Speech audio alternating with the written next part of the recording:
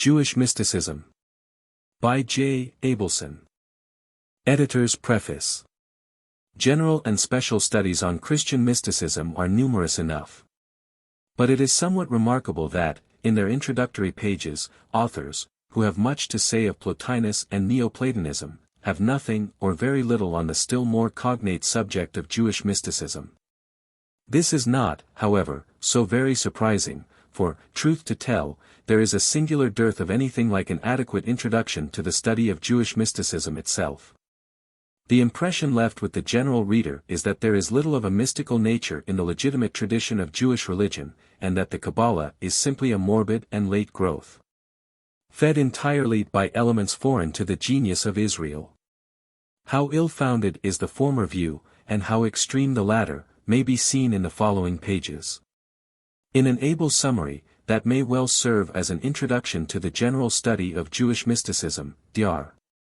Abelson makes accessible to the general reader, in simple terms, the results of his careful inquiry, based on the researches of the best Jewish scholars, and reinforced by his own wide acquaintance with Talmudic and rabbinical literature. To write profitably on Jewish mysticism, it is necessary to have, not only a discriminating sympathy with the mystical standpoint, but also a first-hand knowledge of Jewish religious literature, the peculiar genius of which, perhaps, no one but a member of the race that has produced it can adequately appreciate and interpret. In addition to this, Dr. Abelson comes well prepared for his task, as he has already opened up a new field of research by his valuable critical study on the immanence of God in rabbinical literature. A subject which is the indispensable presupposition of all Jewish mysticism. How do you find this book? Any thoughts about the book or the author? Any suggestion for improvement? Please take a moment to share your thoughts in a comment. If you like it, share it with your friends who might enjoy it as well. Subscribe to keep in touch. Visit CompleteAudiobooks.com for more quality content. Preface. The following pages are designed to give the reader a bird's-eye view of the salient features in Jewish mysticism rather than a solid presentation of the subject as a whole. The reason for this will be apparent when one thinks of the many centuries of variegated thought that have had to be packed within the small number of pages allotted to the book. It is this very fact, too, that will possibly give the present treatment of the subject a fragmentary and tentative appearance. Thus Chapter 5 follows immediately upon the contents of Chapter 4.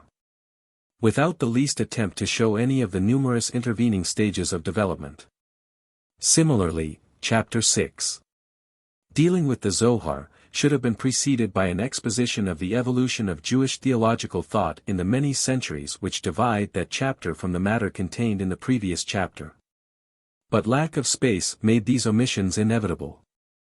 Should the reader be stimulated to a deeper study of the subject, he will be easily led to the missing parts by the aid of the bibliography at the end of the book. I should add that the translated extracts from the Zohar are only in some cases made by me from the original Hebrew Aramaic.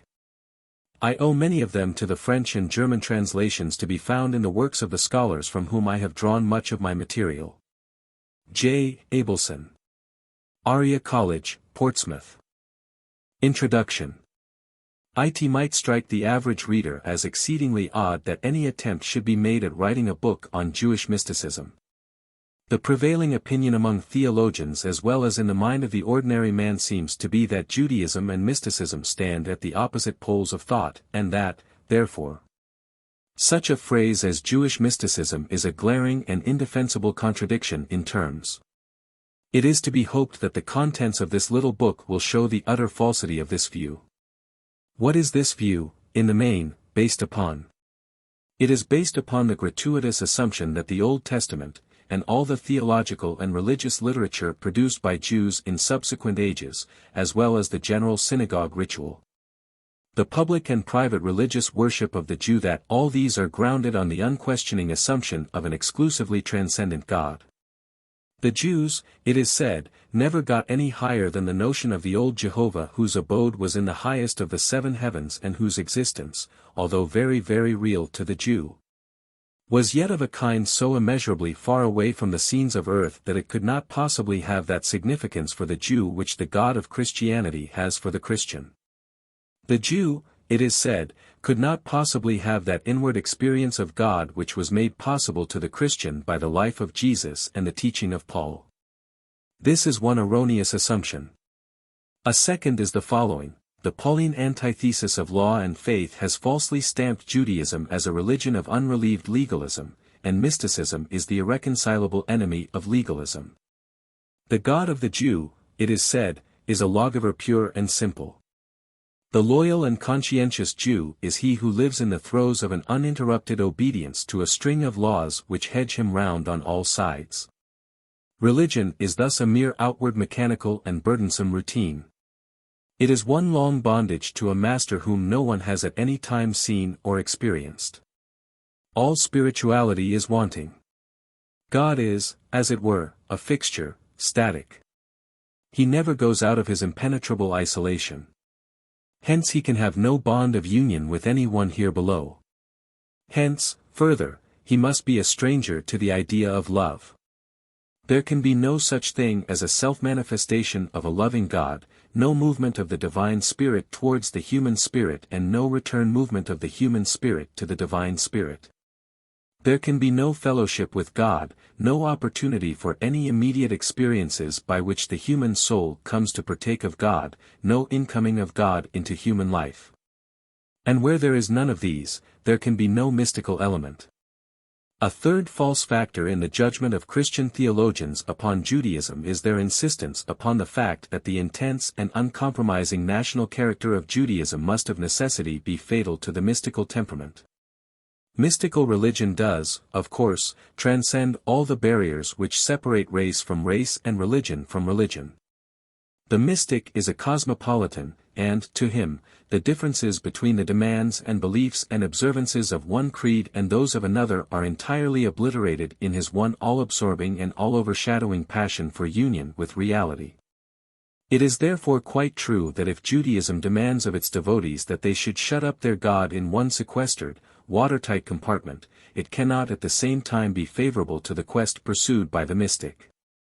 But as against this, it must be urged that Judaism in its evolution through the centuries has not been so hopelessly particularist as is customarily imagined. The message of the Old Testament on this head must be judged by the condition of things prevailing in the long epoch of its composition. The message of the rabbinical literature and of much of the Jewish medieval literature must similarly be judged. The Jew was the butt of the world's scorn. He was outcast, degraded, incapacitated, denied ever so many of the innocent joys and advantages which are the rightful heritage of all the children of men, no matter what their distinctive race or creed might be. He retaliated by declaring, as a result of conviction, in his literature and in his liturgy, that his God could not, by any chance, be the God of the authors of all these acts of wickedness and treachery. Idolatry, immorality, impurity, murder, persecution, hatred, the workers of all these must perforce be shut out from the divine presence. Hence, seeing that, in the sight of the Jew, the nations were the personification of these detestable vices, and seeing that the Jew, in all the pride of a long tradition, looked upon himself as invested with a spirit of especial sanctity, as entrusted with the mission of a holy and pure priesthood, one can quite easily understand how he came to regard the God of truth and mercy as first and foremost his God and no one else's. But with all this, there are, in all branches of Jewish literature, gleams of a far wider, more tolerant, and universalist outlook. Instances will be quoted later. The fact that they existed shows that the germs of the universalism implied in mysticism were there, only they were crushed by the dead weight of a perverse worldly fate. The Jew certainly did, and could, find God in his neighbor, a non-Jew, as well as in himself. And this ability is, and always was, a strong point of the mystics.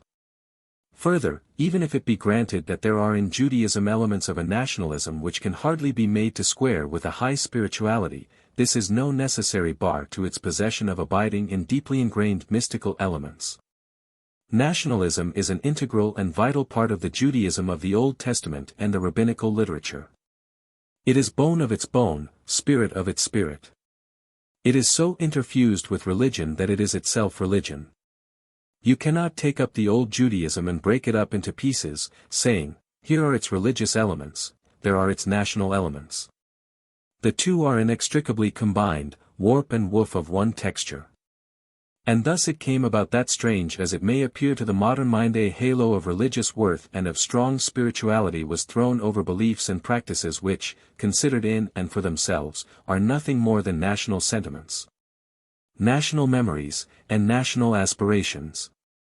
Such, then, being the case, the relation of Judaism to Jewish nationalism is the relation of a large circle to the smaller circle inscribed within it. The larger embraces the smaller. To come now to mysticism. The mystic differs from the ordinary religionist in that whereas the latter knows God through an objective revelation whether in nature or as embodied in the Bible, which is really only second-hand knowledge, mediate, external, the record of other people's visions and experiences, the mystic knows God by contact of spirit with spirit. Coar ad coar loquitur. He has the immediate vision, he hears the still small voice speaking clearly to him in the silence of his soul.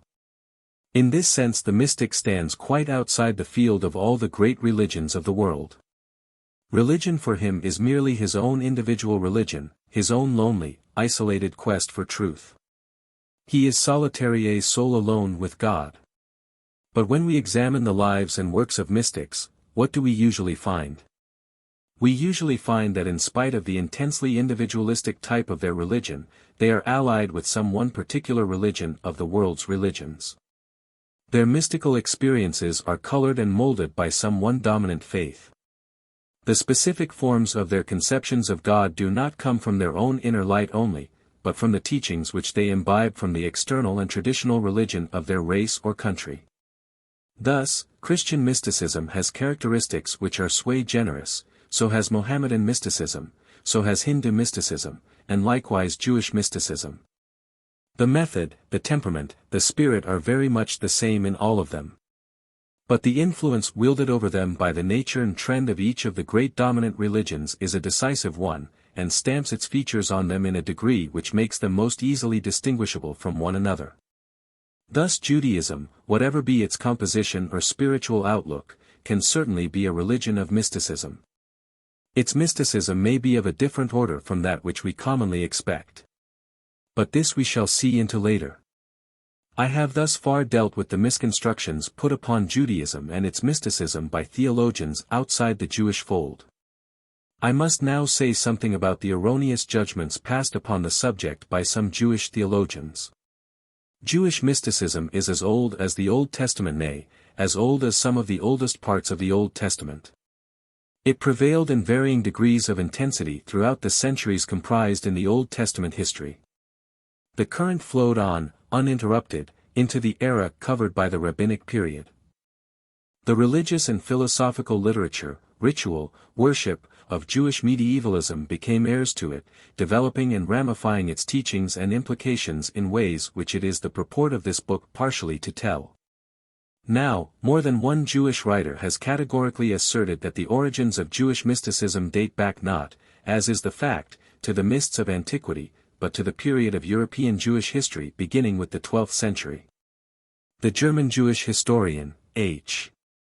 Greetz, 1817–1891, one of the best-known upholders of this view, ascribes the origin of Jewish mysticism to a French rabbi of the 12th and 13th centuries, by name Isaac ben Abraham of Pasquiers, more generally known as Isaac the Blind. He regards him as the father of the Kabbalah, the latter term being the general name in Jewish literature for every kind or school of mystical interpretation. Isaac is the reputed author of the Hebrew mystical treatise written in dialogue form and called Bahir, Brightness, the book which, more than all its predecessors in this domain, anticipates the style and contents of the Zohar, Shining, which is par excellence the medieval textbook of Jewish mysticism, and belongs to the 14th century. Greetz regards the appearance of this mysticism as some sudden, unexplained importation from without, a plant of exotic origin, a false doctrine which, although new, styled itself a primitive inspiration. Although un-Jewish, called itself a genuine teaching of Israel, History of the Jews, English trans, Volume 3. Page 565.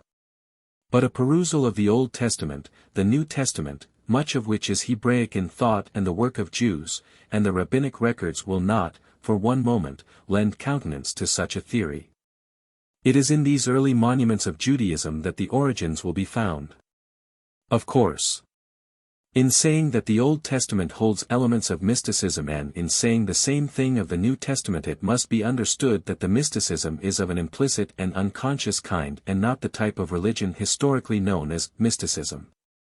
It is ever so far removed from the mysticism of a Plotinus or an Eckhart or an Isaac Luria, Jewish mystic, 1533 to 1572.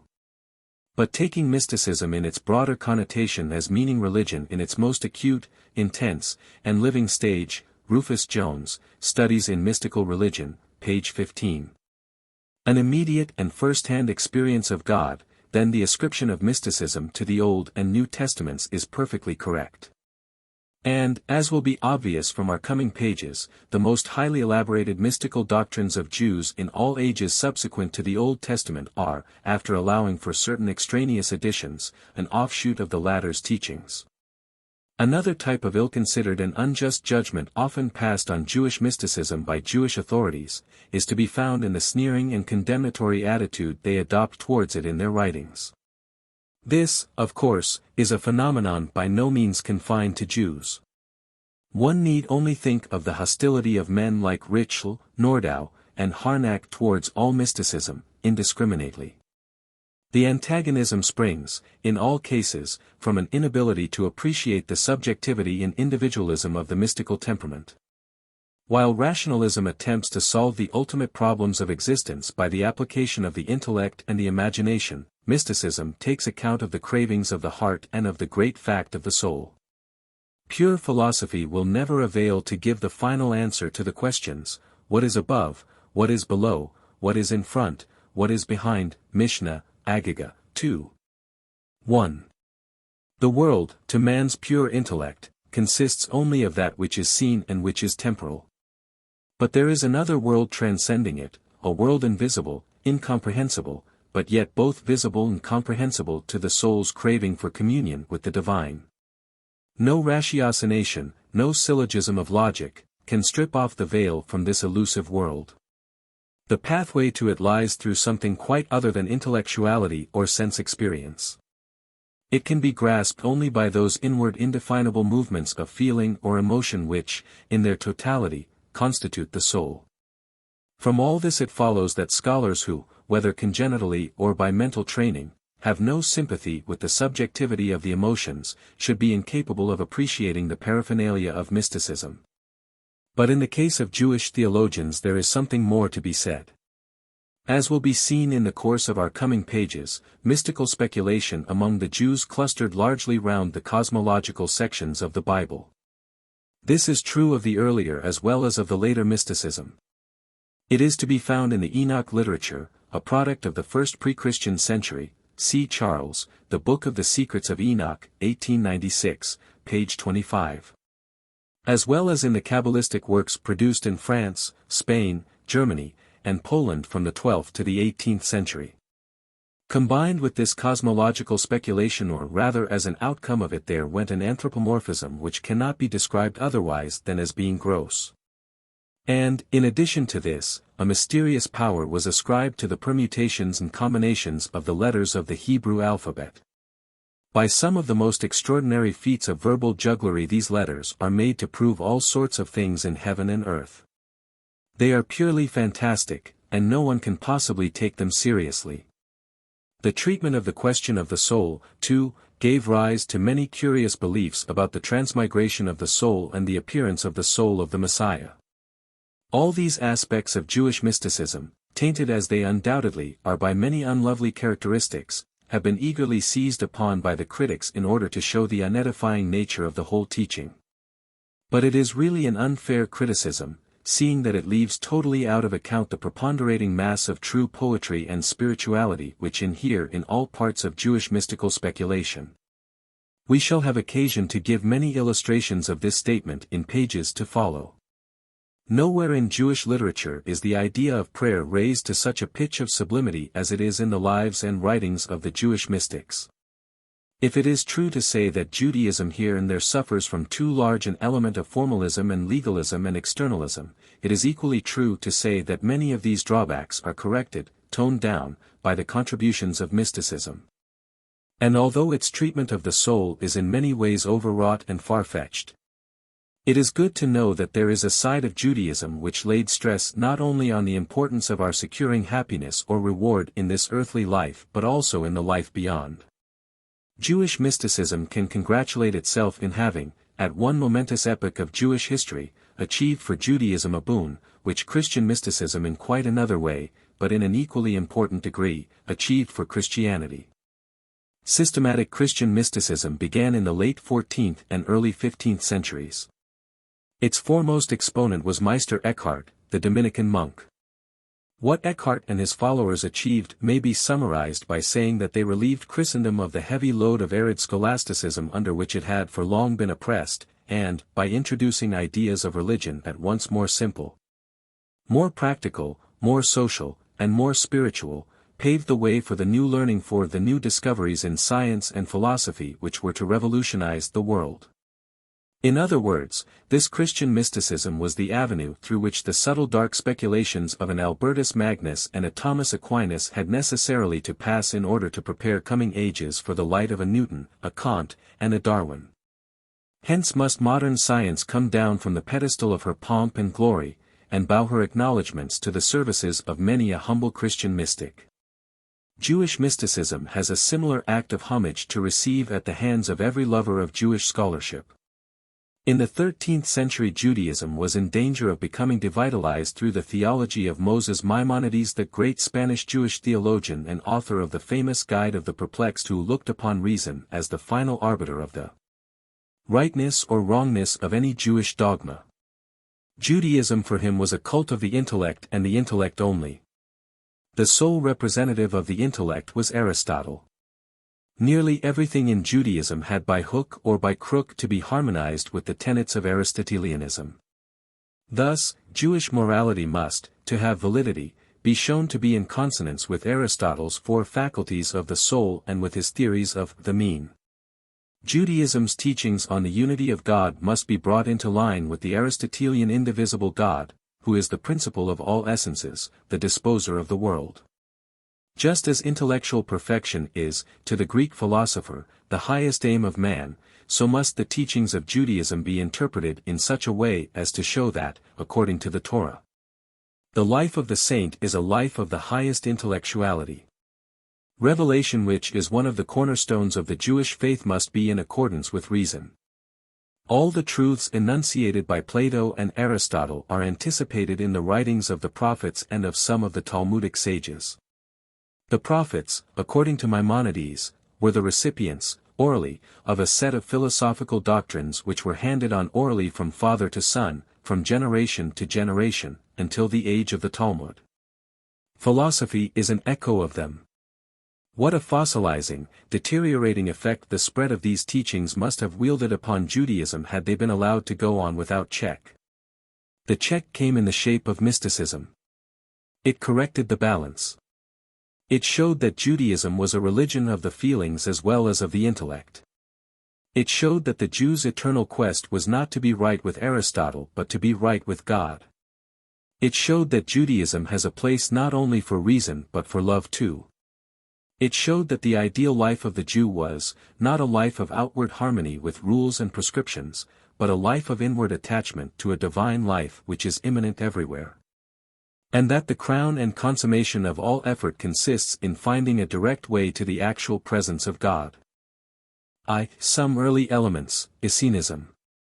The Old Testament is the fountainhead of Judaism. Hence, if it is true, as is contended in a previous page, that the Old Testament contains mystical elements, then the starting point in any treatment of Jewish mysticism on historical, or even semi-historical, lines must be the Old Testament. But this course will not be adopted here. The Old Testament will be omitted. And for a reason which has already been hinted. The mysticism of the Old Testament is of an elementary, naive, and unconscious kind, whereas what this book is intended to show is the consciously elaborated, professional mysticism of the Jews. What we get in the Old Testament are the groundwork and the scaffolding, the indispensable beginnings of the edifice, but not the edifice itself. Thus it has much to say about the fatherhood of God. Here we have a basic conception of all mysticism. For the latter in all its phases and stages assumes the possibility of communion with someone who, while greater and more powerful than ourselves, is at the same time loving, and benevolent, and personally interested in us. You can only pray to one who hears, you can only feel love towards one who, has loved you first. The Old Testament scintillates with sublime examples of men whose communion with God was a thing of intensest reality to them, and whose conviction of the nearness of the divine was beyond the slightest cavil. The sudden and unexpected inrushes of divine inspiration which seized the Old Testament prophets.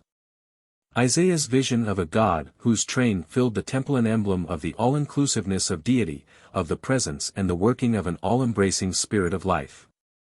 The ecstasy of an Ezekiel lifted from off his feet by the Spirit and removed from one place to another. The fact of prophecy itself, the possession of a spiritual endowment not vouchsafed to ordinary men, the endowment of a higher insight into the will of God. All these represent a stage of first-hand, living religion to which the name of mysticism is rightly and properly applied. But they are no more than the preamble to the explicit, conscious, and pronouncedly personal type of Jewish mysticism which is the subject of the present book. The earliest beginnings of this mysticism are usually accredited, by modern Jewish scholars, to the Essenes.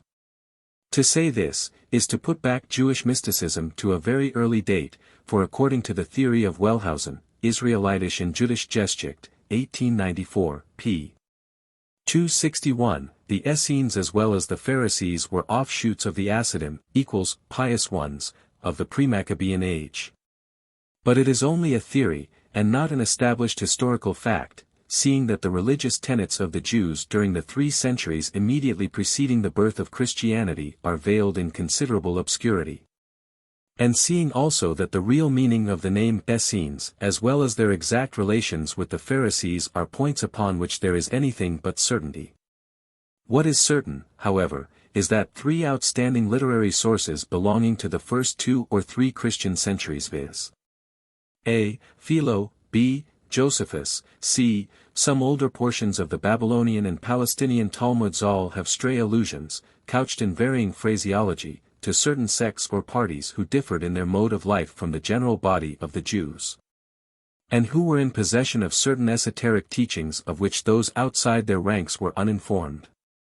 Thus Philo, Quod omnes probes liber, 12, writes of them that they were eminently worshippers of God, theta epsilon rho alpha pi epsilon upsilon tau alpha theta epsilon omicron, not in the sense that they sacrifice living animals, like the priests in the temple, but that they are anxious to keep their minds in a priestly state of holiness.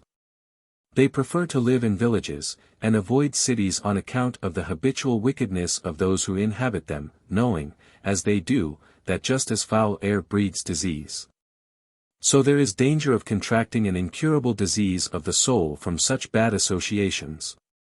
Again, in another of his works, De Vita Contemplativa, edition Conibert, pages 53, 206, Philo says, of natural philosophy. They study only that which pertains to the existence of God and the beginning of all things, otherwise they devote all their attention to ethics, using as instructors the laws of their fathers, which, without the outpouring of the divine Spirit, the human mind could not have devised. For, following their ancient traditions, they obtain their philosophy by means of allegorical interpretations. Of the love of God they exhibit myriads of examples, inasmuch as they strive for a continued uninterrupted life of purity and holiness, they avoid swearing and falsehood, and they declare that God causes only good and no evil whatsoever. No one possesses a house absolutely as his own, one which does not at the same time belong to all, for, in addition to living together in companies, their houses are open also to their adherents coming from other quarters.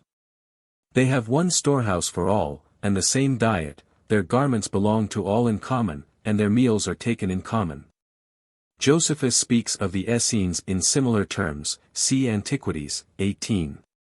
I. 2-6, also de Bello Judaico, 2. 8. 2-13. The points to be noted in both the forementioned authors are, a. the great stress laid on fellowship, amounting to a kind of communism, b. their removal from the general people by reason of their higher sanctity, c. their devotion to the knowledge of the existence of God and the beginning of all things, d. their love of allegorical interpretation. Although it is exceedingly difficult to know what the rabbinic term equivalent to Essene is, it is not hard to deduce, from names and phrases scattered throughout the rabbinic records. A theory that there existed as early as the first Christian centuries either a distinct sect of Jews, or individual Jews here and there, who combined mystical speculation with an ascetic mode of life. A similar phenomenon is observable in the history of the early Christian Church. There was a life of primitive and austere fellowship. A group here, a group there, gathered together with no other motive than that of gaining a greater hold on the spiritual life than was prevalent in the ordinary circles of the people, and the multitude of them that believed were of one heart and soul. And not one of them said that aught of the things which he possessed was his own, but they had all things common. For neither were there among them any that lacked, for as many as were possessors of lands or houses sold them. And distribution was made unto each according as any one had need. Acts 4. 32-35. They seem to have lived on the borderland of an unusual ecstasy, experiencing extraordinary invasions of the divine, hearing mystic sounds and seeing mystic visions which, to them, were the direct and immediate revelations of the deepest and most sacred truths. Illustrations of similar experiences in the bosom of the early synagogue, as presented in the rabbinic records, are the following. There are several heterogeneous passages which speak of the existence within the ancient temple at Jerusalem of a special apartment, called the Lishkat Hashem, Chamber of the Silent, or Secret, Ones. According to the statement of Tosefta Shekalim, 2. 16, there were to be found in some cities of Palestine and Babylon men known as Hashem, who reserved a special room in their house for depositing in it a charity box into which money for the poor could be put and withdrawn with the utmost silence. It was collected and distributed by men appointed for the purpose by the Hashem, and, as it was all done with the strictest secrecy, it looks as though there was a kind of communism among the members of the order. The special chamber in the temple, as mentioned above, was also a place where gifts for the poor were deposited in secret and withdrawn for distribution in secret. Two facts seem to demonstrate that these Hashem were a small mystical sect. Firstly, they are given the special appellation of Yair, i.e., fearers of sin. They were thus marked off by an extra sanctity from the body of the people, and the student of the rabbinic literature knows that whenever a special title is accorded to a group or sect on the grounds of special holiness, this holiness is always of an exceptionally high order. It is the holiness of men in touch with the divine. And, as has just been remarked, their enthusiasm for doing good seems to have been grounded on a kind of austere fellowship that reigned among them, impelling them to do their work unseen by the madding crowd. Secondly, the idea of silence or secrecy was frequently employed by the early rabbis in their mystical exegesis of Scripture. A typical illustration is the following passage from the Midrash Rabbah on Genesis 3, R. Simeon son of Jehozdek asked Samuel son of Naaman, two Palestinian teachers of the beginning of the 3rd century A.D. and said unto him, seeing that I have heard concerning thee that thou art an adept in the Haggadah 1, tell me whence the light was created.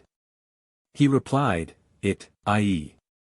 the Haggadah, tells us that the Holy One, blessed be he, enwrapped himself in a garment, and the brightness of his splendor lit up the universe from end to end.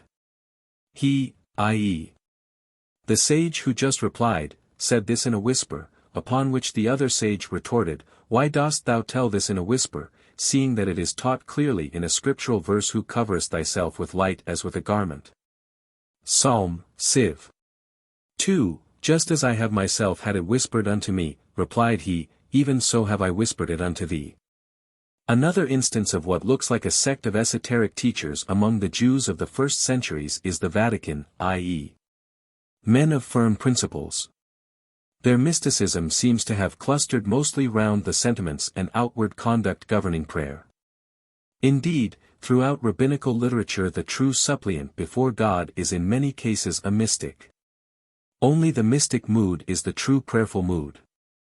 There is a discussion in the Mishnah of Barakoth, I-2, as to what is the earliest moment in the dawn at which the Shema, the technical name for Deuteronomy, 6:4-9, may be read.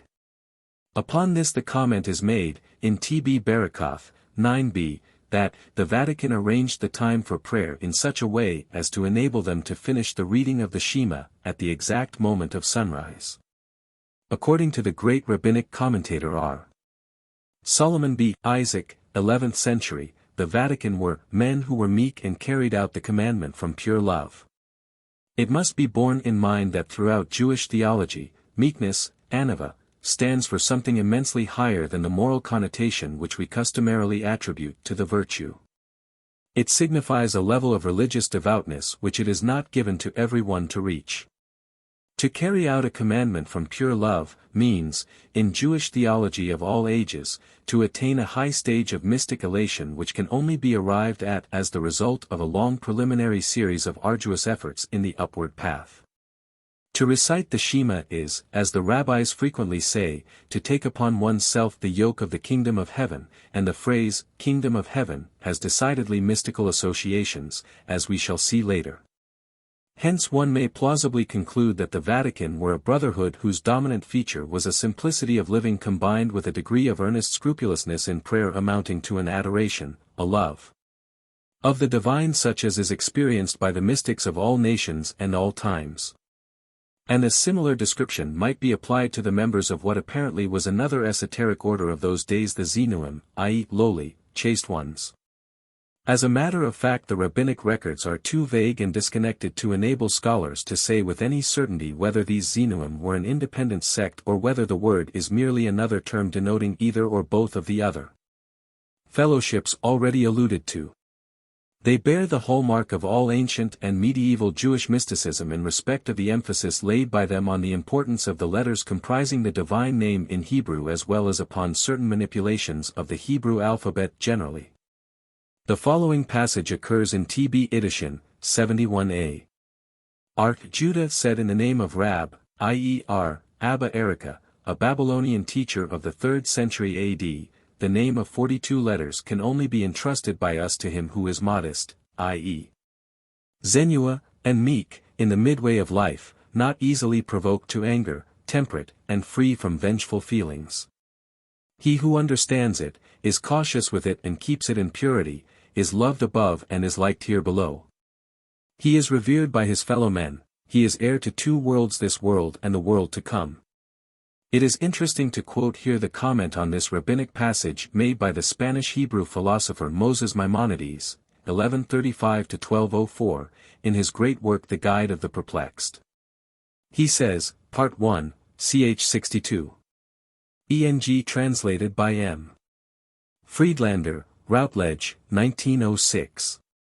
There was also a name of 42 letters known among them. Every intelligent person knows that one word of 42 letters is impossible. But it was a phrase of several words which had together 42 letters. There is no doubt that the words had such a meaning as to convey a correct notion of the essence of God, in the way we have stated. Many believe that the 42 letters are merely to be pronounced mechanically. That by the knowledge of these, without any further interpretation, they can attain to those exalted ends. On the contrary, it is evident that all this exalted preparation aims at a knowledge of metaphysics and includes ideas which constitute the secrets of the law, as we have explained. Maimonides, it should be remembered, was a rationalist and anti-mystic. And much of the old rabbinic cosmological mysticism which was looked upon as serious mystical speculation by many of his literary contemporaries, was dubbed by him as metaphysics or physics. But, to return to our subject, the best insight into the origin and implication of these 42 letters is afforded us by the Talmudic passage last quoted, T.B. Edition, 71a, where we are told that in the last days of the temple the decadent priests were deemed unworthy to pronounce the divine name in their official benedictions, and a name consisting of 12 letters was substituted. What this name was is nowhere given in the rabbinic records. As time went on, it was deemed inadvisable to entrust even this 12-lettered name to every priest. It was taught only to an elect set among them, who, when chanting the benedictions in the general company of all the priests, used to swallow its pronunciation, i.e. make it inaudible, in order not to divulge it. The 42-lettered name probably arose in similar circumstances, but whether the secrets of it were confided to a greater or a smaller circle than that in which the 12-lettered name was known, is by no means apparent. Let it only be said here, as it is a subject to which we shall return later on, that in the elaborated systems of the medieval Kabbalists these many-lettered names of God, not only 42, but also 45 and 72 letters, are the pivots on which huge masses of most curious mystical lore turn.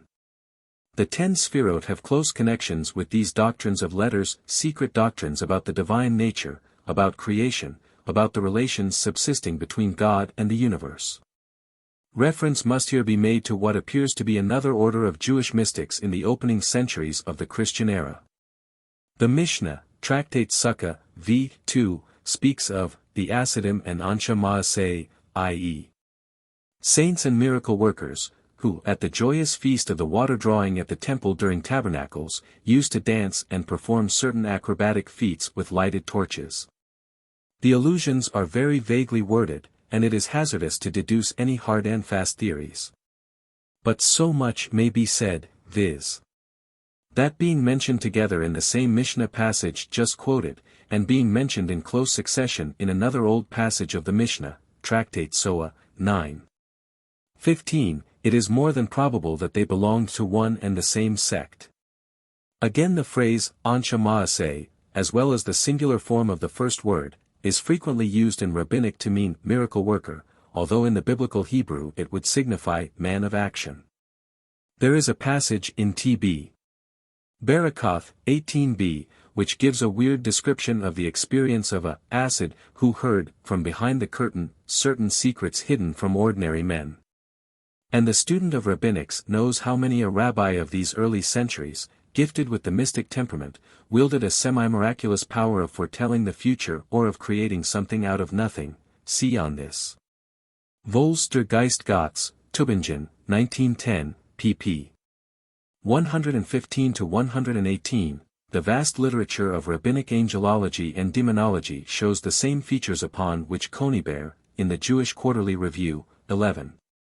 1-45, has thrown considerable light in his translation of the Testament of Solomon. It is a moot point as to whether these Hasidim are the lineal descendants of the saintly party known by that name in the Maccabean epoch.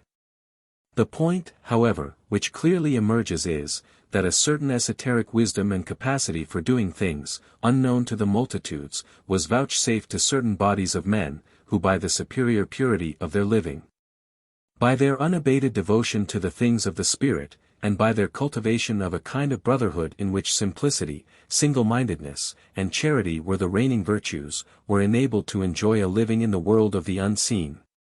One further matter, in conclusion. The interests of historical accuracy demand that, as has been already pointed out, the student should be in no hurry to say that these esoteric sects whose beliefs are so vaguely and fragmentarily described in the rabbinic literature are to be identified with the Essenes described in the writings of Philo and Josephus. Resemblances there certainly are, but there are differences too. And the rabbinic allusions are too disjointed to enable one to form an impression, even an inexact impression, leave alone an exact one of the lives and thoughts of these mystic gatherings. Philo and Josephus paint a complete picture. The Talmud and Midrashim give but stray and elusive hints. For one thing, the Essenes practiced celibacy. Marriage must necessarily dissolve the fellowship characterizing the order. The rabbinic records give no hint of the duty of celibacy. On the contrary, marriage was held to promote a far higher sanctity than celibacy. But the rabbis tolerated some exceptional cases of celibacy, so that it is difficult to speak categorically. Again, the center of gravity of Essenic religion seems to have been the cultivation of the highest ethics. They stressed inward religion as demanded by the Mosaic Code, but, with the exception of a reverence for the holiness of the Sabbath, they were comparatively unconcerned with the outward religious duties incumbent upon the Jews of that time. Thus, they made little or nothing of the sacrifices, doubtless a corollary of their emphasis on the allegorical interpretation of Scripture. But it was otherwise with the early mystics of the rabbinic literature. Although living in an atmosphere of mystery and looking to the divine secret to unroll itself at any moment, they yet never overlooked the claims of institutional religion, they never flouted the ceremonial side of Judaism. They were inflexible upholders of the law and its associated traditions. The same phenomenon is, of course, seen in the history of Christian mysticism, where the first-hand, inward, individualized experiences of the ground truths of religion are conformed to the prevailing and accredited dogmas of Christianity.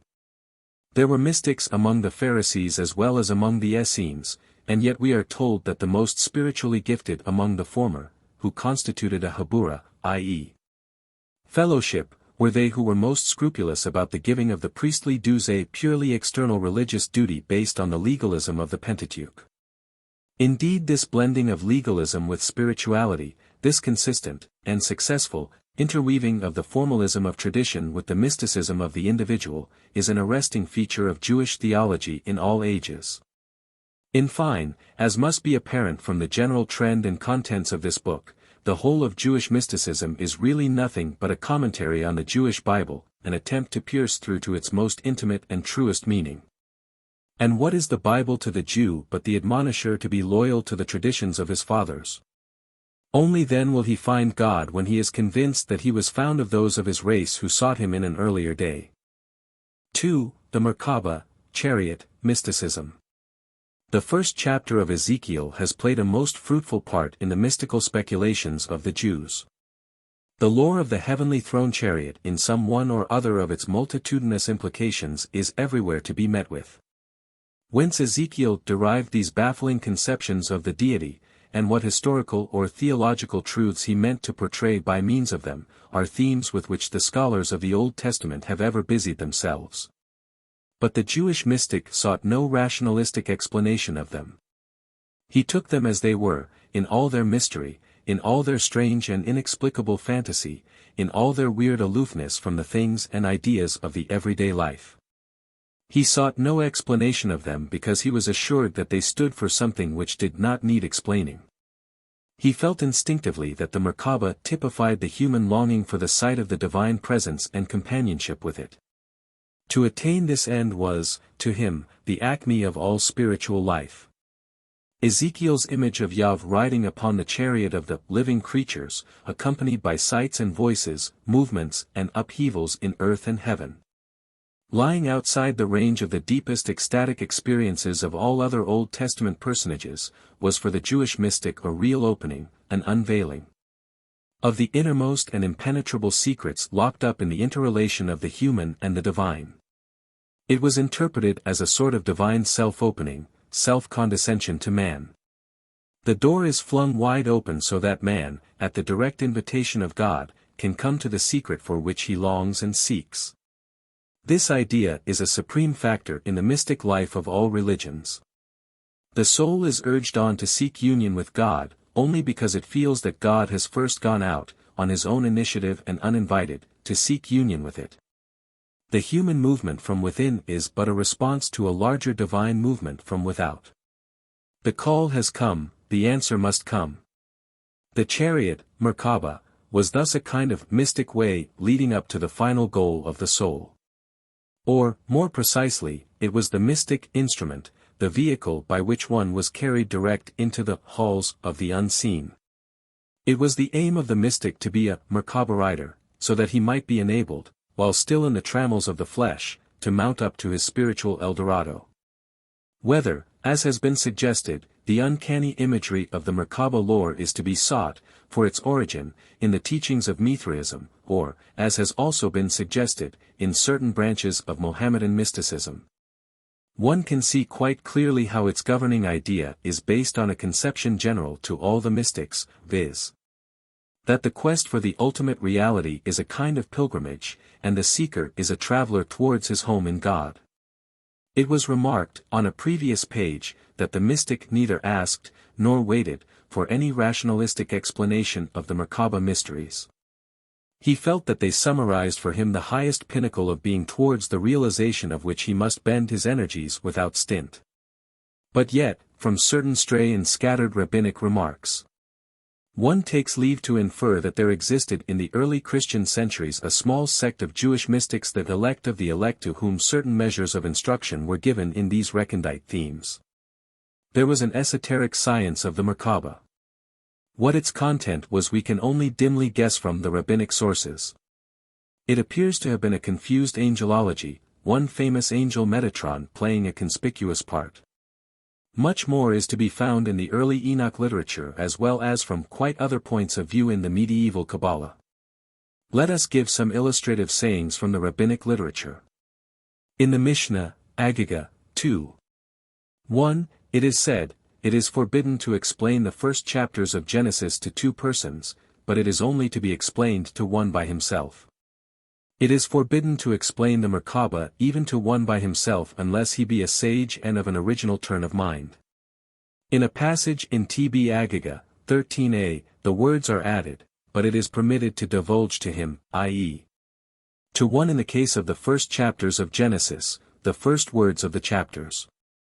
In the same passage another rabbi, Zerah, of the 3rd century AD, remarks, with a greater stringency, "We may not divulge even the first words of the chapters, neither of Genesis nor Ezekiel, unless it be to a chief of the Beth Din too, or to one whose heart is tempered by age or responsibility." Yet another teacher of the same century declares in the same connection, "We may not divulge the secrets of the Torah to any but to him to whom the verse in Isaiah 3:3 applies, viz. the captain of 50 and the honorable man, and the counselor and the cunning artificer and the eloquent orator." The rabbis understood these terms to mean distinction in a knowledge and practice of the Torah. This insistence upon a high level of moral and religious fitness as the indispensable prelude to a knowledge of the Merkabah has its counterpart in the mysticism of all religions. The organic life, the self, conscious and unconscious, must be molded and developed in certain ways. There must be an education, moral, physical, emotional. A psychological adjustment, by stages, of the mental states which go to the makeup of the full mystic consciousness. As Evelyn Underhill, Mysticism, p. 107, says, mysticism shows itself not merely as an attitude of mind and heart, but as a form of organic life. It is a remaking of the whole character on high levels in the interests of the transcendental life. That the rabbis were fully alive to the importance of this self-discipline is seen by a remark of theirs in TB Agiga, 13a, as follows: "A certain youth was once explaining the Ashmol, Ezekiel, I:27, translated amber, in the AV. When fire came forth and consumed him." When the question is asked, why was this? The answer is, his time had not yet come, Lav Mati Zimna. This cannot but mean that his youthful age had not given him the opportunities for the mature self-culture necessary to the mystic apprehension. The Ashmol, by the way, was interpreted by the rabbis as a shortened form of the full phrase Yat Eshmi Maloloth, i.e., the living creatures of fire, speaking, or b. a shortened form of Idim Shath V'idim Mimaloth, i.e., they who at times were silent and at times speaking. In the literature of the medieval Kabbalah, the Ashmol belongs to the Yetziratic world, i.e. the abode of the angels, presided over by Metatron who was changed into fire. And the spirits of men are there too. 3 According to a modern Bible commentator, the celebrated Russian Hebraist M. L. Malbim, 1809–1879, the word signifies, the ayat, i.e. living creatures of Ezekiel, which are the abode, or camp, of the Shechinah, i.e. divine presence, where there is the still small voice. It is they, i.e. the ayat, who receive the divine effluence from above and disseminate it to the ayat who are the movers of the wheels of Ezekiel's chariot. Many more passages of a like kind might be quoted in support of the view that the attainment of a knowledge of the Merkabah was a hard quest beset with ever so many impediments. That it presupposed, on the one hand, an exceptional measure of self-development, and, on the other, an extraordinary amount of self-repression and self-renouncement. But the mention of fire in the preceding paragraph leads us to the consideration of an aspect of the Merkabah which brings the latter very much into line with the description of mystical phenomena in literature generally. Every one knows how the image of fire dominates so much of the mysticism of Dante. The medieval Christian mystics Rosebroek, Catherine of Genoa, Jacob Boehme, and others appeal constantly to the same figure for the expression of their deepest thoughts on the relations between man and the Godhead. The choice of the metaphor probably rests on the fact that fire can be adapted to symbolize either or both of the following truths: a. The brightness, illumination which comes when the goal has been reached, when the quest for the ultimate reality has at last been satisfied. b. The all-penetrating, all-encompassing, self-diffusing force of fire is such a telling picture of the mystic union of the soul and God. The two are interpenetrated, fused into one state of being. The soul is red-hot with God, who at the same time, like fire, holds the soul in his grip, dwells in it. Examples are the following. In the Midrash Rabbah on Canticles, I-12, it is said, Ben Azai, a famous rabbi of the 2nd century A.D., was once sitting expounding the Torah. Fire surrounded him. They went and told our Akiba, saying, "O Rabbi, Ben Azai is sitting expounding the Torah, and fire is lighting him up on all sides." Upon this, our Akiba went to Ben Azai and said unto him, "I hear that thou wert sitting expounding the Torah, with the fire playing round about thee." "Yes, that is so," replied he. "Wert thou then," retorted Akiba, "engaged in unraveling the secret chambers of the Merkabah?" "No," replied he. It is not germane here to go into what the sage said he really was engaged in doing. The quotation sufficiently shows how in the 2nd century AD the imagery of fire was traditionally associated with esoteric culture. Here is another instance, in T.B. Sukkah, 28a. Hillel the Elder, 30b.c.-10 AD, had 80 disciples. 30 of them were worthy enough for the Shechinah to rest upon them. 30 of them were worthy enough for the sun to stand still at their bidding. The other 20 were of average character. The greatest among them all was Jonathan son of Uzziel, 1st century A.D. The smallest among them all was Jonan son of Zakkai, end of 1st century A.D. The latter, smallest though he was acquainted with every conceivable branch of both exoteric and esoteric lore. He knew the talk of the ministering angels and the talk of the demons and the talk of the palm trees, Decalim. He knew also the lore of the Merkabah. Such being the measure of the knowledge possessed by the smallest. How great must have been the measure of the knowledge possessed by the greatest, viz. Jonathan son of Uzziel. When the latter was sitting and studying the Torah, presumably the esoteric lore of the angels and the Merkabah, every bird that flew above him was burnt by fire. These latter words are the description of the ecstatic state. The moments of exaltation, the indescribable peace and splendor which the soul of the mystic experiences when, disentangling itself from the darkness of illusion, it reaches the light of reality. The condition so aptly phrased by the psalmist who said, "For with thee is the fountain of life, in thy light shall we see light," Psalm 36. 9. The bird flying in the environment of this unrestrained light must inevitably be consumed by the fire of it. The monument which Jonathan son of Uzziel has left us in perpetuation of his mystical tendencies, is his usage of the term memra, word, to denote certain phases of divine activity. In the Aramaic paraphrase to the prophets which ancient Jewish tradition assigned to his authorship, but which modern research has shown to be but the foundation on which the extant Aramaic paraphrase to the prophets rests.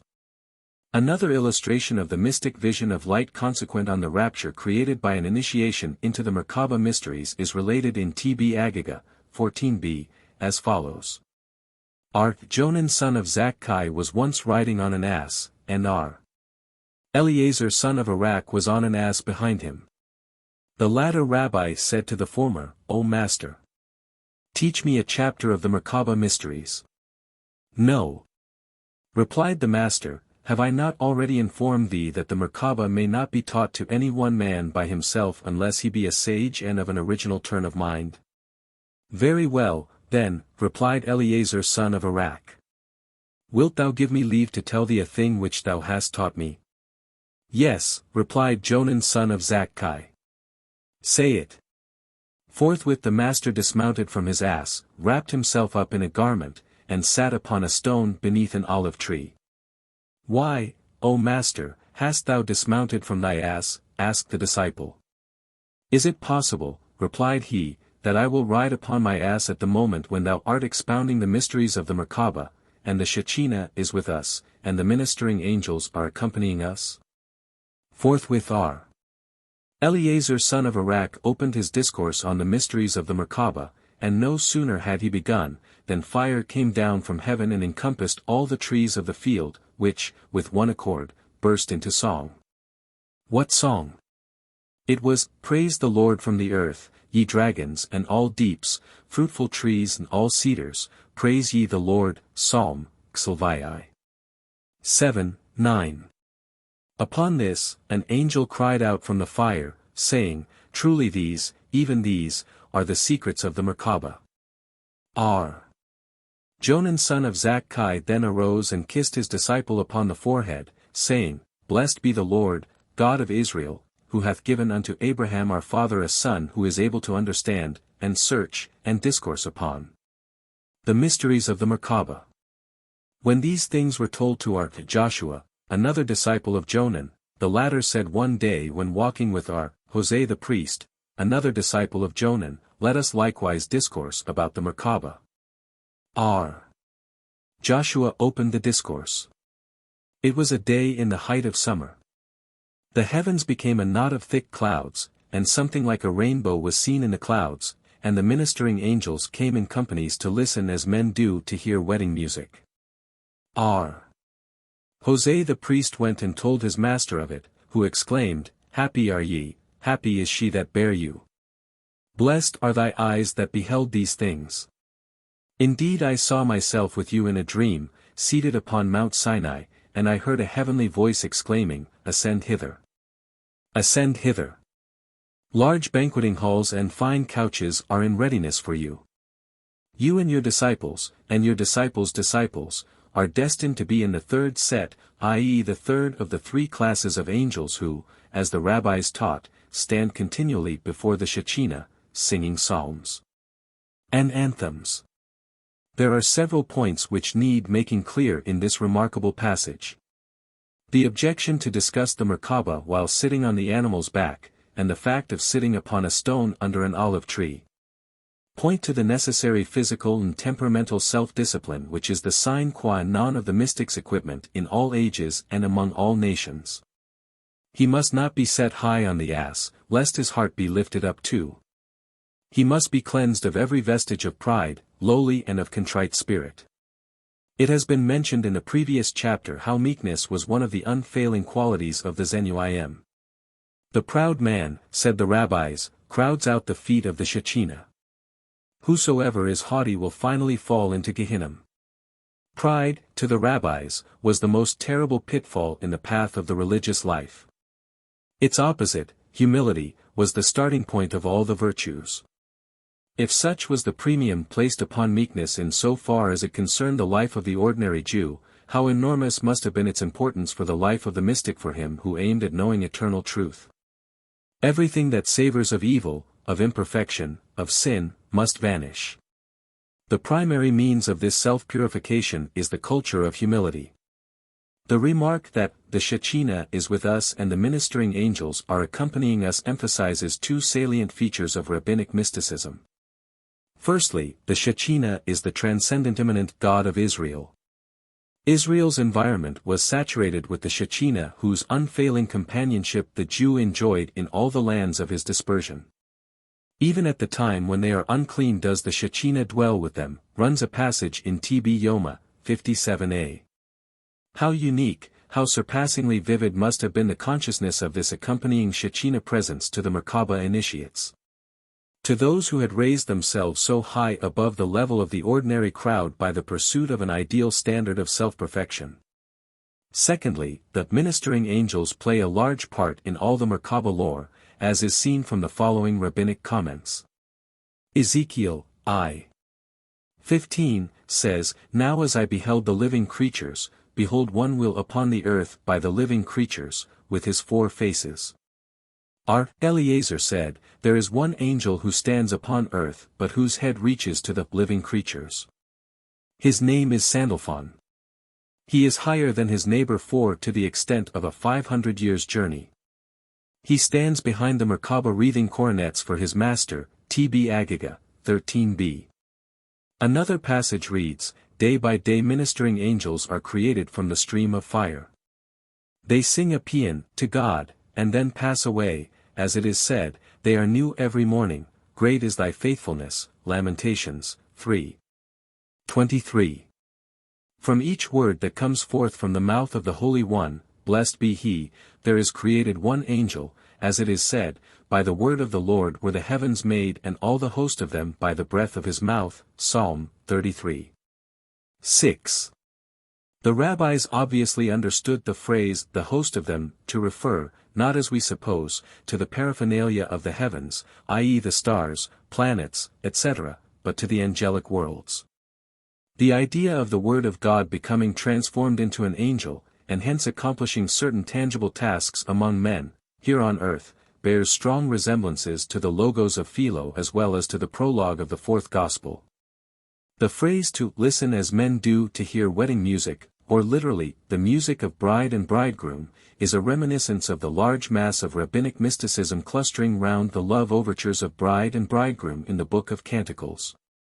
The book, on the rabbinic interpretation, teaches the great truth of a spiritual marriage between the human and the divine, a betrothal between God and Israel. In 10 places in the Old Testament, says Canticles Rabbah, 4:10, are the Israelites designated as a bride, 6 here, i.e. in the Book of Canticles, and 4 in the Prophets. And in 10 corresponding passages is God represented as arrayed in garments, which display the dignity of manhood in the ideal bridegroom. To the minds of the rabbis, the superabundant imagery of human love and marriage which distinguishes Canticles from all other books of the Old Testament was the truest symbol of the way in which human Israel and his divine Father were drawn near to one another. The intimate and secret experiences of the soul of the Jew, the raptures of its intercourse with God in senses which no outsider could understand, were best reflected in the language of that august and indefinable passion which men call love. The remark, ascend hither. Ascend hither. Large banqueting halls and fine couches are in readiness for you, etc., points to another prominent phase of rabbinic mysticism. It was strongly believed that the pious could, by means of a life led on the highest plane, free themselves from the trammels that bind the soul to the body and enter, living, into the heavenly paradise. The idea was obviously a development of a branch of Old Testament theology. But the latter gets no further than the conception that heaven may be reached without dying, the persons translated thither having finished their earthly career. The experiences of Enoch, Genesis, v. 24, and of Elijah, 2 Kings, 2:11, are illustrations. A development of the doctrine is the thought that certain favored saints of history are, after death and when in heaven, given instruction concerning the doings of men, the general course of events here below. The apocalyptic literature, see especially Apocalypse of Baruch, by Dr. Charles, deals somewhat largely in this idea, and there are traces of it in the rabbinical literature. But these saints, however true the teachings and revelations vouchsafed to them may eventually have turned out to be, are dead as far as the world is concerned. A further development is seen in the theory that certain pious men may temporarily ascend into the unseen, and, having seen and learnt the deepest mysteries, may return to earth again. These were the mystics who, by training themselves to a life of untarnished holiness, were able to fit themselves for entering a state of ecstasy, to behold visions and hear voices which brought them into direct contact with the divine life. They were the students of the Merkabah who, as a result of their peculiar physical and mental makeup, were capable of reaching the goal of their quest. There were 4 men, says the Talmud, Agagah, 14b, who entered paradise. They were R. Akiba, 50 to -130 AD, Ben Azai, 2nd century AD, Ben Zoma, 2nd century AD, and Elisha b. Abuya, end of 1st century and beginning of 2nd century AD. Although this passage is one of the puzzles of the Talmud, and is variously interpreted, we may quite feasibly lay it down that the reference here is to one of those waking visits to the invisible world which fall within the experiences of all mystics in all ages. Fragments of what was a large mystic literature of the later rabbinical epoch, i.e. from about the 7th to the 11th century, usually known as the Gaonic epoch, have descended to us. Of these, one branch is the Hekhalot, i.e. Halls, which are supposed to have originated with the mystics of the forementioned period who called themselves Yurid Merkabah, i.e. riders in the chariot. As Dr. Louis Ginsberg says, see Art Ascension, in Jewish in Sikh, Volume 2. These mystics were able, by various manipulations, to enter into a state of auto-hypnosis, in which they declared they saw heaven open before them, and beheld its mysteries. It was believed that he only could undertake this Merkabah ride, who was in possession of all religious knowledge, observed all the commandments and precepts and was almost superhuman in the purity of his life. This, however, was regarded usually as a matter of theory. And less perfect men also attempted, by fasting and prayer, to free their senses from the impressions of the outer world and succeeded in entering into a state of ecstasy in which they recounted their heavenly visions. Much of this belief survives in modern Jewish mysticism, whose chief representatives known as Hasidim are to be found in Russia, Poland, Galicia, and Hungary. Although it was stated above that the large volume of this phase of mystic literature originated in the period from the 7th to the 11th century, modern research has clearly proved that its roots go back to a very much earlier date. In fact, it is very doubtful whether its origin is to be looked for at all in the bosom of early Judaism. Mitra worship is now taken by scholars to account for much of it. But it is hazardous to venture any final opinion. It must never be forgotten that the first chapter of Ezekiel worked wonders on the old Hebrew imagination. Commentaries on almost every word in the chapter were composed wholesale. In all likelihood, the mysticism of the Merkabah riders is a syncretism. Mithraic conceptions in vogue were foisted on to the original Jewish interpretations. And, in combination with Neo-Platonism, there was evolved this branch of Jewish mysticism which, though by no means abundant in the Talmud and the Midrashim, occupies a considerable place in the ideas of the medieval Kabbalah, as well as in the tenets of the modern Hasidim. 3. Philo, Metatron, Wisdom. Something must now be said about the mystical elements in the Hellenistic, as distinguished from the Palestinian, branch of early Judaism. The Palestinian, which includes the Babylonian, is, by a long way, the more voluminous. And its significance for the development of the later Judaism totally eclipses that of Jewish Hellenism, which really wielded its influence over Christianity rather than over Judaism. Still, there are a few outstanding features in Jewish Hellenism which are germane to our subject. Moreover, modern research has shown that there was a certain degree of intercourse, in the opening centuries of the Christian era, between Jewish scholars of Palestine and Babylonia on the one hand, and Jewish scholars of Alexandria on the other. Alexandria being the great center of the Hellenistic culture then predominant. This must have resulted in an interchange and interaction of ideas and doctrines which found their way into the literatures of both branches. A noteworthy example of this fusion of ideas is the famous Philo Judaeus of Alexandria. Platonic, Stoic and Rabbinic strata make up the philosophy of Philo. They are intermingled not always harmoniously. But what tells hard upon the student of Philo's presentation of Hebrew thought is the difficulty of knowing whether certain parallel ideas in his writings and the writings of the Palestinian rabbis originated with him or with the rabbis. It has, however, been shown, with a fair approach to conclusiveness, that where there is a resemblance in halakhic interpretation, Philo is the borrower, whereas the Haggadic parallels emanate from the rabbis.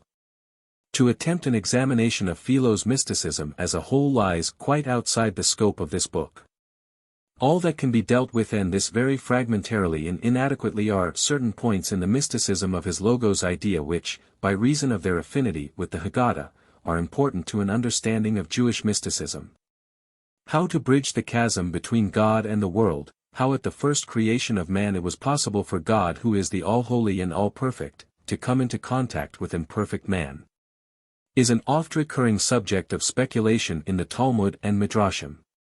The cosmogony of Genesis comes in for an exceptionally elaborate treatment. In this connection it is only to be expected that angelology should figure largely. Theologians are quite wrong when they say that post-biblical Judaism removed the deity further and further away from the world, and then tried to bring him nearer again by the medium of the angel. The truth is that God was in many senses brought very near, and the angel was but an aspect of this nearness. God was immanent as well as transcendent, and the angel was a sort of emanation of the divine, an offshoot of deity, holding intimate converse with the affairs of the world. It was on these lines that the rabbis solved their problem of reconciling the idea of a pure God with an impure world. God did not really come into contact with the world, but his angels did, and his angels are really part and parcel of his own being, emanations of his own substance. This was, of course, far from being a logical solution, but the rabbis, like many other religious thinkers of those early centuries, were not masters of logic. Philo's ideas run in what seems a similar groove. All matter is to him evil. Hence God must be placed outside the world. But though this was his philosophy, his religion Judaism taught him otherwise. Obliged to find some way out of the difficulty, he hit upon the idea of the logoi, i.e., divine agencies, which, while being in some senses inherent in God, are, in other ways and at various times, exterior to him. It would be incorrect to say that he derived this theology from the rabbinic sources. Platonic and Stoic teachings are largely responsible for them. But Philo endeavored to bring them into line with rabbinic modes of biblical interpretation. He felt that he ought to give them a Jewish dress, with the result that much of what he says about divine powers, agencies, attributes operating in the world, independently of the deity and yet as part and parcel of him, bears a close resemblance to much of rabbinic angelology and rabbinic teaching about the divine attributes. Thus, to give some examples. The rabbis, in Genesis Rabbah, 8:3, 4, and in many other places, are at pains to justify the usage of the grammatical plural in the words, "And God said, Let us make man," Gen. 26. Various opinions are thrown out. But the finally accepted view is that, at the time when God was about to create the first man, he took counsel with the ministering angels. What this interpretation aims at, is to relieve the deity of the blame for the evil in man, and to place it upon some other shoulders. But what it really does is to show that the earth is the scene and center of divine agencies. Angels are emanations of the divine working here below. Man is in a double sense made by them. It was they who had a hand in his creation. It is they who fill his environment, and make him realize that he is ever in the grip of a presence from which there is no escaping. The Talmud and Midrashim overflow with the descriptions of vast hierarchies of spiritual intelligences, angels who guide the will of man in the course of nature, surrounding man on all sides and at all moments, shielding him and lifting him up to higher planes of thought and feeling. They protect the pious and help them in their transactions. Every angelic host consists of 1,000 times 1,000. The angels give instruction in certain matters. Every man has a special guardian angel. All this literature of angelology can have no possible meaning at all unless it is interpreted to mean that God is present and active in the world, a power behind phenomena, a directing mind, a controlling will, an immanent God. Philo's doctrine is similar. Thus he says, "For God, not condescending to come down to the external senses, sends his own words, logoi, or angels for the sake of giving assistance to those who love virtue. But they attend like physicians to the diseases of the soul, and apply themselves to heal them, offering sacred recommendations like sacred laws, and inviting men to practice the duties inculcated by them, and, like the trainers of wrestlers, implanting in their pupils strength and power and irresistible vigor. Very properly, therefore, when he, i.e. Jacob, has arrived at the external sense, he is represented no longer as meeting God, but only the divine word, just as his grandfather Abraham, the model of wisdom did, on dreams, I. 12. In another passage in the forementioned section, he speaks of the immortal words, logoi, which it is customary to call angels, Ibid I. 19. Again, take the following. But these men pray to be nourished by the word, logos, of God. But Jacob, raising his head above the word, says that he is nourished by God himself, and his words are as follows: the God in whom my father Abraham and Isaac were well pleased, the God who has nourished me from my youth upwards to this day. The angel who has delivered me from all my evils, bless these children. This now, being a symbol of a perfect disposition, thinks God himself his nourisher, and not the word. And he speaks of the angel, which is the word, as the physician of his evils, in this speaking most naturally. For the good things which he has previously mentioned are pleasing to him, inasmuch as the living and true God has given them to him face to face, but the secondary good things have been given to him by the angels and by the word of God. On this account I think it is that God gives men pure good health which is not preceded by any disease in the body, by himself alone, but that health which is an escape from disease, he gives through the medium of skill and medical science. Attributing it to science, and to him who can apply it skillfully, though in truth it is God himself who heals both by these means, and without these means. And the same is the case with regard to the soul. The good things, namely, food, he gives to men by his power alone. But those which contain in them a deliverance from evil, he gives by means of his angels and his word, allegories of the sacred laws, 3. 62.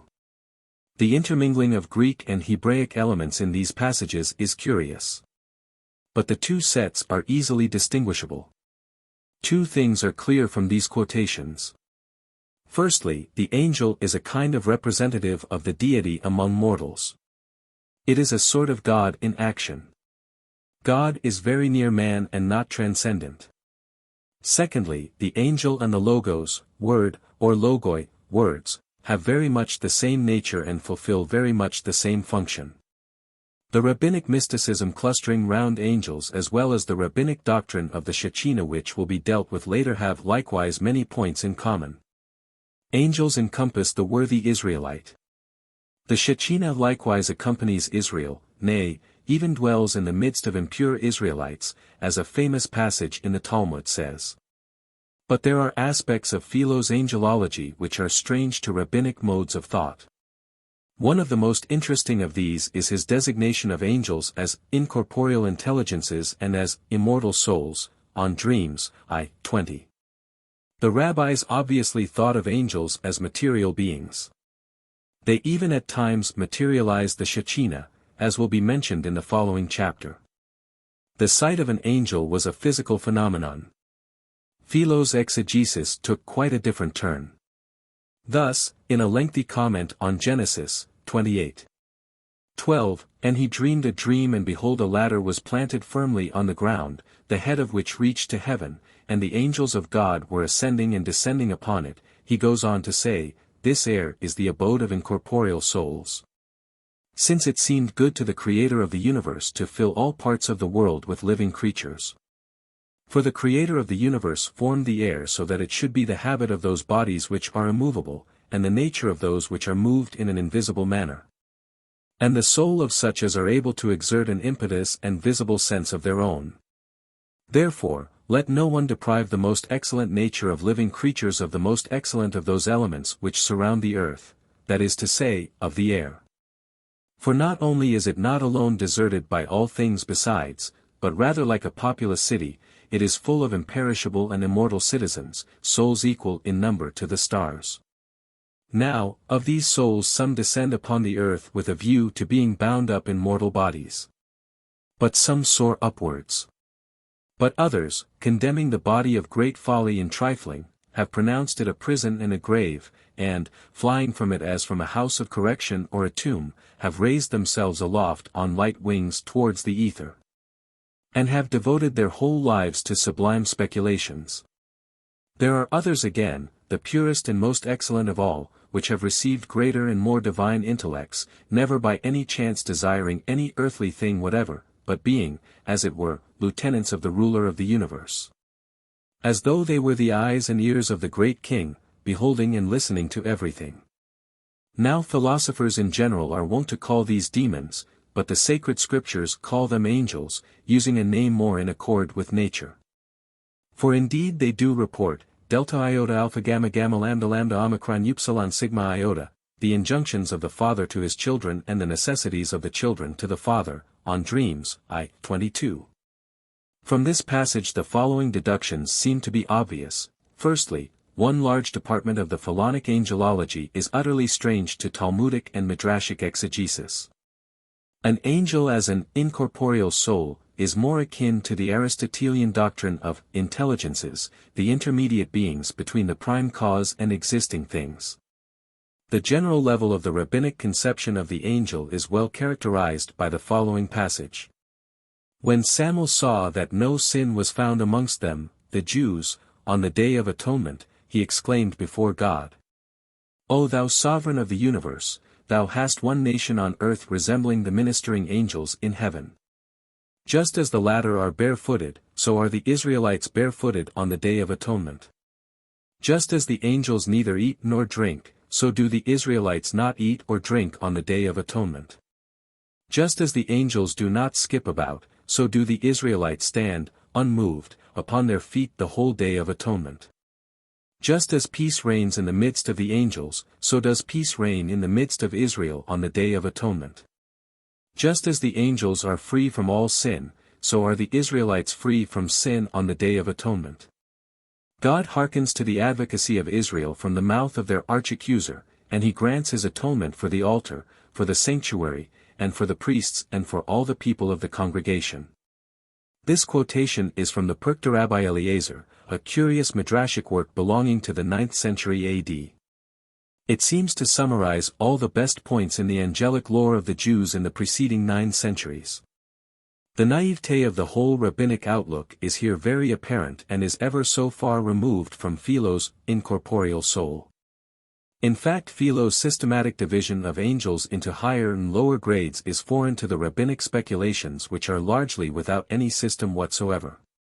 Foreign also is his view of angels as souls descending upon the earth with a view to being bound up in mortal bodies. The angel, in rabbinic thought, is never inside any one. But, in the second place, it is obvious to the student of medieval as distinct from the Talmudic and Midrashic mysticism that there is an affinity between the Philonic treatment of angels and the treatment of the subject by such famous Jewish theologians as Saadia b.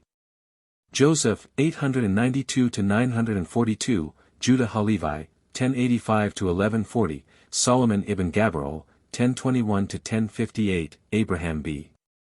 David, 1100–1180, and Moses Maimonides, 1135–1204. They, too, like Philo, were influenced by Greek thought. They were either Aristotelians, Platonists, or Neo-Platonists, so that what amount of influence came to them directly from the works of Philo is a matter that calls for deep research. To the first-named theologian Saadia there is, like to Philo, something immaterial, something ethereal, unearthly, about the angel. While being external to man, it is, in a sense, internal too, Saadia being of opinion that they were visions seen during prophetic ecstasy rather than outward realities. See his philosophical work Emunat Widoti, Faith and Knowledge, 2. 8, 4. 6. That Ibn Gabirol should develop a more mystical line of thought than this, is not surprising seeing he is dependent, in many of his essential teachings, upon the Enneads of Plotinus. The words of Judah Halevi are worth quoting here. He says, Kuzari, 4. 3. As for the angels, some are created for the time being, out of the subtle elements of matter, as air or fire. Some are eternal angels, i.e., existing from everlasting to everlasting, and perhaps they are the spiritual intelligences of which the philosophers speak. We must neither accept nor reject their words, i.e. the words of these philosophers. It is doubtful whether the angels seen by Isaiah, Ezekiel, and Daniel were of the class of those created for the time being or of the class of spiritual essences which are eternal. The glory of God is a thin subtle body, guf dak, produced by the will of God, and which forms itself in the prophet's imagination in the way that the divine will directs. This is according to the first, i.e. simpler explanation. But according to a second, i.e. more complex, explanation, the glory of God denotes the whole class of angels together with the spiritual instruments, Qumranium, viz. the throne, the chariot, Merkabah, the firmament, the Ophanim and the spheres, Galgalim, and others besides which belong to the things which are eternal. All this is implied in the term glory of God. Further on, in the same paragraph, Judah Halevi brackets together as having one meaning, the phrases, glory of God, kingdom of God, and Shechinah of God. Maimonides speaks on the subject thus, Guide of the Perplexed, 2. 6. The angels are not corporeal, this is what Aristotle also said, only there is a difference of name, he calls them separate intelligences, Siklim Nephratim, whereas we designate them angels. Moreover, when he says that these separate intelligences are also intermediaries between the Creator and existing things, and that through their means the spheres are moved, the motion of the spheres being the prime cause of all being, this also is written in all books, because you will not find that God does any deed except by means of an angel. The movement of Balaam's ass was done by means of an angel, even the elements are called angels.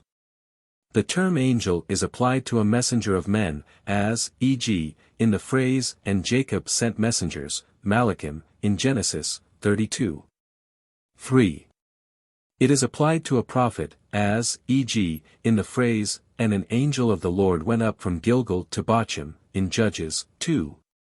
1. It is the term used of the separate intelligences which are seen by the prophets in the prophetic vision. It is the designation also of the vital powers, as we shall explain. Maimonides takes a rabbinic apothegm such as, God does nothing without previously consulting his heavenly, or upper, host, or God and his court of justice have taken counsel together over every limb in the human body, and have put each in its rightful place, and is at pains to show how these statements must not be taken literally to mean that the deity asks advice or seeks help, but that what they convey is that the term angel stands for the powers embodied in all earthly phenomena, the world forces which are outflowings of God and represent the aspect of the divine activity in the universe.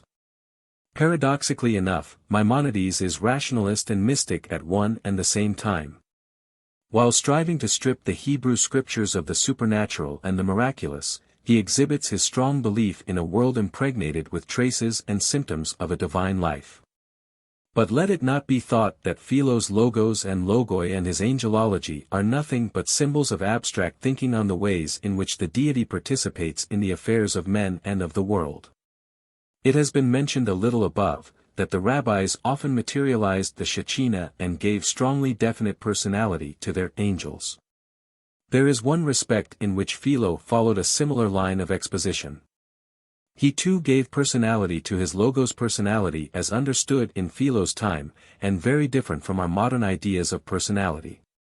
Not alone does he speak of the logos as the being who guided the patriarchs, as the angel who appeared to Hagar, as the cloud at the Red Sea, as the divine form who changed the name of Jacob to Israel.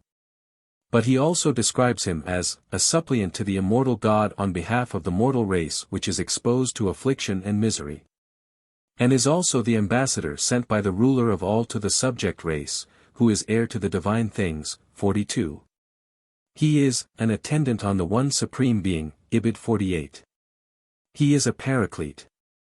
For it was indispensable that the man who was consecrated to the Father of the world, should have, as a paraclete, his Son, the being most perfect in virtue, to procure forgiveness of sins, and a supply of unlimited blessings. Life of Moses, 3. 14.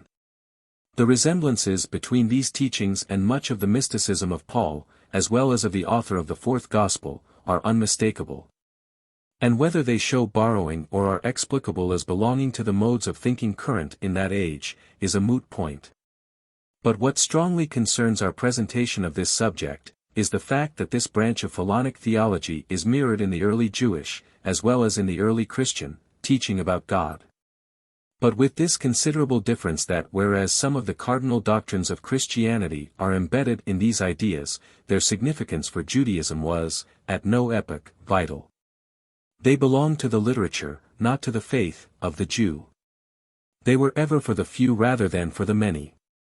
It is to the figure of Metatron that we must turn for the counterpart in rabbinic mysticism to the personified logos of Philo. Behold, I send an angel before thee, to keep thee in the way and to bring thee into the place which I have prepared. Beware of him and obey his voice, provoke him not, for he will not pardon your transgressions. For my name is in him. Exodus 23. 20, 21.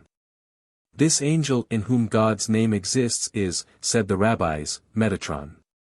And why so? Because, said they, the numerical value of the Hebrew letters composing the name Metatron, 314, corresponds with those comprising the word Shaddai, equals Almighty, one of the divine appellations. This is a typical illustration of the rabbinic mysticism clustering round, I, arithmetical numbers, and, 2, the divine name. My name is in him, i.e. the name Almighty, is comprehended in the name Metatron. And the divine name is not merely a grammatical part of speech. It is a kind of essence of the deity himself. Hence, the essence of the deity exists in Metatron. He is God's lieutenant. He represents the active phase of deity as manifested in the universe. The command to beware of him and obey his voice, failing which, he will not pardon your transgressions, forcibly brings out the intercessory powers of Metatron. In the Midrash Tanuma, on portion Yethanan, it is graphically related how Moses, when he knew that he must die, implored all the different parts of creation, the sea, the dry land, the mountains, and the hills to pray that he might live. But they all refuse. He finally betakes himself to Metatron and says to him, "Seek mercy for me that I may not die." But Metatron replies, "O Moses, my master, why troublest thou thyself thus? I have heard behind the veil that thy prayer for life will not be heard." Metatron confesses that his intercession would be vain, but yet and here is a great point. The Midrashic passage in question states that immediately after, the anger of the Holy Spirit grew cool. Metatron did not succeed in securing a prolongation of life for Moses, but he managed to turn away divine wrath from him. The title, Prince of the Presence, Sar HaPanim, as well as, Prince of the World, Sar HaOlam, is often applied to Metatron. A striking passage again depicting Metatron, not alone as pleader for Israel, but as taking upon himself the sorrow for Israel's sins, is as follows. Introduction to Lamentations Rabbah, 24. No sooner was the temple burnt than the Holy One, blessed be he, said, "Now will I withdraw my Shechinah from it and I will go up to my former habitation, as it is said, Hosea, v. 15, I will go and return to my place, till they acknowledge their offense and seek my face." At that hour the Holy One, blessed be he, wept, saying, "Woe is me! What have I done? I caused my Shechinah to abide below for the sake of Israel, but now that Israel has sinned I have returned to my original dwelling place. Far be it from me that I should be a derision to the nations and a mocking to all creatures." Forthwith Metatron fell upon his face, exclaiming, "O Sovereign of the universe, let me weep, but weep thou not." The title, Prince of the Presence or Prince of the World, denotes Metatron's active interference with the happenings of the universe. T.B. Yebamoth, 16b, has the following extraordinary saying. No one but the Prince of the World could have uttered verse 25 of Psalm 37, "I have been young and now am old, yet have I not seen the righteous forsaken, nor his seed begging bread." Who else could have said this? Could God have said it? Does old age apply to God? Could David have said it? Was he advanced in years, when he composed this psalm? No one else but the Prince of the World could have said it. Two important ideas are enshrined here. Firstly, Metatron's existence is made to date from the creation. A kind of pre-existence is accorded him, and the doctrine of pre-existence, or rather pre-existences, is a ubiquitous element in the old rabbinic treatment of cosmogony. 7 things preceded the creation of the world, viz. A. The Torah, B. The divine throne, C. The temple, D. The name of the Messiah, E. Paradise, F. Hell, G. Repentance. Whether Metatron ought to be an 8th, or is to be identified with one among these 7, is a point for further research. Secondly, Metatron speaks words of worldly wisdom garnered from an intimate experience of contact with the multitudinous facts and phases of earthly existence. He knows men as no one else could know them. He resembles, in this respect, the strongly personified wisdom of the Jewish Alexandrian literature. Like it, he is given a sort of prime part in the cosmic process. The Aramaic commentary, Targum, on Genesis, v. 24, and Enoch walked with God. And he was not, for God took him, renders the name Enoch by Metatron. And just as Enoch in the Apocrypha, Book of Jubilees, 4. 23, 2 Enoch, 53. 2, appears as the heavenly scribe, so Metatron is often described in the Talmud and Midrash, C.T. Agaga, 15a. The idea fundamental to both these branches of literature is probably the same, viz. that Metatron is a link uniting the human with the divine, the bridge over which the knowledge of what is passing here below is brought to the realms above, and over which, in return, the divine concern for men and the world passes down to the scenes of earth. A truly poetic rendering of this divine concern is given in the Talmud, Avodah Zarah, 3b, where God is described as giving instruction a certain number of hours every day, to prematurely deceased children. Who instructed them in the period previous to their death? So the question runs. And the answer is, Metatron. On this understanding, Metatron is the helper to the deity. He, as it were, takes up the divine work at points where its omnipotence cannot, if one may so speak, reach. Not even the smallest, meanest child need be forsaken of God, so long as Metatron is its guide and instructor. Metatron has been identified with the Zoroastrian Mitra. It certainly possesses features resembling Philo's logos. It has also much in common with the theology of the early Gnostics. In all probability it is the result of a fusion of all these systems of thought. The same can be predicted of more than one other branch of rabbinic angelology. Noteworthy, however, is the fact that though the Jews could get so far as to bring themselves to look at Metatron in the light of a heavenly co-worker with God, a kind of semi-divinity having an access to the deity in a measure utterly unique, yet so extraordinarily uncompromising were their notions of the divine unity that, as far as the religion of their daily life was concerned, God alone was God, and Metatron was ignored. His name figures somewhat in certain departments of the Jewish liturgy. He plays a role in medieval Jewish mysticism. But the stringent, inelastic emphasis on the idea of safeguarding the divine unity, an emphasis rarely appreciated by the non-Jew, could brook no recognition of Metatron in the sphere of the Jews' most intimate religious concerns. One other dominating characteristic of the Jewish Hellenistic mysticism is to be found in the functions assigned to the idea of wisdom. The grand preliminary to this branch of doctrine is to be found in the Old Testament, Proverbs, 8. 22-31. The Lord possessed me in the beginning of his way, before his works of old. I was set up from everlasting, from the beginning, or ever the earth was. When there were no depths, I was brought forth. When there were no fountains abounding with water. Before the mountains were settled, before the hills, was I brought forth. While as yet he had not made the earth, nor the fields, nor the highest part of the dust of the world. When he prepared the heavens, I was there. When he set a compass upon the face of the depth. When he established the clouds above. When he strengthened the foundations of the deep. When he gave to the sea his decree, that the waters should not pass his commandment. When he appointed the foundations of the earth. Then I was by him, as one brought up with him. And I was daily his delight. Rejoicing always before him. Rejoicing in the habitable part of his earth. And my delights were with the sons of men. Wisdom is the quality through which God acts in the world, and by the instrumentality of which the deity is known to man. It is, in the passage just quoted, personified and objectified. It dwells among the sons of men and finds its special delight in intercourse with them. It resembles the divine pneuma or spirit of the Stoic philosophy which, too, is given a prime part in the cosmic process. The rabbis, it is interesting to notice, made much of the phrase, as one brought up with him. The phrase is represented in the original Hebrew by one word, ammonius. By slight alterations in the voweling they extracted three meanings from it, viz. I, pedagogue, 2, pupil, 3, workman. Thus, I. Wisdom, which they identified with the Torah or law, was the schoolmaster, tutor in the divine household, giving guidance to his divine master in his plans for the creation of the universe. 2.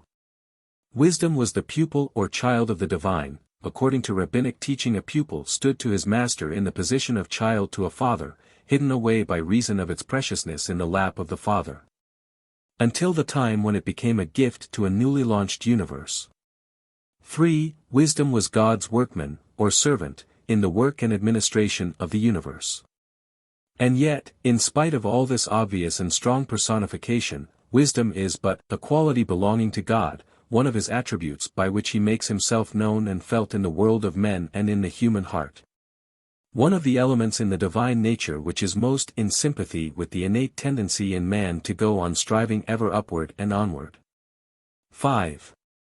It is, after all, only God's wisdom, no matter how near an approach to personality there may be in the various descriptions of the term. It is a potency wholly in God, and yet at one and the same time wholly out of God. It is an embodiment, a revealer of one aspect of divine spirit. As has already been remarked, the Jew always vindicated the unity of God no matter into what dubious fields his theological speculations otherwise led him. The apocryphal wisdom of Solomon shows forth similar mystical elements. For wisdom is more mobile than any motion, yea, she pervadeth and penetrateth all things by reason of her pureness. 7. 24. This is the Stoic conception of the immanent pneuma. Again. For she is a breath of the power of God. And a clear effluence of the glory of the Almighty. For she is an effulgence from everlasting light.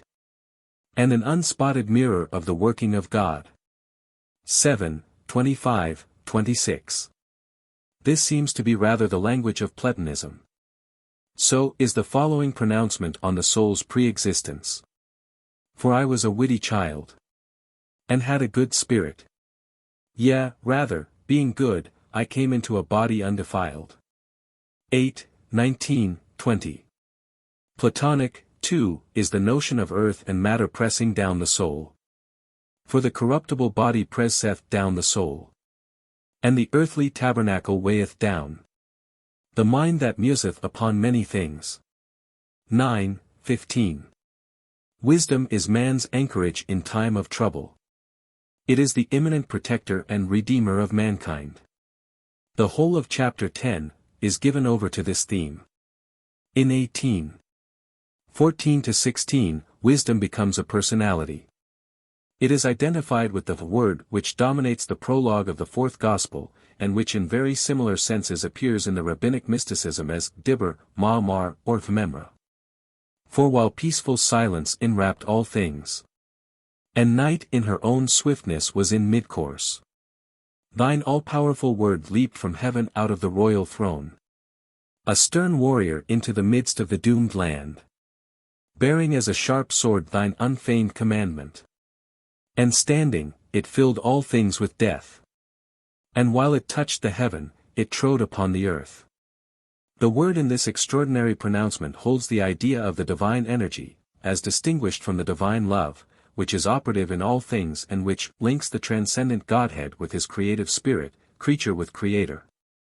And man with man. Evelyn Underhill, The Mystic Way, p. 223, truly enough, the passage breathes what seems an unedifying spirit of revenge and bloodthirstiness, but it is explicable as an echo of the Old Testament idea of the God of righteousness who hates wickedness and slays the wicked. Divine justice energizes in the world, it is embedded in the scheme of the cosmos, it brooks no evil, it recognizes nothing but uprightness and truth. This idea of an antagonism between an immanent God and sin is, as will be seen in our next chapter, a feature of the rabbinic conception of the Shechinah. In Exodus Rabbah, 28 and 29. The divine voice at the revelation on Sinai deals out death to the idolaters. Similarly, the Targum, Aramaic paraphrase on the Old Testament, renders the Hebrew for, and my soul shall abhor you, Leviticus, 26:30, by, and my memra 6 shall remove you afar. The memra here is the avenger of the wayward Israelites. The Jewish Hellenistic wisdom, the word of the fourth gospel, the memra of Targumic literature. The Shechinah of the Talmud and Midrashim all point though in somewhat different ways and degrees to the great fact that the world of matter and of spirit is the scene of the immanent manifestation of divine wisdom, divine power, divine love, divine justice. 4. Kingdom of Heaven, Fellowship, Shechinah. The Old Testament, which alone is, and ever was, the Bible of the Jew, contains two oft-recurring ideas which rank among the principal elements of its theological teaching. These ideas are, a. God as Father, b. God as King. To give illustrations from the Old Testament is unnecessary, as the present work is not concerned with the theology of the Bible. It is our business to see in what ways they were developed by the rabbis of the Talmud and Midrash, and adapted to their systems of thought about the relations between the divine and the human. The fatherhood of God necessarily involves the sonship of man. The rabbis living under the rule of foreign masters, the yoke of Rome and the memories of other yokes all equally galling, were loath to think that the oppressors of Israel could possibly enjoy so incomparably sublime a privilege as the divine fatherhood. It seemed a glaring contradiction that nations who did not hold themselves bound by the Mosaic Code should fall into the category of sonship in relation to the Father. Hence fatherhood and sonship became limited to the Jew, although it should be said, for the sake of historical accuracy, that gleams of a far more comprehensive outlook occasionally peep through the pages of rabbinic literature. God's fatherhood to the Jew is evidenced by the outflow of his love towards him. This love, which is ceaseless and rapturous, is described by the rabbis in numberless ways in parables, proverbs and similes of a highly picturesque kind. The Jew is possessed by the power of a spirit of love which encircles him, holds him in its grip, assures him that forgiveness, protection from enemies, safety from mischief, every coveted thing in heaven and earth, are his. Beloved are the Israelites, said our Akaba, 50–130 AD, inasmuch as they are called sons of God, especially did that love manifest itself in making known to them that they are sons of God, Abath, 3:15. The same rabbi declared the Book of Canticles to be the holiest of all holy books inasmuch as it symbolizes the bond of loving union in which Israel is joined to God, Canticles Rabbah, Introduction. In a comment on Deuteronomy, 14:I. Ye are children unto the Lord your God, the Sifri states the conflicting opinions of two rabbis. One of them asserts that the verse implies that the Israelites are only called children of God when they conduct themselves as children should, i.e., in the right way. The other maintains that the high privilege belongs to them even when they are wayward and sinful. The Father's love is with them no matter how little deserving they may be of it. Strikingly poetical is the view given in the Mechilta, page 30, Friedman's edition. Commenting on Exodus, 14:19, and the angel of the Lord which went before the camp of Israel, removed and went behind them. It says, unto what may it be likened? It may be likened unto a man who was walking by the way and leading his son before him. Robbers came to snatch the son away from him. Seeing this, the father removed the son from before him and placed him behind him. Then came a wolf behind him to steal the son away. So the father removed him from before him and placed him once again behind him. Then came the robbers from before him and the wolf from behind him in order to take the son away.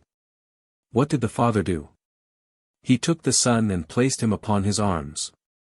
But the son thereupon began to feel the pain of the son's heat upon him. So the father spread his mantle over him, and when he felt hungry he gave him food to eat. And when he felt thirsty he gave him water. Likewise did the Holy One, blessed be he, for Israel, as it is said, and I taught Ephraim to go, I took them on my arms, but they knew not that I healed them. Hosea 11:3. When the son, Israel, felt the pain of the son's heat, he, the father, spread his mantle over him, as it is said, he spread a cloud for a covering, and fire to give light in the night. Psalm, CV 39. When he began to feel hunger, he gave him food, as it is said, behold, I will rain bread from heaven for you. Exodus 16. 4. When he began to feel thirst, he gave him to drink, as it is said, and he brought forth streams out of the rock. Psalm 78. 16.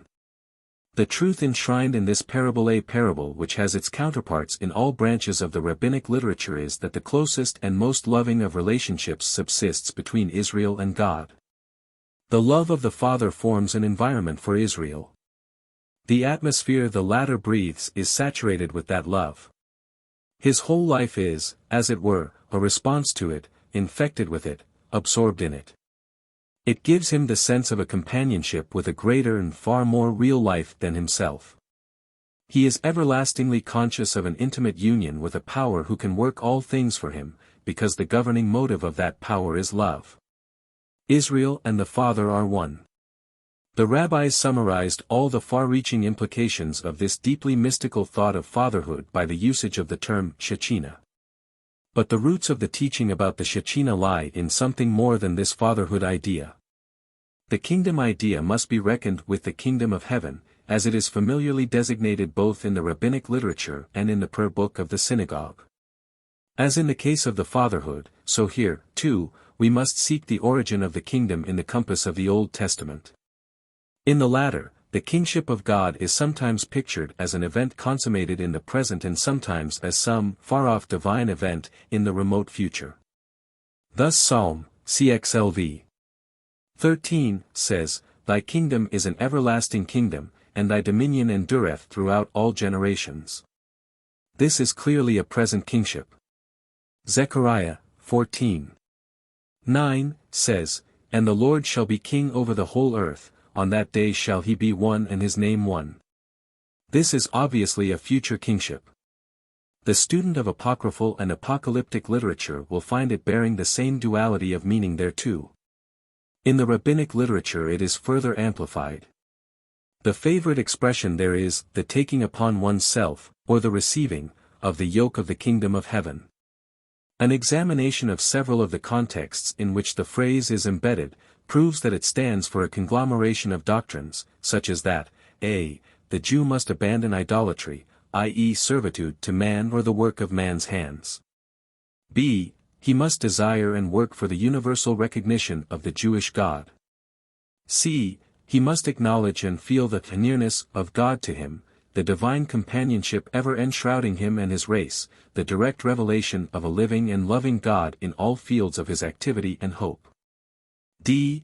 The Jew must acknowledge himself as one of a band, and not as an isolated unit, a band held and welded together by the feeling that it is a kingdom within a kingdom, a greater kingdom, the kingdom of heaven.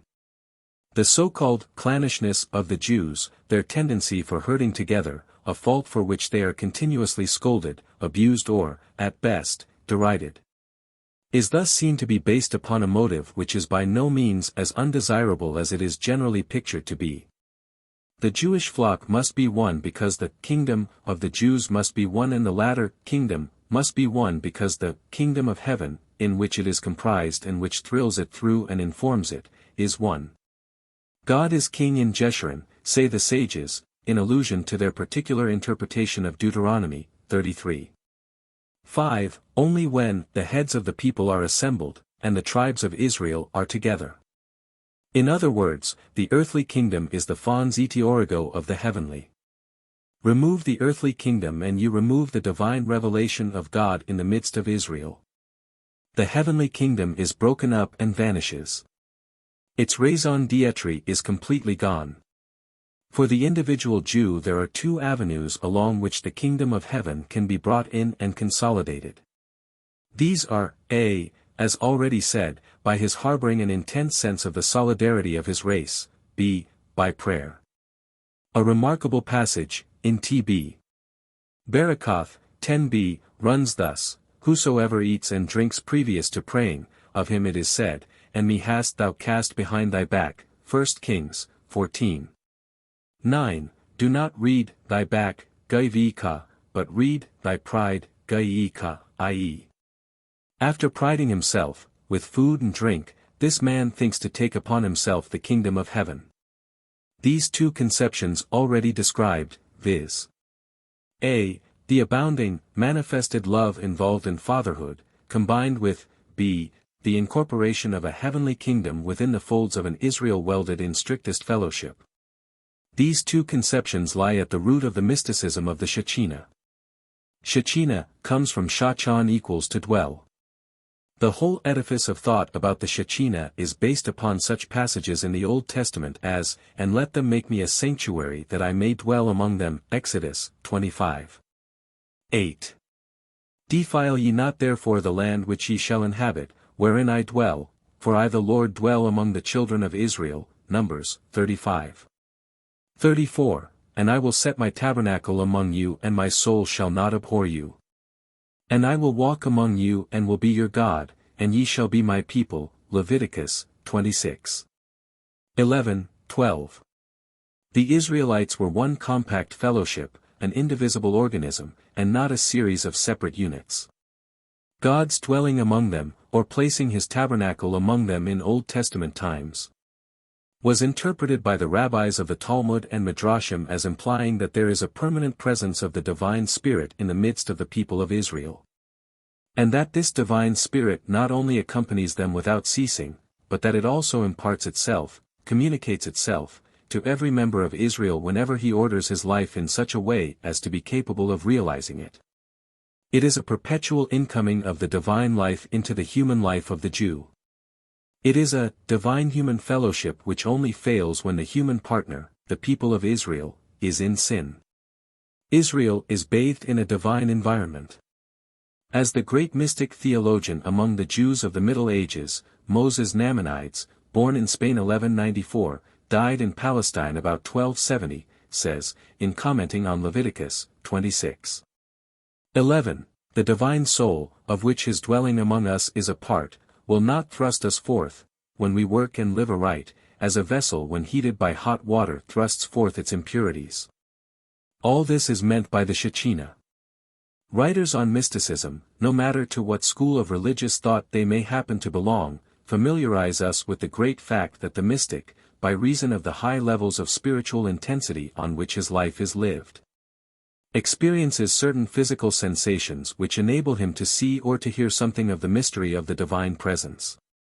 Christian mysticism invariably quotes the experiences of Paul in this connection. Paul, who was so deeply struck by the brilliant light about him that he was 3 days without sight and neither did eat nor drink, Acts 9. 9. Evelyn Underhill says of a certain medieval German mystic, Roman Merswin, that a brilliant light shone around him. He heard in his ears a divine voice of adorable sweetness. He felt as if he were lifted from the ground, and carried several times round the garden, The Mystic Way, page 162. Phenomena of a similar type cluster round the Shechinah mysticism. Thus, a passage in Leviticus Rabbah, XX 10, commenting on Exodus 24. And upon the nobles of the children of Israel he laid not his hand, also they saw God, and did eat and drink, runs thus. R. Tanyama said that this verse teaches us that they, i.e., the nobles of Israel, uncovered their heads and made their hearts swell with pride and feasted their eyes on the Shechinah. But Moses did not feast his eyes on the Shechinah, and yet he gained a benefit from the Shechinah, viz. that the skin of his face shone, Exodus 34. 35, 1. 3 points are noteworthy here. Firstly, the strongly materialized characterization of the Shechinah. It was actually a physical food to the onlookers. Secondly, the physical impressions created by the sight of it. The uncovering of the head was no trivial bodily movement. Involving as it did a distinct breach of the Oriental mode of showing veneration to a superior, it must have been a highly purposeful act. Thirdly, the contrast between the experience of Moses and that of the nobles is intended to bring out what is a cardinal feature of the Shechinah mysticism, viz. that in spite of the fact that the Shechinah is the presence inseparable from Israel, accompanying him whithersoever he goes. Yet the realization of this presence by the individual Israelite can only come after a series of spiritual and moral disciplinary acts of the highest order have been gone through by him. Thus said the rabbis, the Shechinah says of the proud man, there is no room for this man myself in the world. Again, whosoever commits a sin in secret acts as though he were pressing against the feet of the Shechinah, as it is said, Isaiah 66. 1. Thus saith the Lord, the heavens are my throne and the earth is my footstool, TB Kiddushin, 31a. Whosoever shows anger regards the Shechinah as though it were a thing of naught, TB Nidorim, 22b. The Shechinah only resides with him who is at once wise, strong and wealthy, TB Sabbath, 92a, wise, denoting the perfection of spirituality. Strong, denoting the perfection of the physical faculties. 7. Wealthy, standing for the perfection of the moral qualities, because, as the rabbis explained, the man of wealth being independent of the smiles and favors of his fellow men, will not readily fall a prey to that great perverter of morals, the sin of accepting bribes. Other instances of the way in which the Shechinah was objectivized and experienced through the channels of the visual or auditory senses are the following. The Shechinah used to beat before Samson like a bell, TB Soa, 9b. This is a commentary on Judges, 13. 25, and the Spirit of the Lord began to move him. The Hebrew word for, to move, is here from the same root as the Hebrew word for a bell. In Canticles Rabbah, 2. The Shechinah is visible from between the shoulders and fingers of the priests at the time they pronounce upon Israel the priestly benediction of Numbers, 6. 24-26, the Lord bless thee and keep thee. The Lord make his face shine upon thee, and be gracious unto thee, the Lord lift up his countenance upon thee and give thee peace. 8. In the Midrash Tanhuma on chapter 16 of Leviticus, the Shechinah is associated with the sense of smell, another phenomenon of the mystic life much dwelt upon by modern writers on the subject. Aaron's rod is stated to have smelt the Shechinah. Similarly in the Yalit on Canticles, I. A mystical inference is drawn from the usage of the metaphor of a bundle of myrrh applied to my well-beloved, i.e. God. In TB Megillah, 29a, it is stated as follows, the father of Samuel and Levi, Babylonian rabbis of the 3rd century AD, were once sitting in the synagogue of Sheph-Yadib in Nehardia, Babylon. They suddenly heard a sound of movement. It was the Shechinah coming. They at once rose and went out. A fellow rabbi by name Sheshith, who was blind, was once sitting in the same synagogue, and when the Shechinah came, he did not go out. Then the ministering angels came and struck terror into him. In the end Sheshith addresses the Shechinah, who advises the angels to cease from vexing him. It must be borne in mind, in this connection, how intimately conjoined, in the minds of the rabbis, was the idea synagogue with the idea Shechinah. The blending of the two even went so far as to prompt the rabbis to say what is sometimes falsely and foolishly described as grotesque, that God prays and the synagogue is his house of prayer. Hence if it is true, as Evelyn Underhill maintains, that the visionary experience of mystics is a picture which the mind constructs from raw materials already at its disposal, Mysticism, p. 325, one can quite see how the consciousness of being inside the synagogue should bring home to the rabbi, in so particularly drastic a fashion, the reality of the Shechinah's intercourse with men. Noteworthy also, and this is, as well, one of the distinguishing features of the mystical temperament, is the contrast in the effects which this sudden invasion of a divine presence had upon the objects of the visitation. The two rabbis who left the synagogue did so, most probably, as the result of the fearful weakening and depressing effect of the vision. The rabbi, however, who stayed on and succeeded in eliciting from the Shechinah a promise that the ministering angels should henceforth cease from troubling him, is the type of the mystic who feels the mental and physical elation, the joy, the rapture, the triumph consequent upon the conviction of his having, at last, reached the goal of his quest, the sight, sound and touch of the ultimate reality. A feature of the Shechinah mysticism which deserves a deeper appreciation than is usually accorded it, is to be found in the reiterated rabbinic belief that goodness and piety radiate an atmosphere of divinity which infects all who breathe it, with a new impulse towards the good, the beautiful and the true.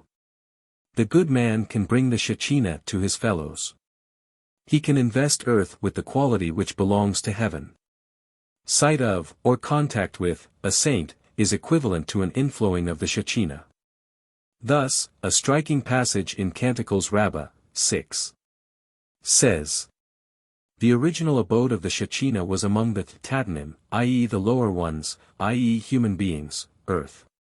When Adam sinned, it ascended away to the first heaven. With Cain's sin, it ascended to the second, with Enoch's, to the third. With the generation of the flood, to the fourth, with the generation of the Tower of Babel, to the fifth, with the Sodomites, to the sixth. With the sin of the Egyptians in the days of Abraham, it ascended to the seventh. Corresponding to these there arose 7 righteous men who brought the Shechinah down back to earth again. These were Abraham, Isaac, Jacob, Kehath, Amram, and Moses. There is, of course, a strong sprinkling of the fellowship idea which, as was said on a previous page, is a basic factor in Jewish spirituality. The greater the bond of union between the members of the Jewish brotherhood, the greater the realization of the divine presence in their midst. Add to this the existence of men of conspicuous piety within the bosom of the fellowship, and you have all the essentials for a deeper and stronger infiltration of the divine stream. The Shechinah is brought back to men by the aid of the better men. The same train of thought is expressed more pointedly by the following aphorisms. T.B. Barakoth, 64, says, whosoever partakes of a meal at which a disciple of the wise is present, it is as though he enjoyed of the splendor of the Shechinah. Clearly, the presence of the disciple of the wise makes the life of the company about him to be lived on higher levels. He gives it an access to the divine which it would not otherwise have had. T.B. Ketuboth, 105a, says, whosoever brings a gift to a disciple of the wise, it is as though he brought the first fruits, Bikurim, to the temple. The disciple of the wise is here a temple in human form.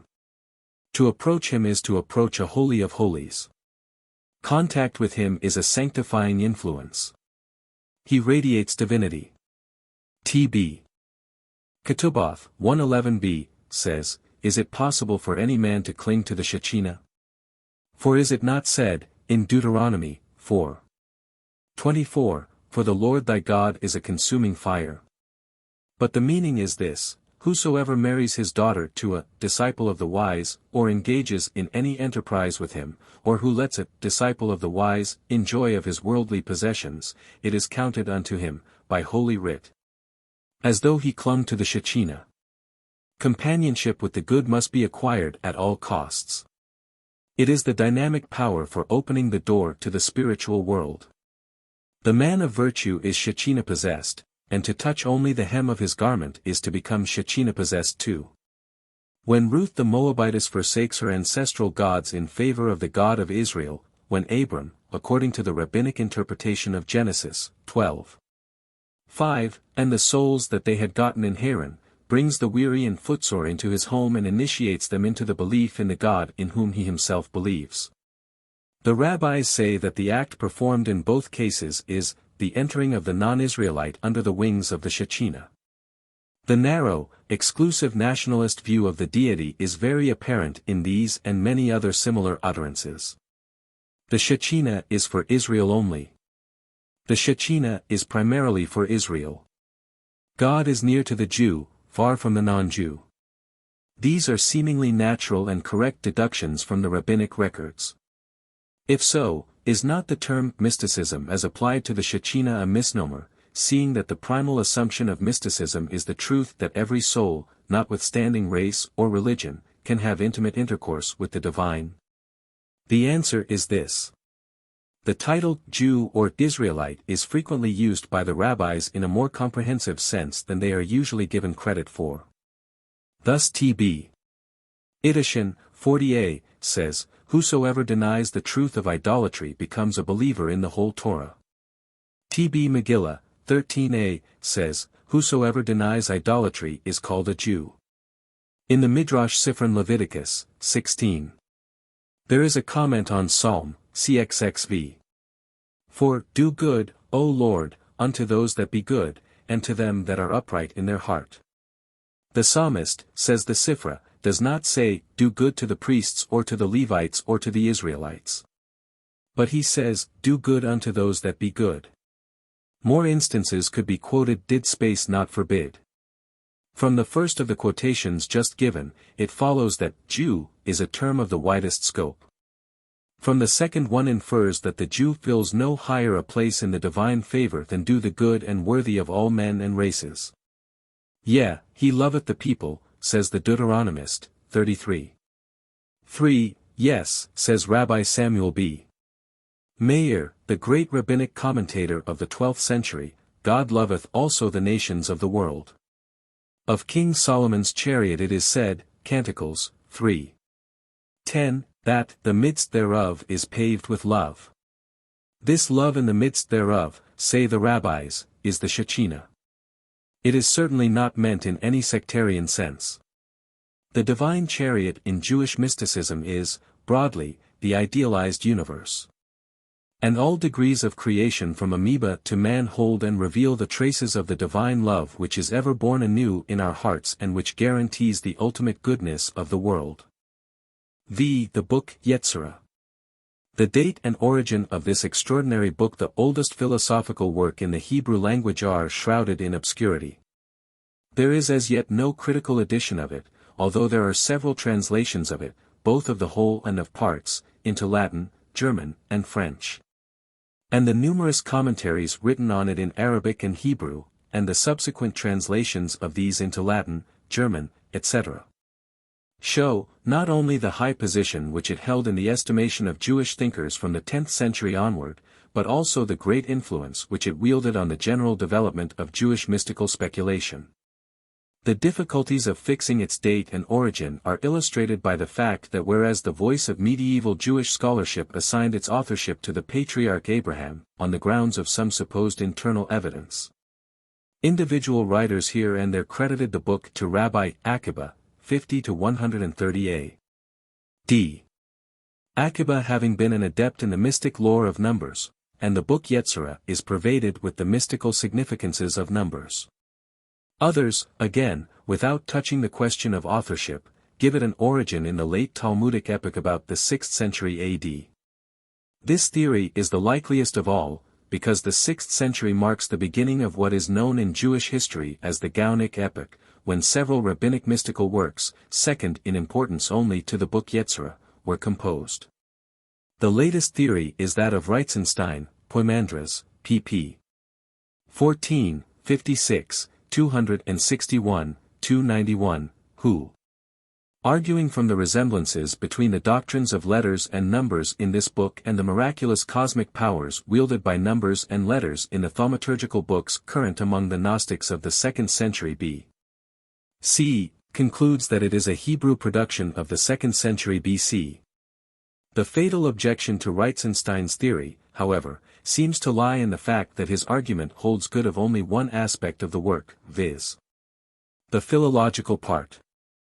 The other part, the philosophical, although vitally connected with the philological and deduced from it, contains elements of thought and modes of expression which are many centuries later than the pre-Christian Gnosticism. But Reitzenstein's theory cuts very deeply and cannot be disposed of in a few words.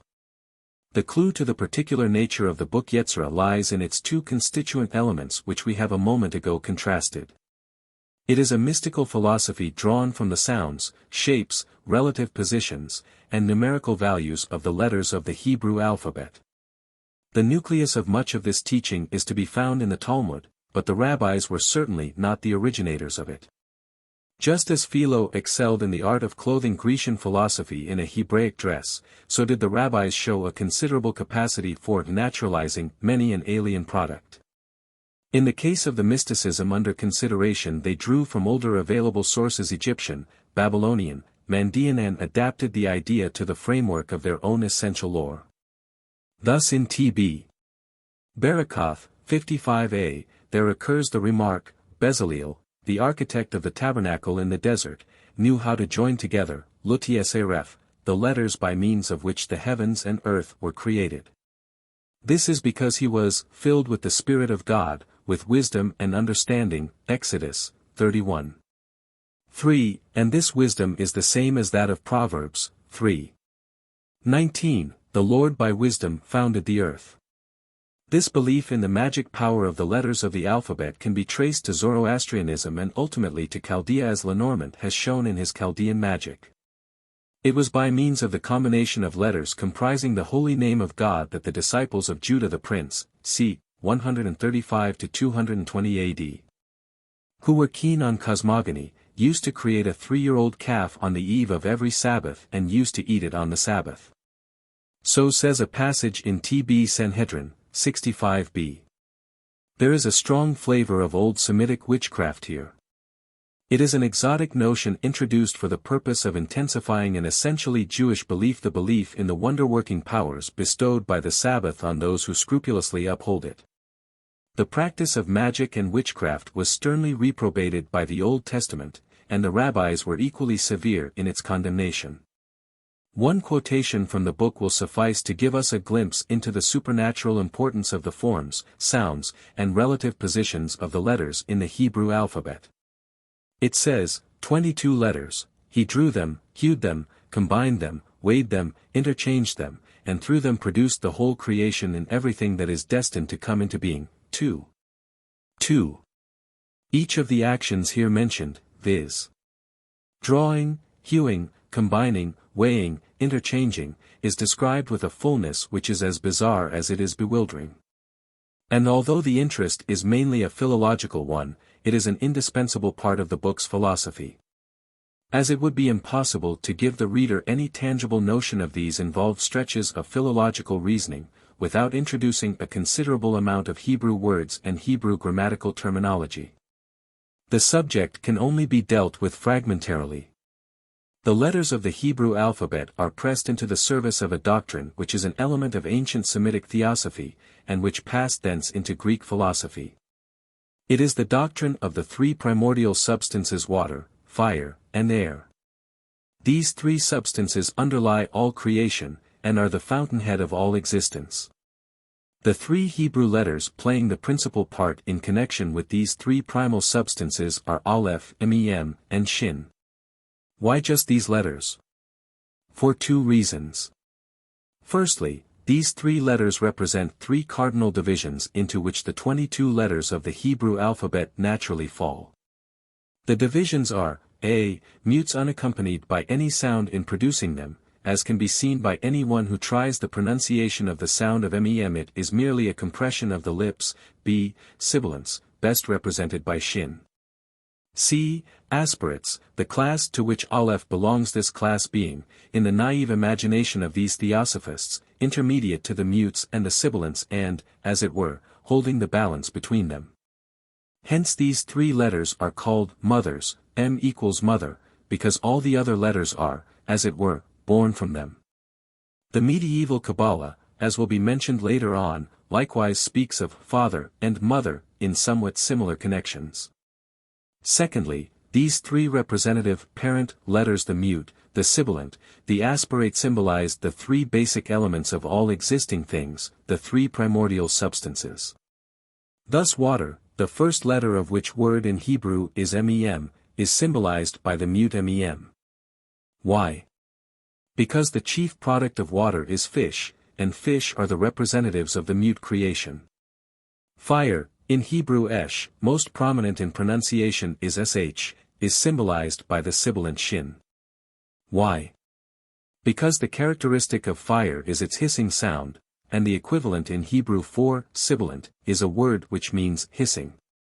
The first letter of which word in Hebrew is aleph, is symbolized by the aspirate aleph, which has an airy, vacant pronunciation. Just as aleph holds the balance between the mute letters and the sibilants, so is, in the natural world, intermediate to the water which always tends in a downward direction, and fire which by its nature always ascends. Of course it needs no hard reasoning here to see how an alien system of very early thought has been mechanically and arbitrarily foisted on to the Hebrew alphabet.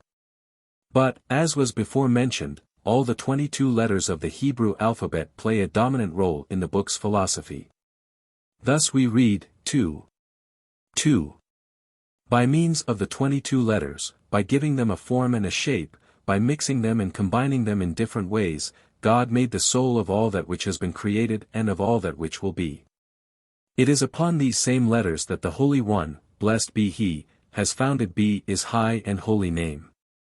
This remark probably indicates that the existence of these letters and the impress which they leave in every particle of creation are the unfailing source of our knowledge of that supreme intelligence which, while being immanent in the universe, is its guide and controller and holds all the different parts together. In short, the harmony of the cosmos is due to the divine wisdom underlying the manipulations of the 22 letters. These 22 letters are split up into 3 divisions. These are, the 3 which have just been considered, the 3 mothers or parent letters, aleph, mem, shin, which symbolize the elements, air, fire, and water, which together make up the cosmos. The year or time, which is part of the cosmos, also consists of 3 parts 3 seasons, viz. Summer, which corresponds to the element fire, winter, which corresponds to the element water. Spring and autumn, which form a season intermediate to the other 2, correspond to the element air, which also is intermediate to the fire and the water. Again, the human body is likewise a trinity, composed of head, chest, and stomach, and likewise corresponds to the 3 elements. And the world is a trinity too. Fire is the substance of the heavens, water, condensed, is the basis of earth, air is the dividing medium necessary for preserving the peace between the 2. The 7 double letters typify the contraries in the cosmos, the forces which serve 2 mutually opposed ends. Thus, there are 7 planets which exercise at times a good and at times a bad influence upon men and things. There are 7 days in the week, but there are also 7 nights. And so on. It is all arbitrary and highly dubious. The 7 double letters are Beth, Gimel, Daleth, Kaf, Peh, Resh, Tau. They are double because they express 2 different sounds according as they possess Dagesh or not. The letter Resh is not usually classed among these by Hebrew grammarians. By deducting these 7 and the 3 parent letters, we get the remaining 12 simple letters. 3. The 12 simple letters are emblematic of the 12 signs of the zodiac, the 12 months of the year. The 12 organs in the human body which perform their work independently of the outside world and are subject to the 12 signs of the zodiac. A strong Gnostic coloring pervades the whole. Thus the cosmos embraced ideally in the 22 letters is an expression of the divine intelligence. Man, the world, time, these 3 constitute the cosmos, and outside them there is but one great existence, the infinite. This brings us to 2 doctrines of Jewish mysticism which appear for the first time in the Book Yetsirah, and which were developed subsequently on diverse lines. These are, a. the doctrine of emanation, b. the Ten Sefirot. In the general literature of mysticism, the doctrine, or rather doctrines, of emanation is usually associated for the first time with the great name of Plotinus, born at Lycopolis, in Egypt, about 205 AD. This remark raises a twofold reflection which is of the highest interest. Firstly, it shows how one particularly influential aspect of mysticism, viz. emanation, is a feature common to the theologies of both the early church and the early synagogue, sundered as these 2 were from one another by so many other irreconcilable points of disagreement. Secondly, It shows how both Jewish and Christian mysticism are alike indebted to one and the same set of sources, viz. Gnosticism and its development, the Alexandrian Neo-Platonism. The latter is the pith and core of the emanation doctrines of Plotinus. It is equally the root of the emanation doctrines of the Book Yetsirah, the Zohar, and, in fact, all branches of the medieval Kabbalah. Emanation implies that all existing things are successive outflowings or outgoings of God. God contains within himself all. He is perfect, incomprehensible, indivisible, dependent on nothing, in need of nothing. Everything in the cosmos, all finite creatures animate and inanimate, flow out, radiate, in a successive series, from God, the Perfect One. The motif of this teaching is that of explaining the difficulties involved in the inevitable assumption of all religion, viz.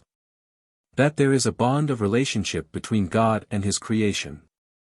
How can there be any connecting link between a being who is self-sufficient, unchangeable, infinite, perfect, and matter which is finite, changeable, imperfect, etc.? This is the difficulty. All doctrines of emanation answer it in more or less the same way, by saying that God is not really external to anyone or anything. Everything is originally comprehended in him, with no contrasts of here or there, no oppositions of this and that, no separation into change and variation. Rufus Jones, Studies in Mystical Religion, page 73. On this understanding there is no necessity for hunting after the missing link between the divine and the human.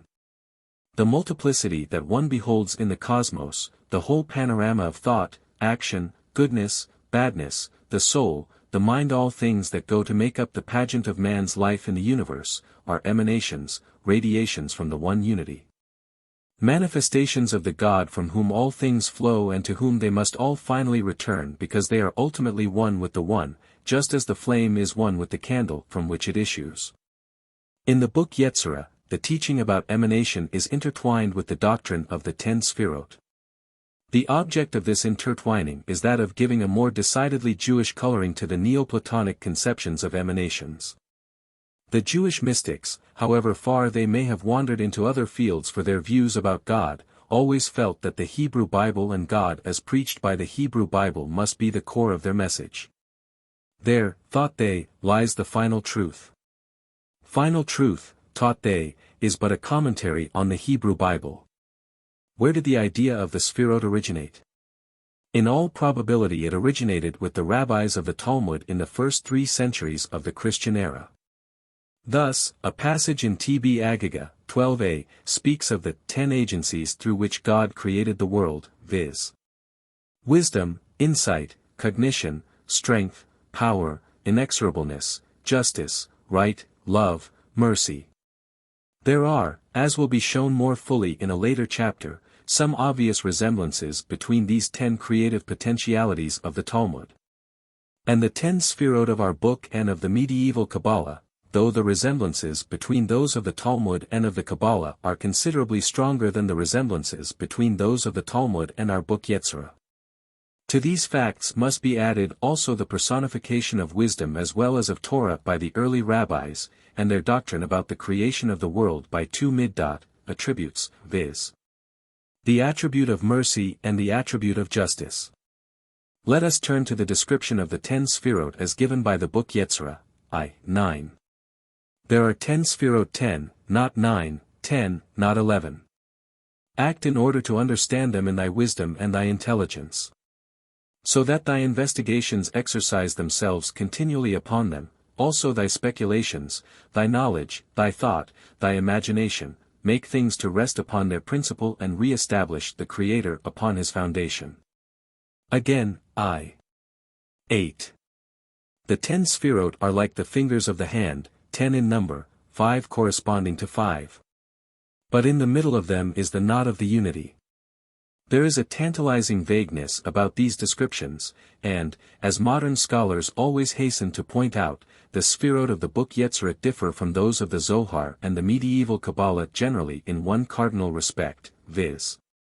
that whereas in the 2 latter systems the Sefirot have the fullest possible mystical connotation, in the Yetzirah book they cluster mainly round the mysticism of numbers. Numbers and letters, of the Hebrew alphabet, as we have seen, give the main impetus to the peculiar teaching. Divine action in its relation to the universe is conceived in the form of abstract numbers. But yet the following quotation from the book shows a clear foreshadowing of a real mystical system such as is seen in the Zohar. The first of the Sefirot, 1, is the Spirit, Ruah, of the living God, blessed be his name, blessed be the name of him who inhabits eternity. The Spirit, the voice, and the Word, these are the Holy Spirit. The second of the Sefirot, 2, is the air which comes from the Spirit. On it are hewn and engraven the 22 letters which form altogether but one breath. The third of the Sefirot, 3, is the water which comes from the air, i.e., condensed vapor. It is in the water that he has dug the darknesses and the chaos, that he has formed the earth and the clay, which was spread out afterwards in the form of a carpet, hewn out like a wall and covered as though by a roof. The fourth of the Sefirot, 4, is the fire which comes from the water, and with which he has made the throne of his glory, the heavenly Ophanim, wheels, the seraphim, and the ministering angels. With the three together he has built his dwelling, as it is written, he mocketh the winds his messengers, his ministers a flaming fire, Psalm, Civ 4. The remaining 6 Sefirot are the 6 dimensions of space, the 4 cardinal points of the compass, in addition to height and depth. The difficulties here are many, and some are insuperable. Are the Sefirot really a piece of Jewish mysticism, as was suggested before, or are they nothing more than echoes of the Gnostic systems of number manipulations? What is the relation between the cosmic powers of the 22 letters of the Hebrew alphabet and the cosmic powers of the Sefirot? What bearing has the doctrine of the 3 primal elements upon the first 4 Sefirot, which seem to contain very much the same thought? In the answer to the first of these queries lies the clue to the nature of the book. The Book Yetsirah is syncretic, and while the emphasized significance of the number 10, as well as the importance of the idea of the world as the scene of divine agencies, or middot, is in its native origin Jewish. The teaching about the creative powers of letters and numbers is only Jewish by adoption, and whether the word Sefirot is originally Jewish or alien is a moot point. The notion of the 3 primal substances is clearly an exotic foisted on to the book to give it the appearance of the philosophic completeness which the age demanded. Viewing the book, therefore, as a mosaic rather than a concrete and continuous whole, it is futile to ask questions about the consistency of its parts. What, however, we can do, and ought to do, is to try to see how the author pieced his mosaic together so as to give to his readers what, in his opinion, was a presentation of the doctrine of emanation as interpreted by the spirit of Judaism. It will be noticed that the 3 primal substances, air, fire, water, are identical with the second, third, and fourth of the Sefirot, but whereas each of these is produced from the preceding one, the 3 primal substances seem to be all independent of one another as regards production. And again, the second, third, and fourth of the Sefirot all emanate originally from the first, viz. the Ruah, the Spirit of the living God. No such notion attaches to the 3 primal substances. The object in all this seems to be that of giving an essentially Jewish coloring to cosmogony. Everything was brought forth by the Spirit of God. As the psalmist says, by the word of the Lord were the heavens made. And all the host of them by the breath of his mouth, 33. 6. It is a counterblast to the Aristotelian doctrine of the eternity of matter which to the Jewish medieval mind was rank blasphemy. To say that everything emanates originally from the Spirit of God is tantamount to the assertion that the prototypes of matter are all of them aspects or modifications of the divine Spirit. This, again, is to put a more Jewish complexion on the doctrine of emanation, which, when carried out to its logical conclusion in the philosophy of Neo-Platonism, leads to pantheism, another pitfall which our author apparently wanted to avoid. That such a construction is a tenable one is seen from the book's remark, the last of the Sefirot unites itself to its first just like a flame is joined to the candle, for God is one and there is no second, I. 5. The offense of recognizing 2 divine powers, Shechinah, was always a terrible one to the Jewish mind. Again, all the numbers from 2 to 10 are derived from the unit, 1. Even so does all the multiplicity and variety of forms, types, etc., in the cosmos find its highest consummation, its ultimate home and goal, in the unity, viz. God. Here, again, we see how an alien system of number mysticism is drafted into the fold of an essentially Jewish type of mysticism, viz. that clustering round the cardinal notion of the unity of God. This theme, after being elaborated by the Talmudic rabbis of the opening centuries of Christianity, was again taken up by the medieval Jewish theologians, and reached the zenith of its mystical development in the pages of the Zohar and the medieval Kabbalah generally. But what is the relation between the cosmic powers of the 22 letters of the Hebrew alphabet and the cosmic parts played by the 10 Sefirot? The answer would seem to lie in the peculiar description which the book itself, in one place, gives to the Sefirot. The latter are, it says, 10 Sefirot without anything, beli ma. In other words, abstracts. They are the categories of the universe, the forms or molds into which all created things were originally cast. They are form, as distinguished from matter. Whereas the Sefirot are responsible for the first production of form, so the 22 letters are the prime cause of matter. All existence and development are due to the creative powers of the letters, but they are inconceivable apart from the form with which the Sefirot has invested them. The Book Yetsirah lands us into the heart of Jewish mysticism and prepares the way for the ramified literature of the Zohar. It does this by teaching that God and the world are a unity rather than a dualism. The Sefirot and the 22 letters of the alphabet, or, in other words, the forms and essences which make up the visible universe, are all an unfolding of the divine, all emanations from the Spirit. God is at one and the same time both the matter and form of the universe. But he is something more. He is not identical with the universe. He is greater than it, transcends it. Nothing exists or can exist outside him. Though immanent, he is also and at the same time transcendent. This insistence upon the divine transcendence runs like a golden thread throughout all branches of Jewish mysticism, thus enabling it, both as a system of thought and as a phase of practical religion, to do justice at once to the legal and spiritual elements which are inextricably intertwined in Judaism. But if the Book Yetsirah gave the impulse to the great books of medieval Jewish mysticism, it was eclipsed by them in one great particular. The naive conception of the mysterious powers of letters and numbers was superseded by the introduction of theological and moral ideas. The object of discussion became not so much the relationship between the Creator and his cosmos as the relationship between God and that inner surging world of thought and emotion which we term man. How man can ascend to God whilst bound in the trammels of the flesh or after having shuffled off this muddy vesture of decay, how God communicates himself to man, imparting to him the knowledge which has its fountainhead in his own inexhaustible being and the love which is the seal of his abiding goodness and nearness. These themes form, roughly speaking, the staple of the Zohar mysticism which presents itself for brief consideration in the coming pages. 6. Some general features of the Zohar mysticism. The Zohar, lit. Equals shining or brightness from the word in Daniel 12. 3. And they that be wise shall shine as the brightness of the firmament, is, par excellence, the textbook of Jewish medieval mysticism. Its language is partly Aramaic and partly Hebrew. While purporting to be but a commentary on the Pentateuch, it is, in reality, quite an independent compendium of Kabbalistic theosophy. Its style, its subject matter, its spirit lead the reader into realms which bear hardly any conceivable resemblance to the manner and substance of the Pentateuch. The Zohar compares well with the Talmud in one respect. They are both painfully unsystematic in the handling of their subject matter.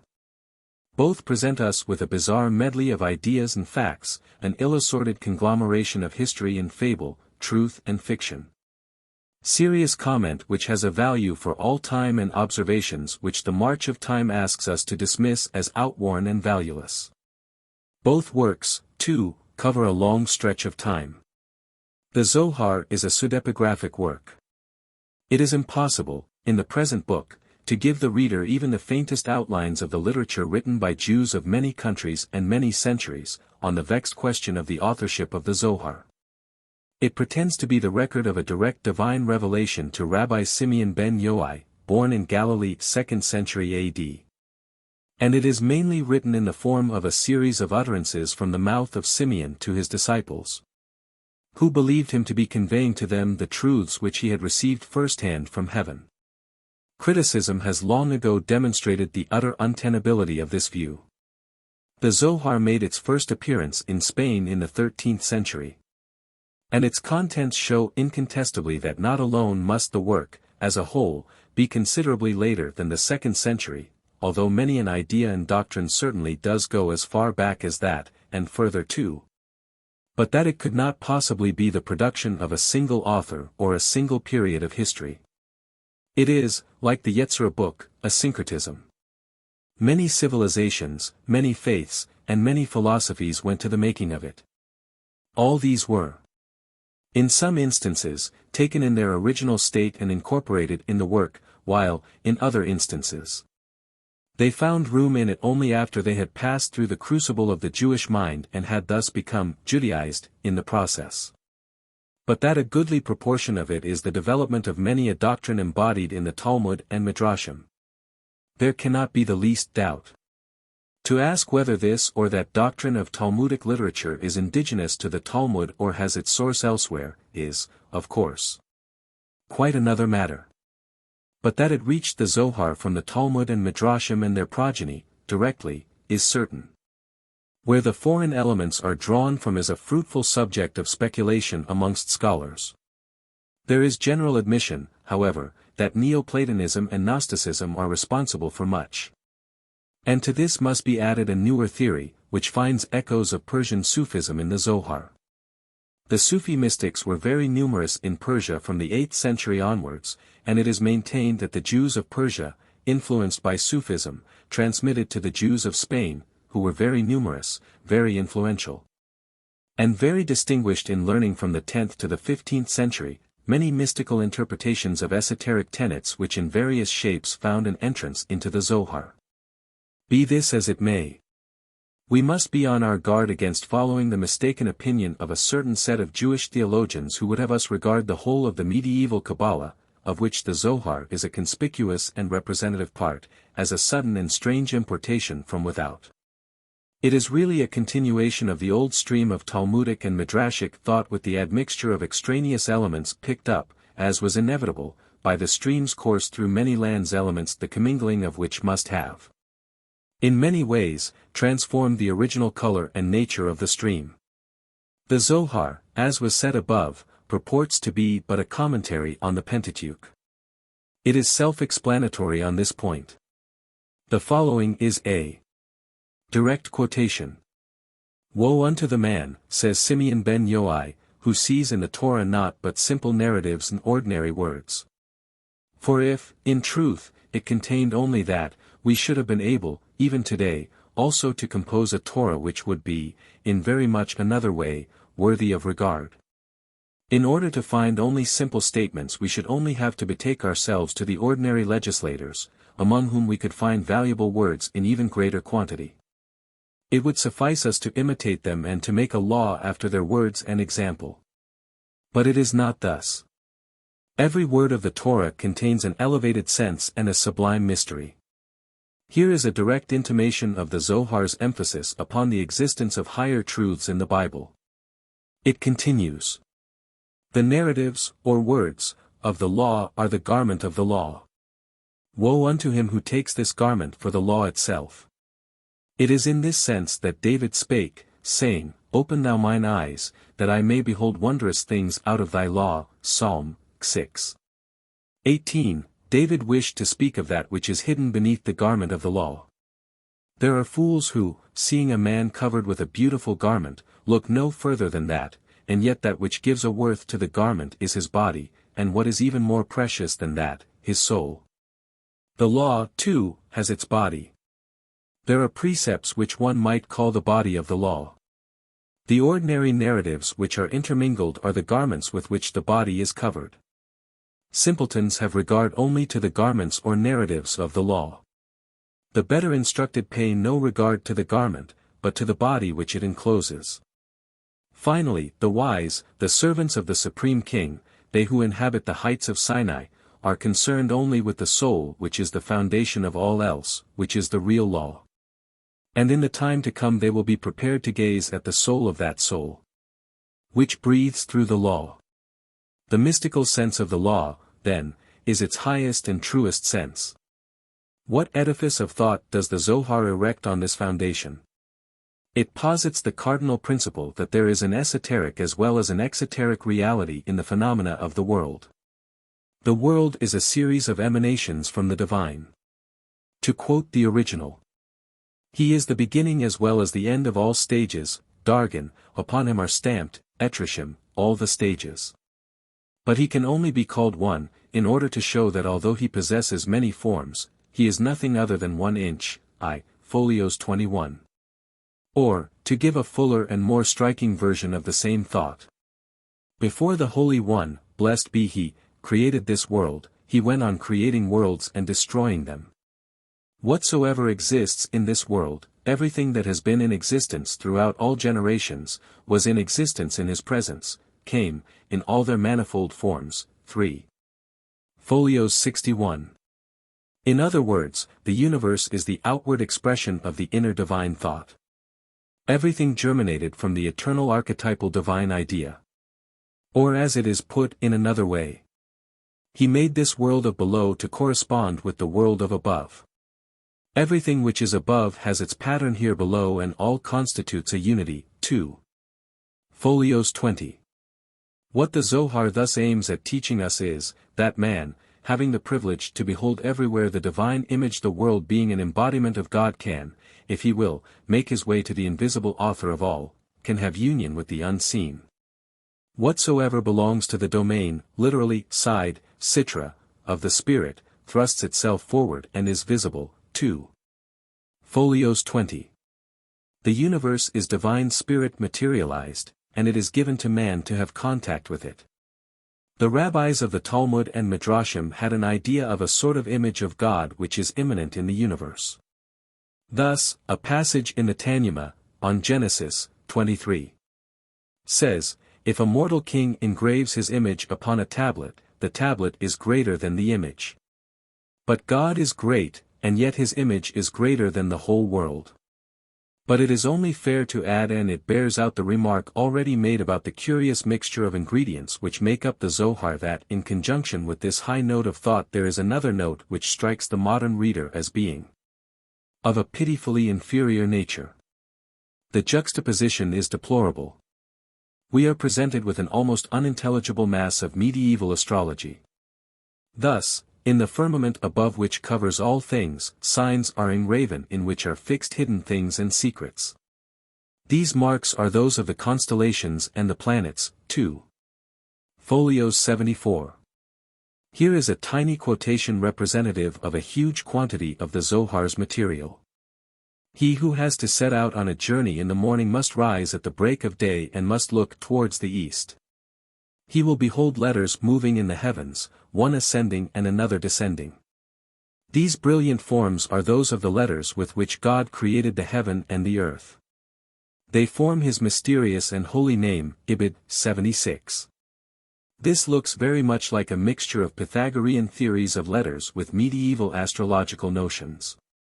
When the spirits and the souls come out of Eden, the Zohar, like all the Kabbalah, abundantly teaches the pre-existence of souls. They all possess a certain appearance which, later on, is reflected in the face. Ibid. 73. From this, all sorts of the strangest facts of physiognomy are seriously deduced. In a work which professes to draw its substance from the secret and esoteric aspect of the Old Testament, and which, as we have said, makes the seen world so much akin to the unseen, it is only to be expected that angelology should fill an important place. The impetus to much of it is directly given by a saying of the Talmud, to the effect that, the righteous are greater than the ministering angels, T.B. Sanhedrin, 93a. This idea is just of a piece with the general drift of the Zohar. For, by its theories of emanation, and by its insistence on the idea of the macrocosm or of the world as being an evolution of the image of God and of man as a small copy of the world, a microcosm, it cannot but make man as the center. The crown and consummation of all creation. Hence man must rank above the angels. It is important to observe the framework of thought into which the Zohar fits its ideas on the relative positions of angels and men in the microcosm.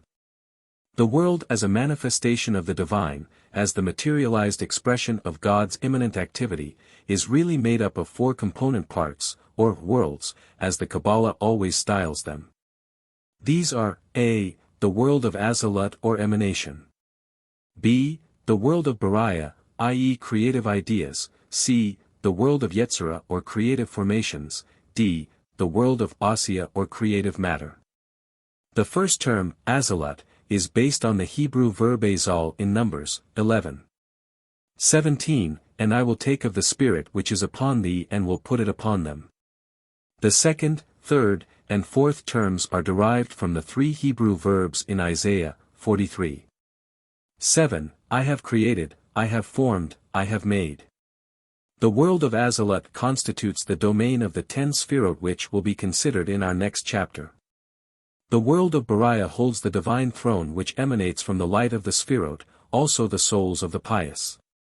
The world of Yetsirah is the scene of the divine halls, Hekhalot, the 7 heavenly halls guarded by angels, into which the ecstatic seekers for the Merkabah, Chariot, strive to gain admission.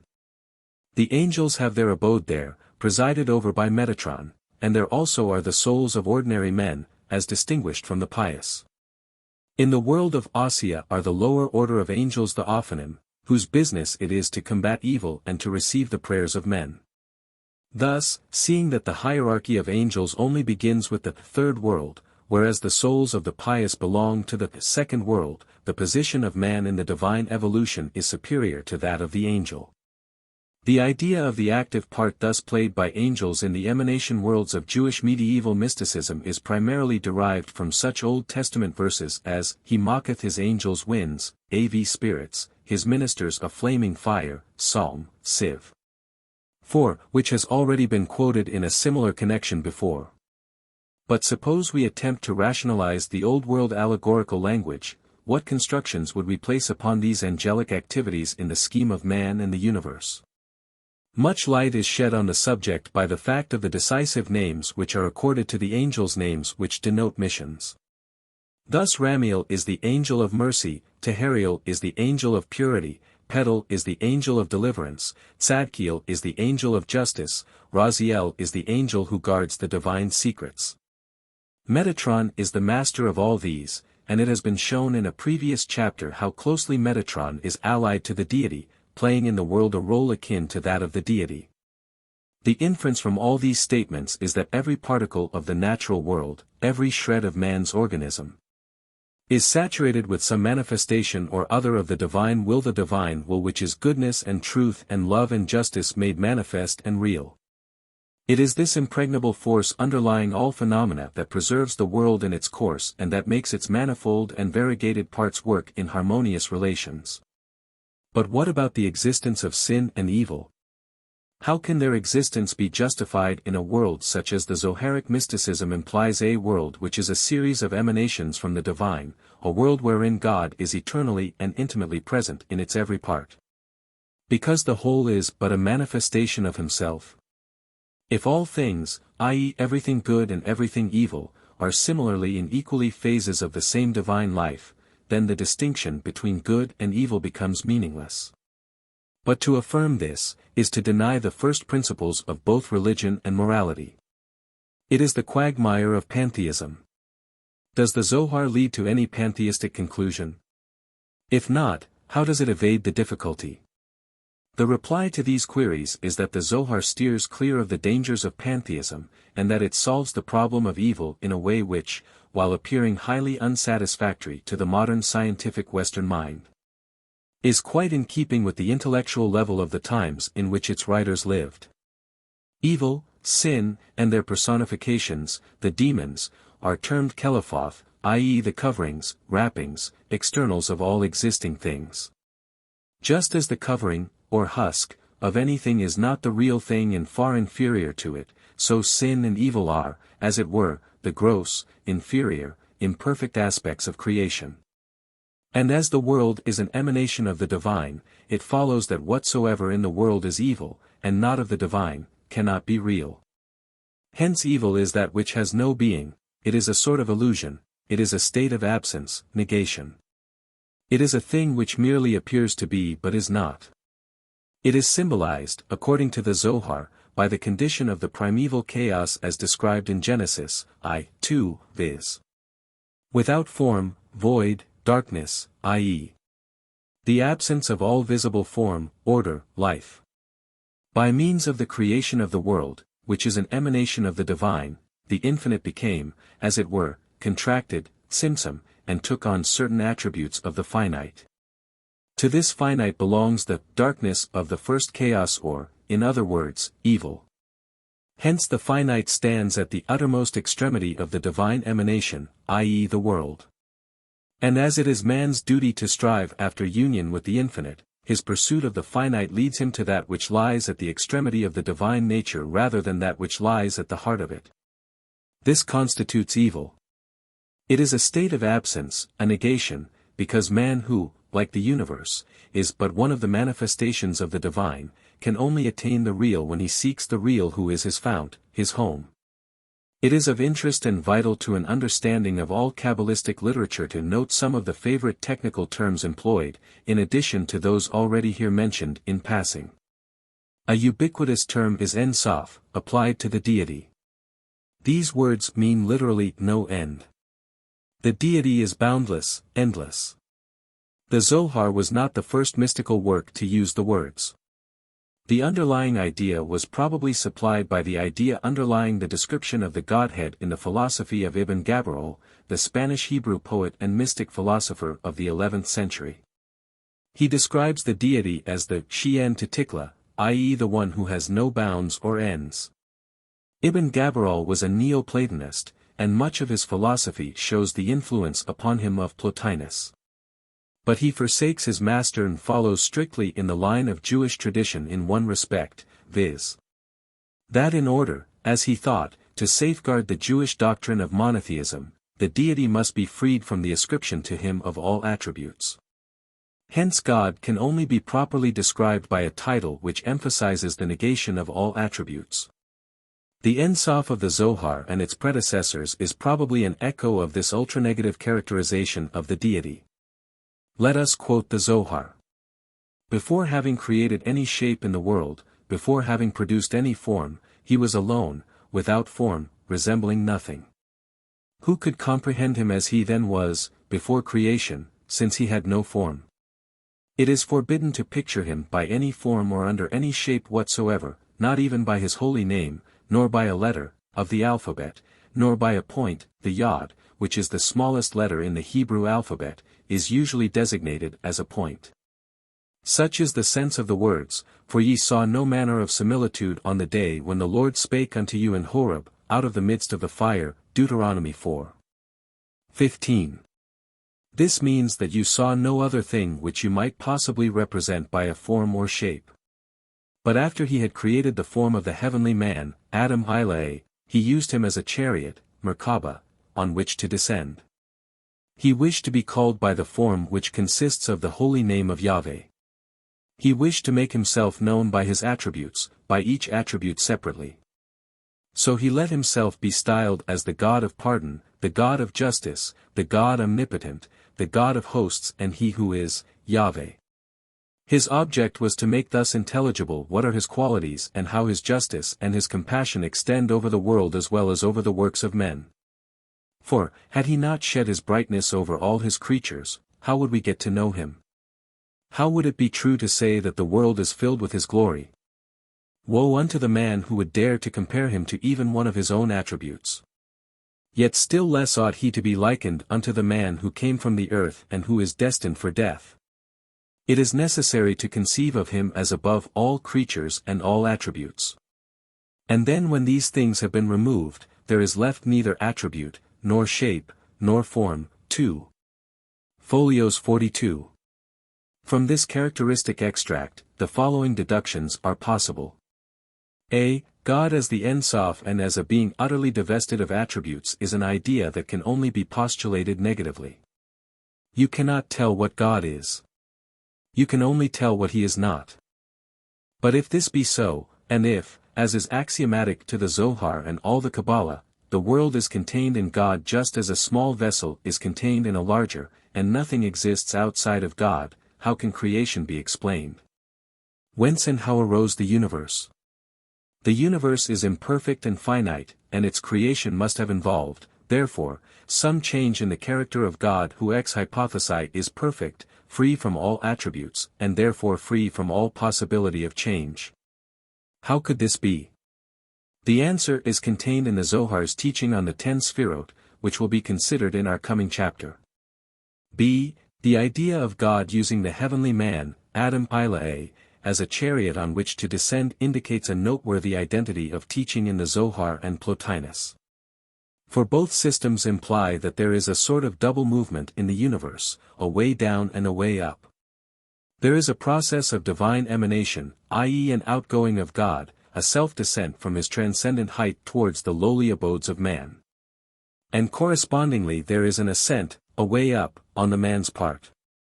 For, just as to Plotinus, the final stage of the soul's return journey to its home in God, consists in its highest experience, brought about by a withdrawal from desires and from objects of sense, of contact and union with God, so also, according to the Zohar, the three elements of which the soul is composed, viz. the rational, neshama, the moral, ruah, and the vital, nefesh, are each of them, not only emanations from the Sefirot, but also have the potency of uniting him again with the Sefirot, and, in the case of the pious man, of uniting him with the highest of the Sefirot, the crown or supreme intelligence. c. The idea of the heavenly man, or Adam Kadmon, first, or original, man, or Shechinah Tatae, lower, or terrestrial, Shechinah, is vital to an understanding of the Zohar and of all Kabbalistic literature. It has resemblances to the Philonic exegesis on the distinction between the heavenly man born in the image of God, and therefore having no participation in any corruptible or earth-like essence, and the earthly man, who was made of loose material, called a lump of clay, on the allegories of the sacred laws, I. 12. One thinks also in this connection of Paul's views on the first Adam who was flesh and blood, living soul, and the second Adam whom he describes as a quickening spirit, 1 Cor 15. 45-49. There is, too, a rabbinic dictum about a spirit of Adam, which moved upon the face of the waters, as did the Ruah in Genesis, I.2, a pre-existent first man. The Zohar is possibly indebted for its treatment of the heavenly man to some one or, perhaps, all of these sources. It says as follows: the heavenly man after he had manifested himself from out of the midst of the upper world primitive obscurity, created the earthly man, 2. 70 folios. This means that the creation of man was the work, not of God, but of his supreme manifestation, his first emanation. This manifestation or emanation is the first of the Ten Sefirot, the crown, which, as will be shown later, is the primal will of God which contained within itself the plan of the universe in its entire infinity of time and space. To say that the plan of the world in its entirety is contained in one of the emanations of God is tantamount to saying that man, who is part of the world, is the product of an immanent divine activity in the world. This immanent divine activity is denoted by the term, heavenly man, as also by the term, first of the Sefirot, and, in varying senses, by all the 10 Sefirot. But why, after all, such a title as, heavenly man? It is because, according to the Zohar, man is a copy of the universe below as well as or the universe above. Hence God in his creative capacity chose also the form of man. The Zohar puts it thus: believe not that man consists solely of flesh, skin, bones, and veins. The real part of man is his soul, and the things just mentioned, the skin, flesh, bones, and veins, are only an outward covering, a veil, but are not the man. When man departs he divests himself of all the veils which cover him. And these different parts of our body correspond to the secrets of the divine wisdom. The skin typifies the heavens which extend everywhere and cover everything like a garment. The flesh puts us in mind of the evil side of the universe. The bones and the veins symbolize the divine chariot, the inner powers of man which are the servants of God. But they are all but an outer covering. For, inside man, there is the secret of the heavenly man. Everything below takes place in the same manner as everything above. This is the meaning of the remark that God created man in his own image. But just as in the heavens, which cover the whole universe, we behold different shapes brought about by the stars and the planets to teach us concerning hidden things and deep secrets. So upon the skin which covers our body there are shapes and forms which are like planets and stars to our bodies. All these shapes have a hidden meaning, and are observed by the sages who are able to read the face of man. 2. 76a. 7. The Ten Sefirot. All finite creatures are, in divergent senses and varying degrees, part and parcel of the deity. Creatio ex nihilo is unthinkable, seeing that God, in the Neo-Platonic view, is the perfect one, an undivided one, to whom no qualities or characteristics can be ascribed, and to whom, therefore, no such idea as that of intention or purpose, or change or movement, can be applied. All existences are emanations from the deity. The deity reveals himself in all existences because he is immanent in them. But though dwelling in them, he is greater than they. He is apart from them. He transcends them. The foregoing might be said to be a general resume of the philosophy of the Ten Sefirot. To quote a passage from the section of the Zohar called the Idra Zutta, Small Assembly. The most ancient 1-9 is at the same time the most hidden of the hidden. He is separated from all things, and is at the same time not separated from all things. For all things are united in him, and he unites himself with all things. There is nothing which is not in him.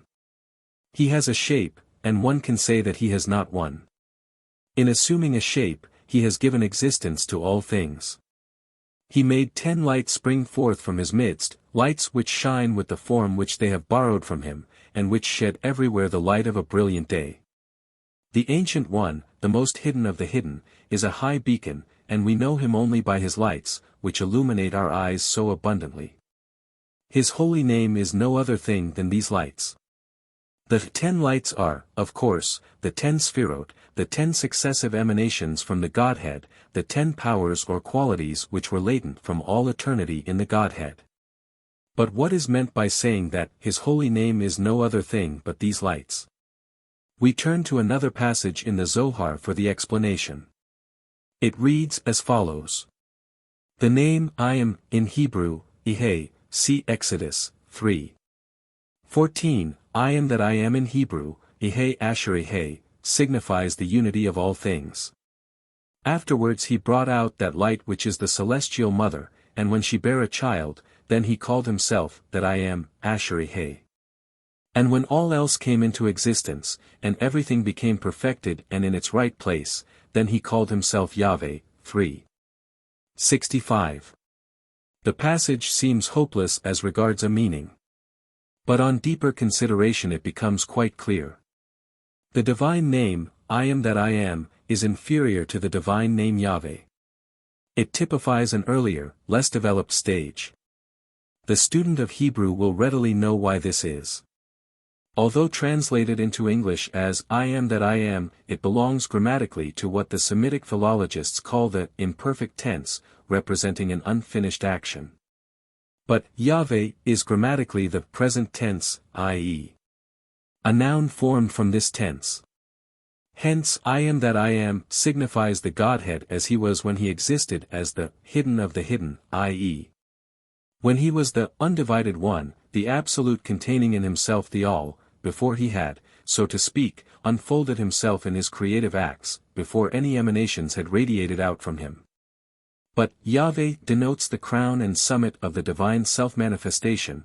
In other words, it denotes God as immanent in all the numberless parts of the cosmos, which is but a revelation, an embodiment of the divine thought. The idea of the celestial mother having a child is part of the Zohar's doctrine of emanation, where, as will be shown later on, a certain one of the 10 Sefirot is called Father, Abba, and another is called Mother, Imma. And from the union of the two, there is born another of the Sefirot, called the Son, Ben. Hence to say that God's holy name is no other thing than these lights is but to say that the Sefirot which represent the world as the copy of an ever-active, ever-energizing God, sum up all that the divine name stands for. And that the divine name denotes a strongly mystical aspect of the relation between God and the universe is abundantly clear from the Essenic literature, as well as from the Book Yetsirah. In fact, it appears occasionally in this sense, in the Talmudic and Midrashic records, e.g., T.B. Pesachim, 55b, and the germ of the idea can be traced back to the Old Testament, to such phrases as, "This is my name forever, and this is my memorial unto all generations," Exodus 3:15, or, "Thy name, O Lord, endureth forever. And thy memorial, O Lord, throughout all generations," Psalm, cxxxv. 13. One of the clearest passages in the Zohar stating what the 10 Sefirot are, is the following. "For the waters of the sea are limitless and shapeless. But when they are spread over the earth, then they produce a shape, Dimion, and we can calculate like this, the source of the waters of the sea and the force which it emits to spread itself over the soil, are two things. Then an immense basin is formed by the waters just as is formed when one makes a very deep digging. This basin is filled by the waters which emanate from the source, it is the sea itself, and can be regarded as a third thing. This very large hollow, of waters, is split up into 7 canals, which are like so many long tubes, by means of which the waters are conveyed. The source, the current, the sea, and the 7 canals form together the number 10. And should the workmen who constructed these tubes come to break them up, then the waters return to their source, and there remains naught but the debris and the water dried up. It is thus that the cause of causes has created the 10 Sefirot. The crown is the source whence there springs a light without end, from which comes the name En Sof, i.e. infinite, designating the supreme cause, for while in this state it possesses neither shape nor figure, there are no means of comprehending it. There is no way of knowing it. It is in this sense that it has been said, "Seek not the things that are too hard for thee," Ecclesiasticus 3:21. Then there is formed a vessel contracted to a mere point, the letter Yod, the smallest letter in the Hebrew alphabet, into which the divine light penetrates. It is the source of wisdom, it is wisdom itself, in virtue of which the supreme cause is called the God of wisdom. Afterwards, it, i.e. the supreme cause, constructs a channel, wide as the sea, which is called intellect, or intelligence. From this, comes the title of God who understands, i.e. is intelligent. We must know, however, that God only understands and is wise by means of his own essential substance. For wisdom does not merit the title by itself, but only by the instrumentality of him who is wise and who has produced it from the light which emanates from him. One cannot conceive what knowing is by itself, but by him who is the knowing one, and who fills it with his own essential substance.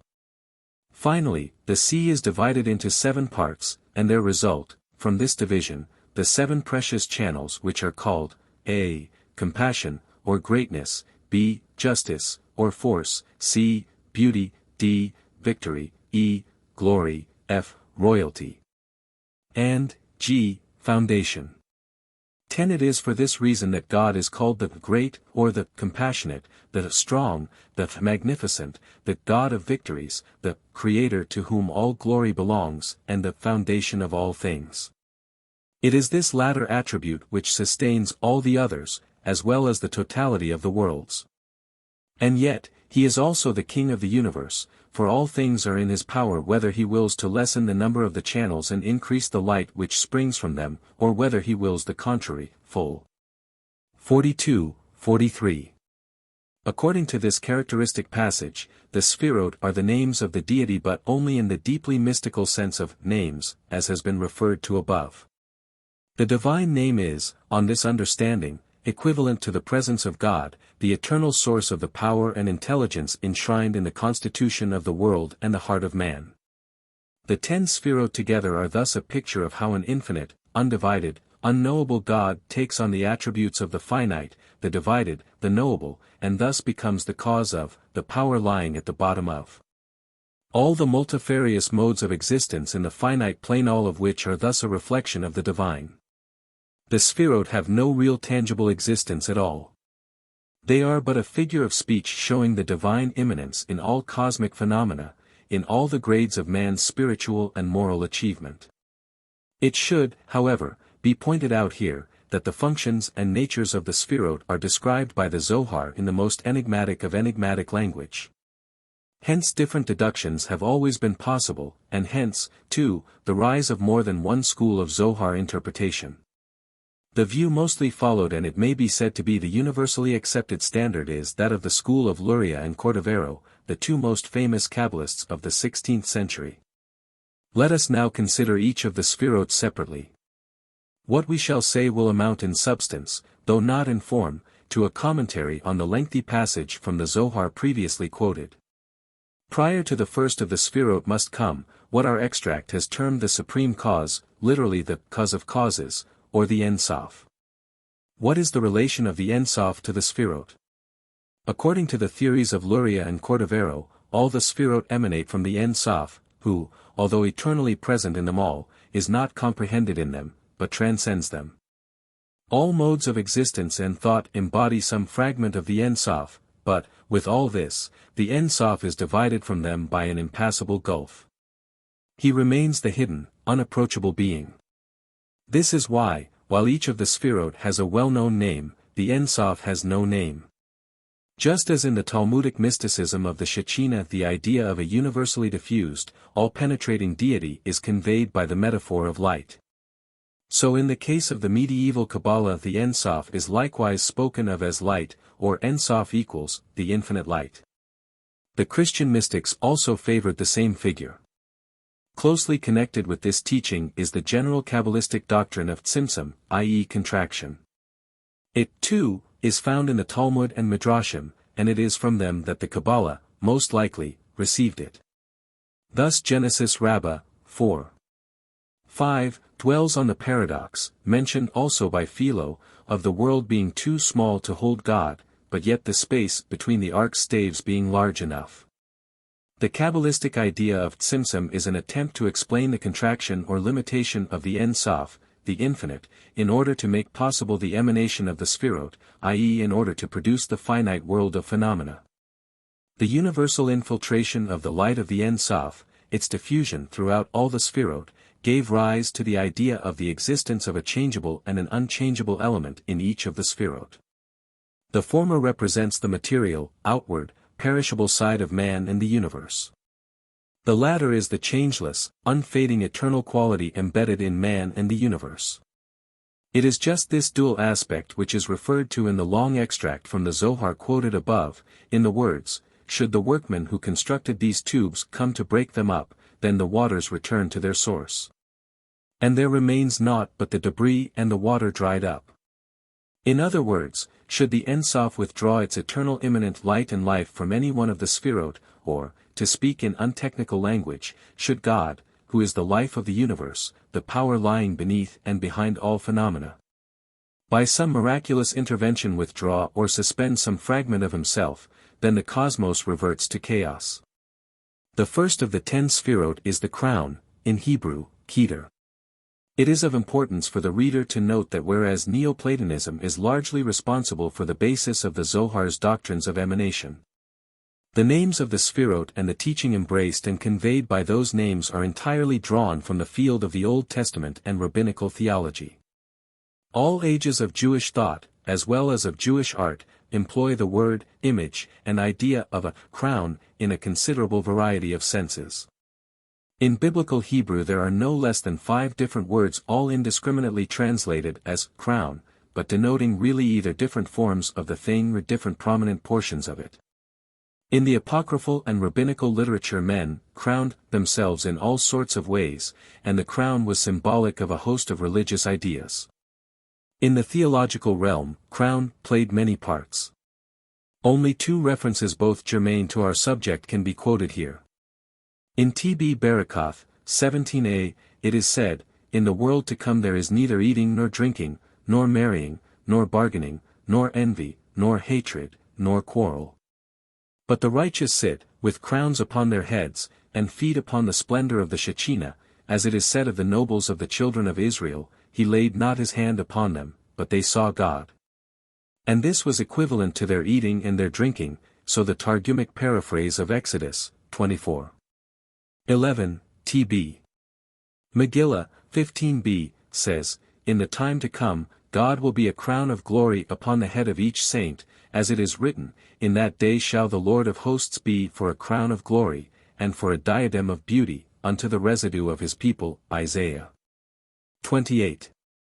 5. Hence, it is not hard to discover by what process of reasoning the medieval Jewish mystics thought it fitting to designate the first of the Sefirot as the crown.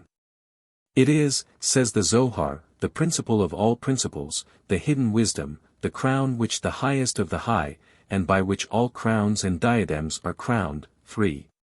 288, it is the first of the emanations from the Ein Sof.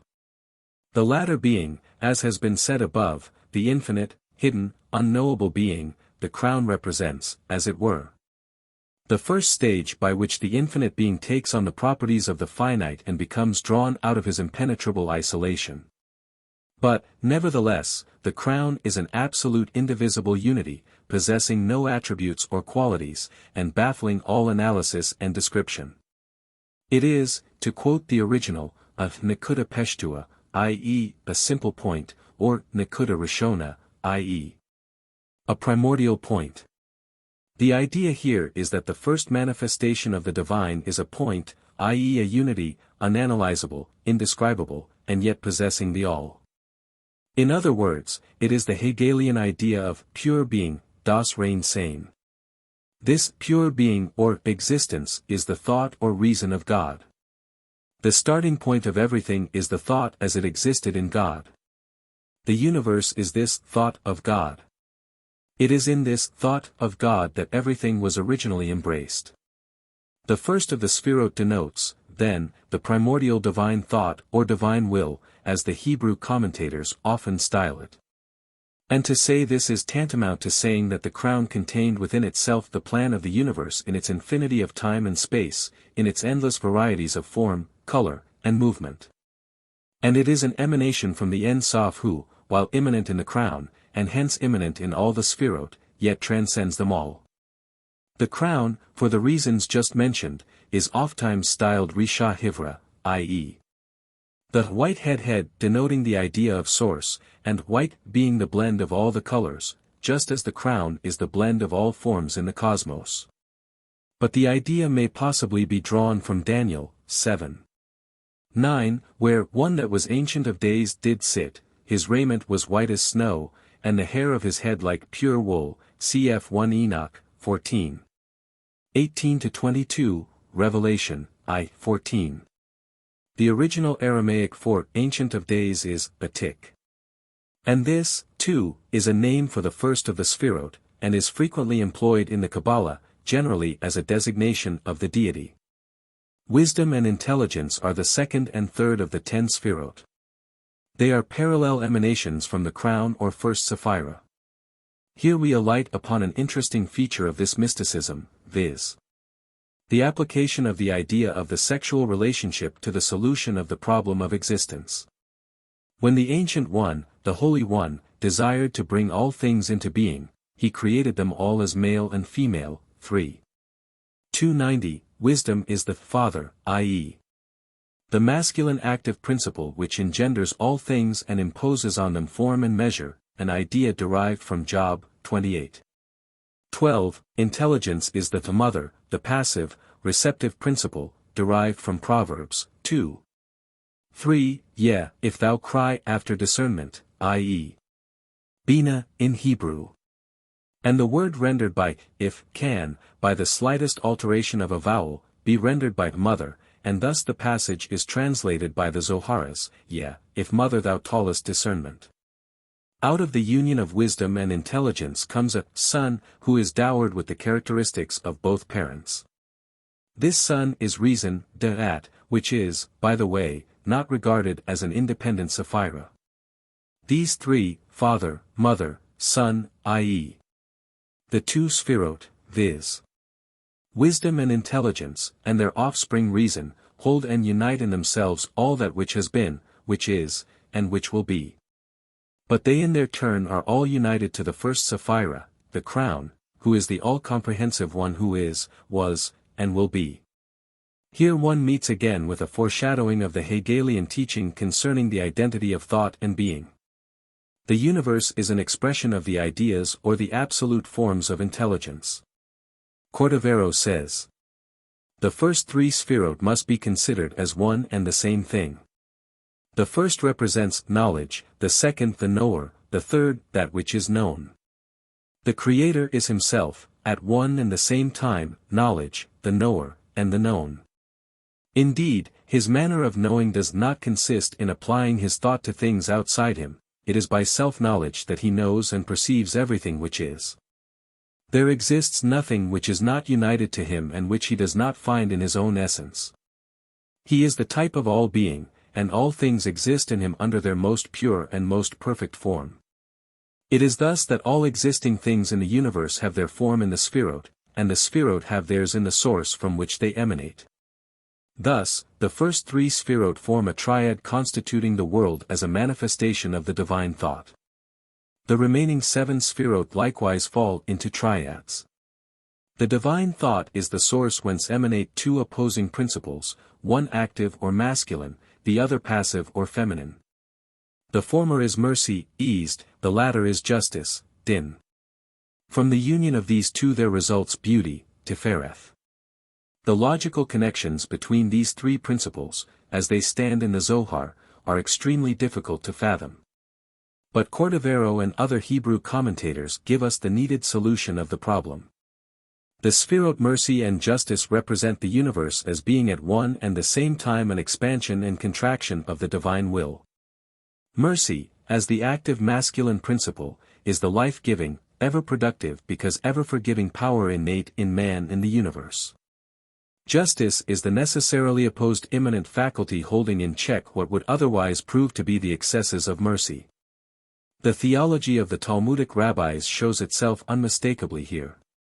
In the beginning, say the rabbis, God thought to create the universe by the attribute of justice, designated by the word Yahweh.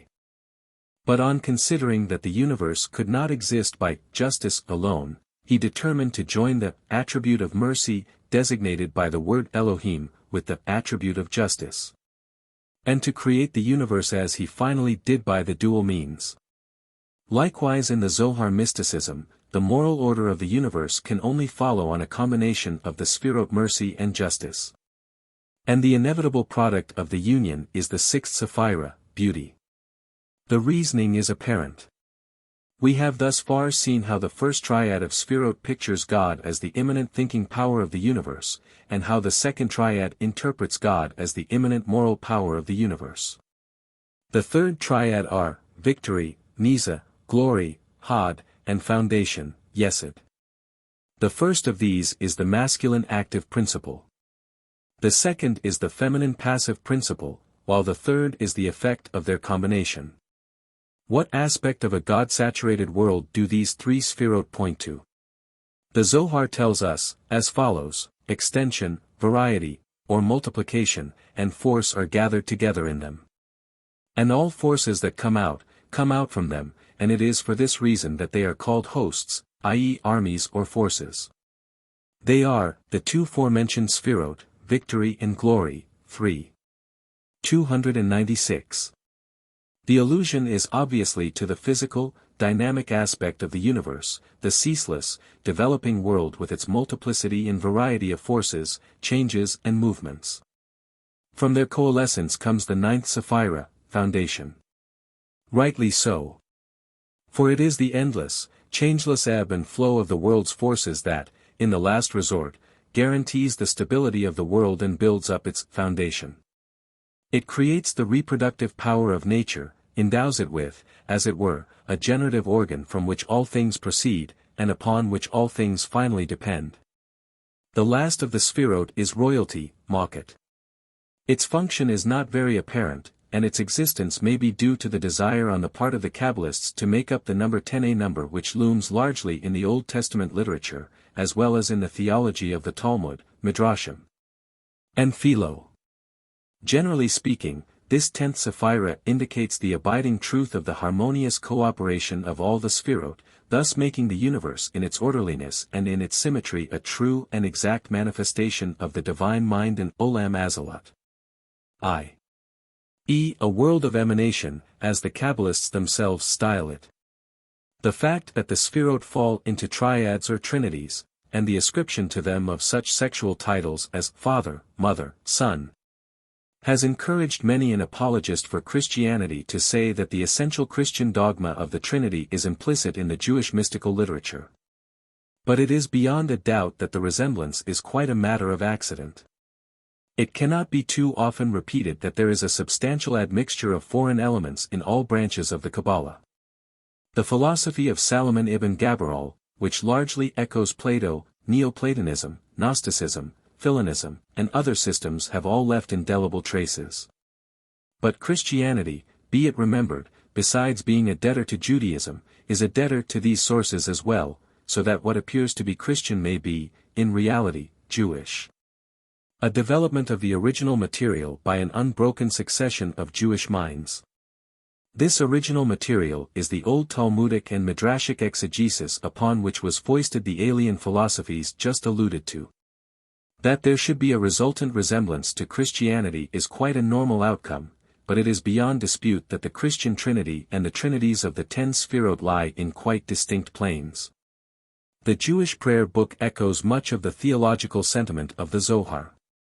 There is a fine hymn in the Sabbath morning service which, while giving a noteworthy prominence to the names of the Sefirot, reproduces with a charming simplicity of Hebrew diction, the main body of the Zoharic doctrine, its cosmology, angelology, astrology, and psychology. It is as follows: 11 God, the Lord over all works, blessed is he, and ever to be blessed by the mouth of everything that hath breath. His greatness and goodness fill the world, knowledge, da'at, and understanding, tibuna equals bina, i.e., intelligence, surround him. He is exalted above the holy ayat, and is adorned in glory, kabod equals had, above the celestial chariot, Merkabah, purity and rectitude are before his throne, loving kindness, eased, and tender mercy before his glory. The luminaries are good which our God hath created, he formed them with knowledge, understanding, and discernment, he gave them might and power to rule in the midst of the world. They are full of luster, 12 and they radiate brightness. Beautiful is their luster throughout all the world. They rejoice in their going forth, and are glad in their returning, they perform with awe the will of their master. Glory and honor they render unto his name, exultation and rejoicing at the remembrance of his sovereignty, mock it. He called unto the sun, and it shone forth in light, he looked and ordained the figure of the moon. All the hosts on high render praise unto him, the seraphim, the Ophanim, and the holy ayat ascribing glory, lit. Beauty, i.e. Tifereth, and greatness, 13. 8. The soul. As in all systems of mysticism, the soul plays a towering part in the theology of the Zohar. Mysticism's center of gravity is the close kinship between the human and the divine.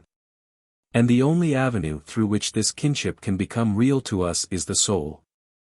The soul, as a spiritual entity playing the highest of high parts in man's relation with the unseen, is not a conspicuous element of either the Old Testament or the Talmudic Midrashic writings. And the critics of Judaism have a way of saying harsh things about that religion on the grounds of its deficiency in this respect. But the shortcoming is amply atoned for by the large part assigned to the function of the soul in all branches of the medieval Kabbalah. That the Zohar is a debtor to a double source, the Talmudic teachings and the teachings of the Neo-Platonists, is very apparent from its treatment of the soul. A passage from the former reads as follows: just as the soul fills the body, so God fills the world. Just as the soul bears the body, so God endures the world. Just as the soul sees but is not seen, so God sees but is not seen.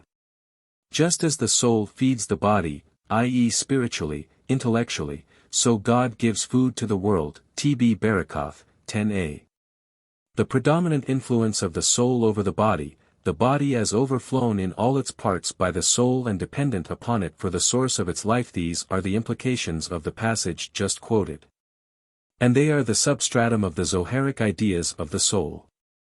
Neo-Platonism gave to the Zohar the idea of the soul as an emanation from the overmind of the universe.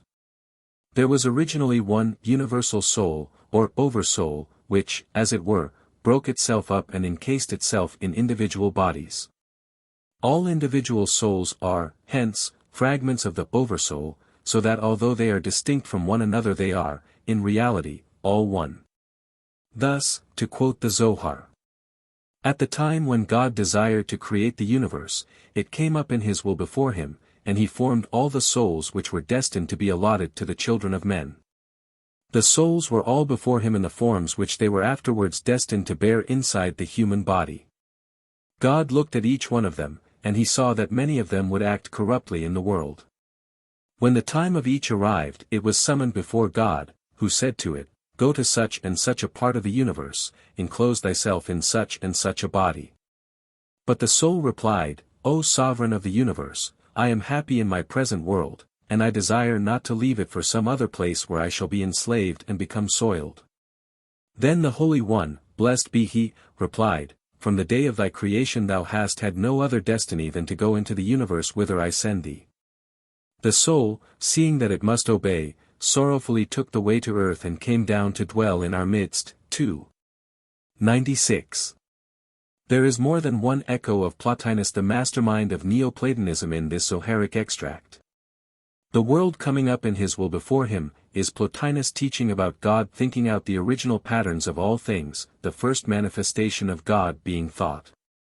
The souls were all before him in the forms which they were afterwards destined to bear, is clearly an allusion to the splitting up of the oversoul, so that its fragments might get embodied in individuals as Plotinus taught.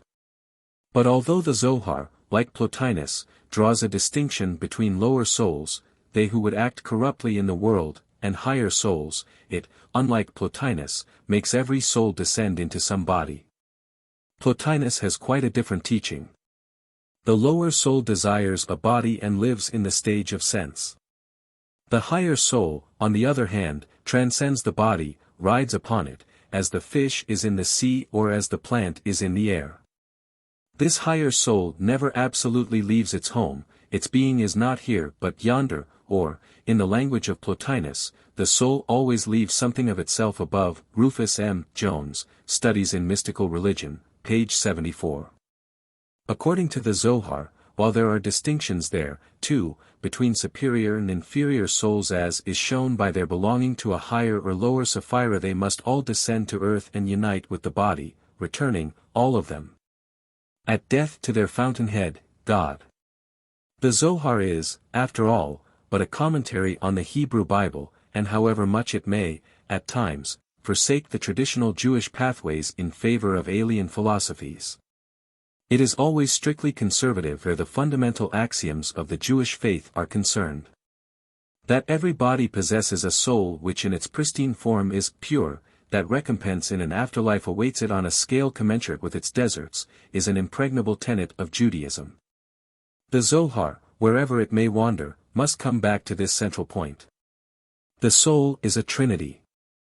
It comprises three elements, viz., a. neshama, the rational element which is the highest phase of existence. b. ruah, the moral element, the seat of good and evil, the ethical qualities. c. nefesh, the gross side of spirit, the vital element which is en rapport with the body, and the mainspring of all the movements, instincts, and cravings of the physical life. There is a strong reflection of Platonic psychology in these three divisions or powers of the soul. More than one medieval Jewish theologian was a Platonist, and in all probability the Zohar is a debtor to these. The three divisions of the soul are emanations from the Sefirot. The neshama, which, as has been said, is the soul in its most elevated and sublimest sense, emanates from the Sephirah of wisdom.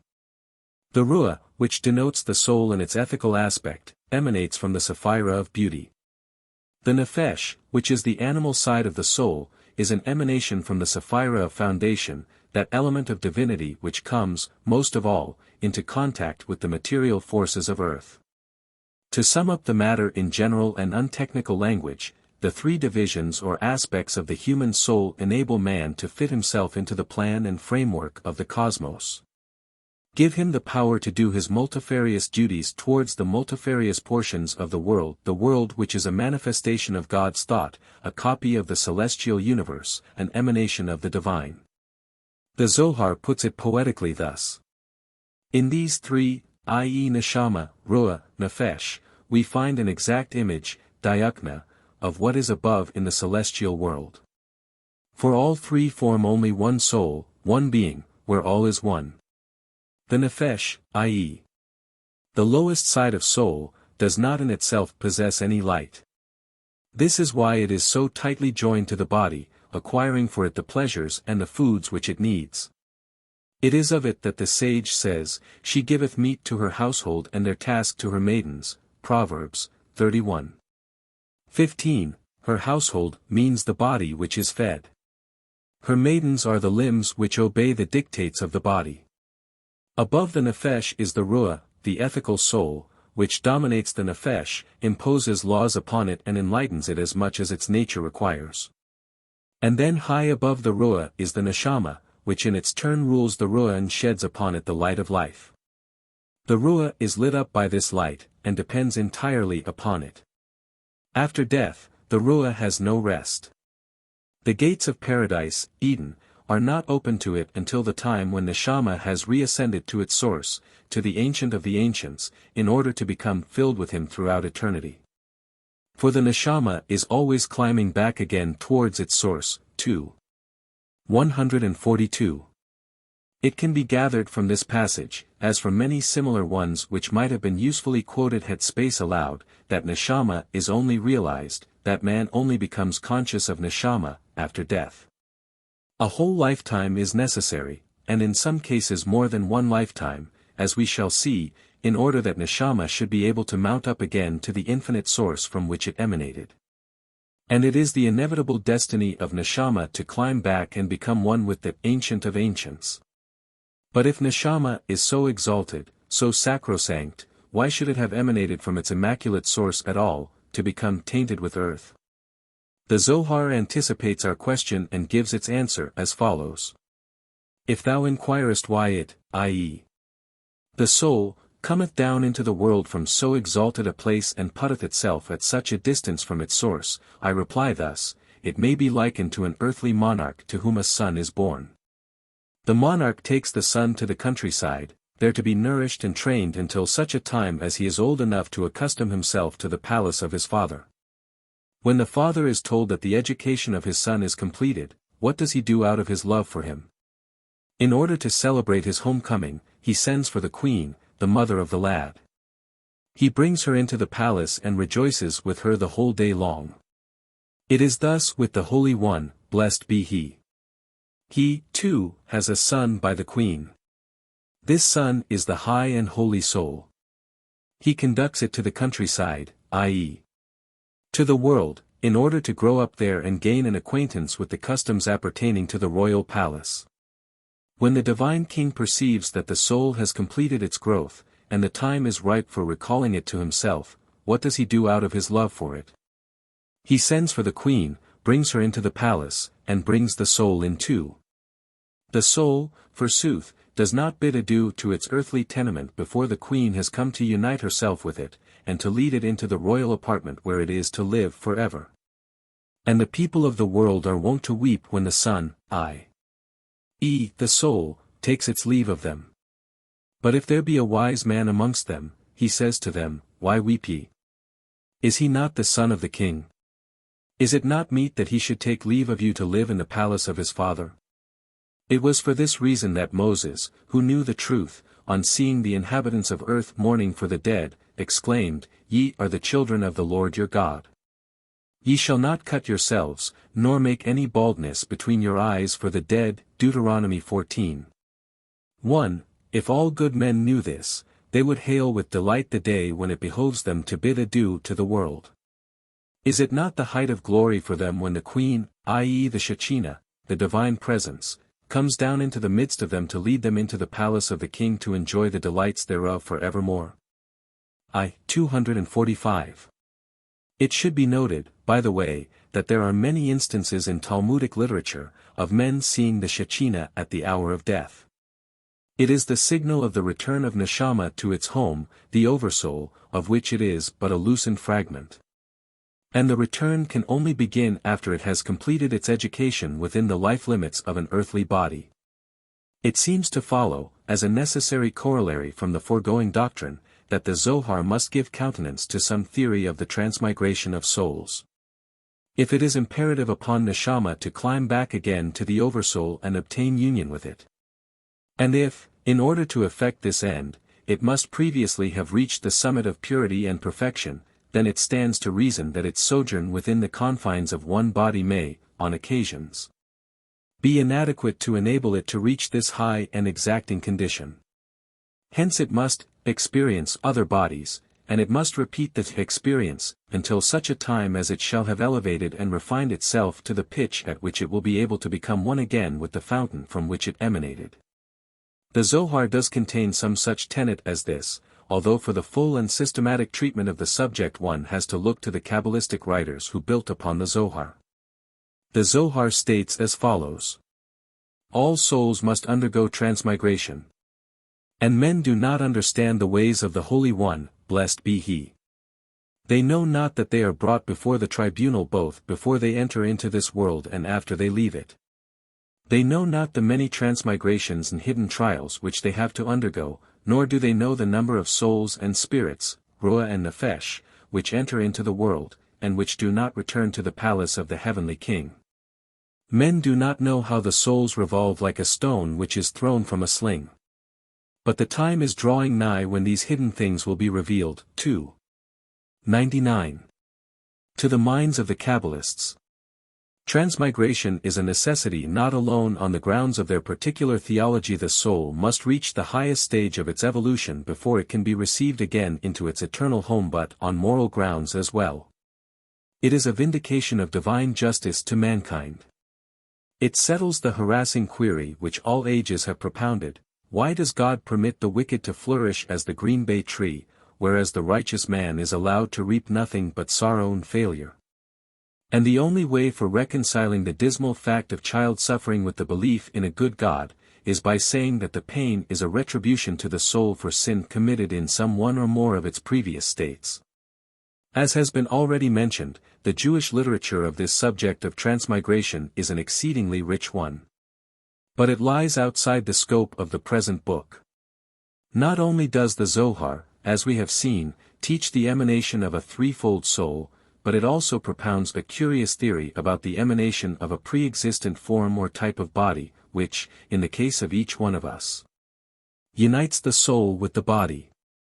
It is one of the strangest pieces of Zoharic psychology extant, and the object is probably that of accounting, on one and the same ground, for the varying physical and psychical characteristics embedded in each of us from birth.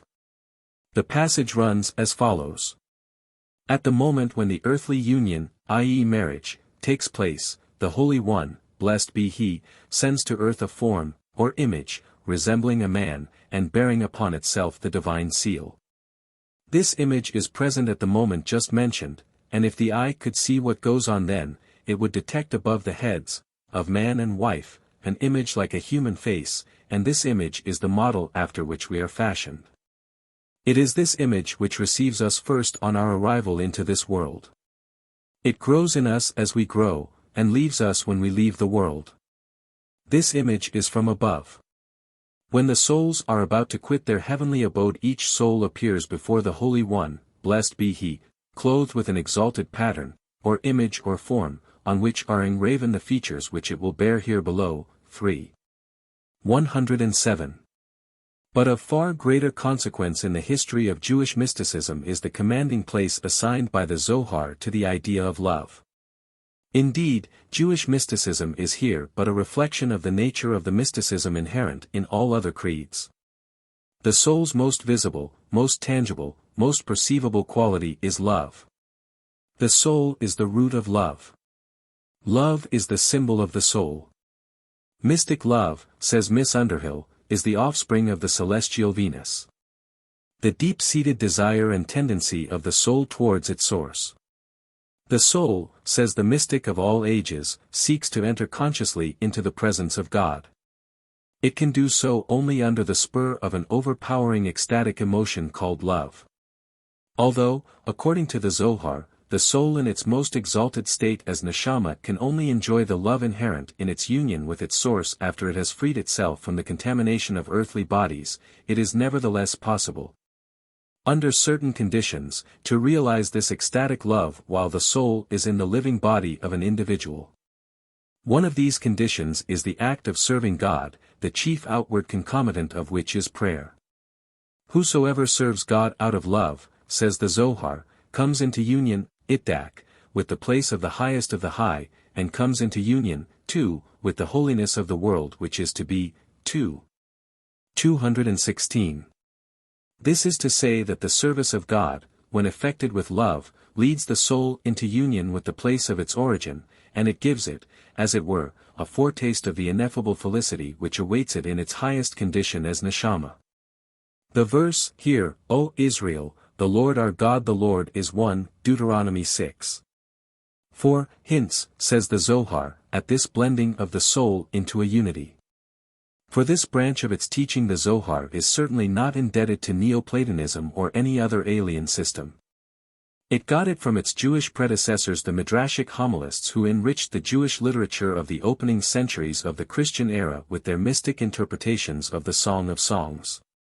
Verses like, "I am my beloved's, and my beloved is mine," 6:3, serve them as a starting point for their sermons on the nearness of man and God to one another, brought about by the instrumentality of love. When the soul has completed the cycle of its earthly career and hurries back to become blended with the oversoul, it revels in ecstasies of love, which the Zohar describes with a wealth of poetic phraseology. The soul is received in what is termed a treasury of life, or sometimes a temple of love, and one of its crowning joys is to contemplate the divine presence through a shining mirror. The rabbis of the Talmud and Midrashim used the same phrase. Thus a passage in Leviticus Rabbah, I 14, reads thus, "All the other prophets saw God through 9 shining mirrors, but Moses saw him through only one. All the other prophets saw God through a blurred mirror, but Moses saw him through a clear one." The meaning is that Moses had a clearer and nearer apprehension of the deity than all other prophets. Thus we read, "Come and see." When the souls have reached the treasury of life they enjoy the shining of the brilliant mirror whose focus is in the heavens. And such is the brightness which emanates therefrom that the souls would be unable to withstand it, were they not covered with a coat of light. Even Moses could not approach it until he had stripped off his earthly integument, I 66. Again, in one of the most mysterious and exalted parts of heaven, there is a palace called the Palace of Love. Deep mysteries are enacted there are gathered together all the most well-beloved souls of the heavenly King. It is there that the heavenly King, the Holy One, blessed be He, lives together with these holy souls and unites Himself to them by kisses of love, 2:97. The Talmudic rabbis describe the way in which death comes to the righteous as death by a kiss. The Zohar defines this kiss as the union of the soul with its root, I 168. There is, in fine, an exceptionally high degree of optimism encircling the Zohar's treatment of the soul. If the theology of the early rabbinic schools of Palestine and Babylon errs, as its critics say, in the direction of making Judaism too much of a rigid discipline, too much of a law-compelling, outward obedience rather than inward feeling, the balance is redressed by the theology of the Zohar which, by making the soul, on the completion of its earthly work, so great a partaker in the divine love, emphasizes the deep spirituality inherent in Judaism.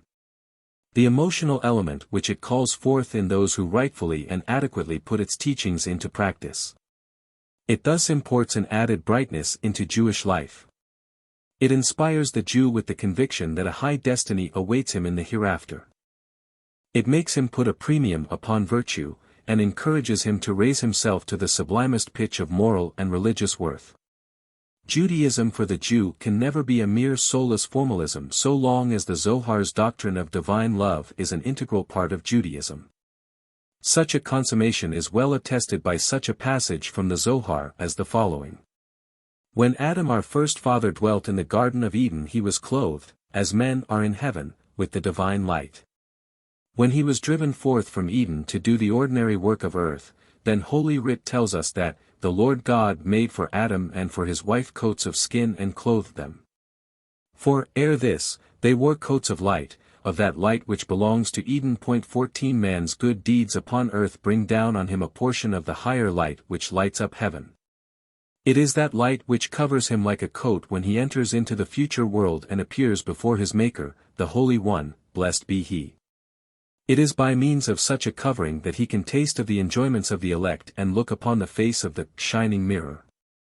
And thus, the soul, in order to become perfect in all respects, must have a different covering for each of the two worlds which it has to inhabit, one for the terrestrial world and the other for the higher world. 229. And this cheerful view of the soul is an incitement to nobler effort, not only for the Jew as an individual, but also for the Jew as a unit of a race which, according to scriptural prescription, looks forward to its highest evolution in the arrival of a Messiah. The Zohar, truly enough, is comparatively silent upon this theme. But the famous Kabbalist and mystic Isaac Luria, who is the chief expounder of the Zohar, and who carried many of its undeveloped dogmas to their logical conclusions, has elaborated this point in a strikingly ingenious and original way. Luria held a peculiar theory of the transmigration of the soul, and conjoined with this there went, what might appear to some, an approach to Christian teaching about the truth of original sin. With the Zohar, Luria maintained that man, by means of his soul, unites the upper and the lower world.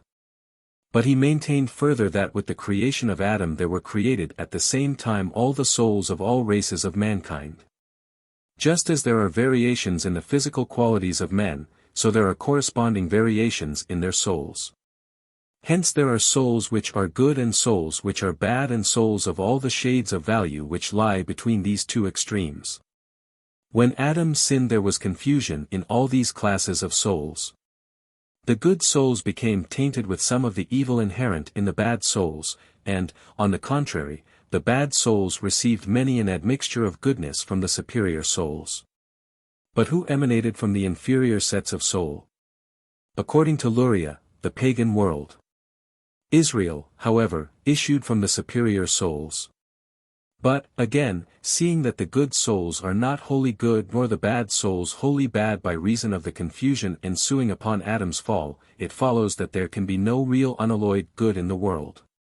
Evil infests some spot or other everywhere. A perfect condition of things will only come with the coming of the Messiah.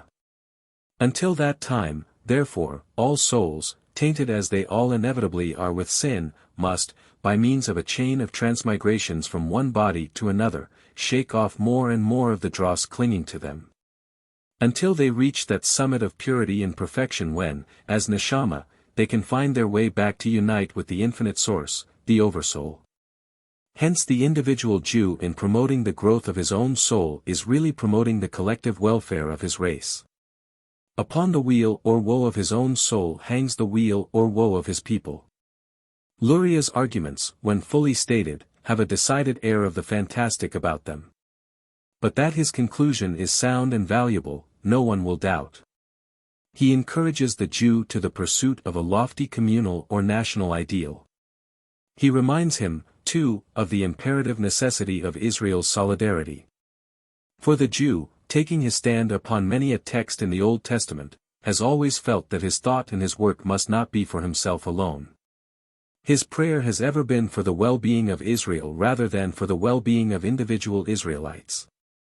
What he counts, in God's sight, as a separate entity is small in comparison with what he counts as an inseparable unit in the compact body of Israel. In this voluntary, self-forgetful merging of the smaller interests of the part in the greater interests of the whole lies much of the secret of the long roll of Israel's saints and heroes, his martyrs and his mystics. Concluding note. The course of Jewish mysticism subsequent to the Zohar consists, in the main, of developments and elaborations, by Jews in many lands, of the doctrines taught in that unique work. There is an enormous fund of originality in many of these elaborations.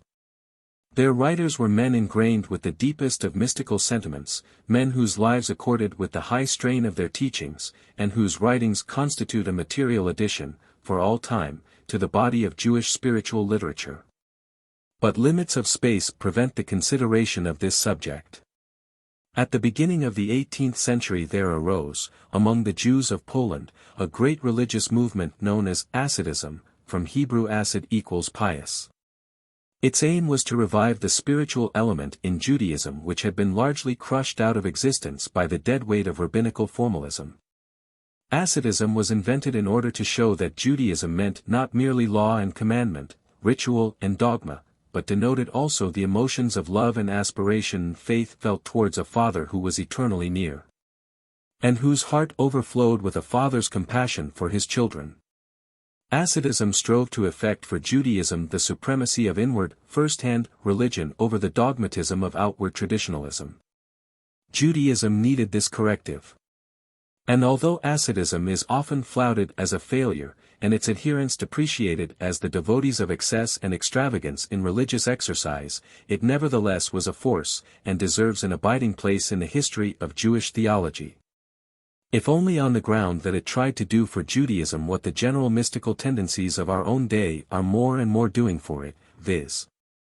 to make it conscious of how dominating a part is played in it by the inner impulse urging us to seek and to find a pathway to the realized presence of God. Bibliography. Works in English are unfortunately very few. On the whole subject of the mystical elements in Talmudic, Midrashic, and Kabbalistic theology, the student should see A. Frank, La Kabbal, Paris, 1843, 2nd edition, 1889. German trans. With many original additions, by A. Jelinek, Leipzig, 1844.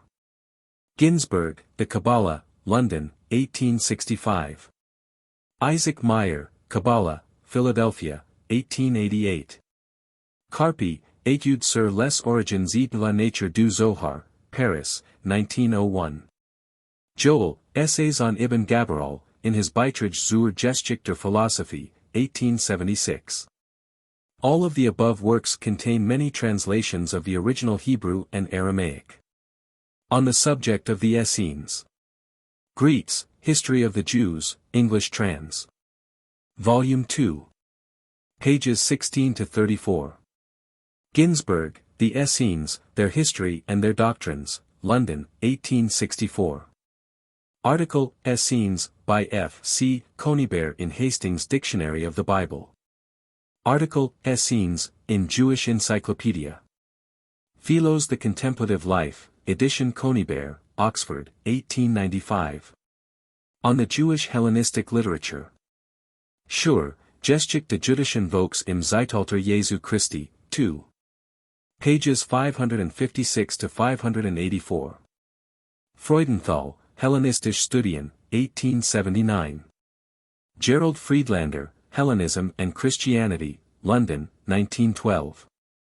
C. G. Montefiore, The Wisdom of Solomon, London, 1891. On Philo. Drummond, Philo Judaeus, London, 1888. On Shechinah, Memra, Holy Spirit. Vols, Der Geist Gottes, Tübingen, 1910. Abelson, The Immanence of God in Rabbinical Literature, London, 1912.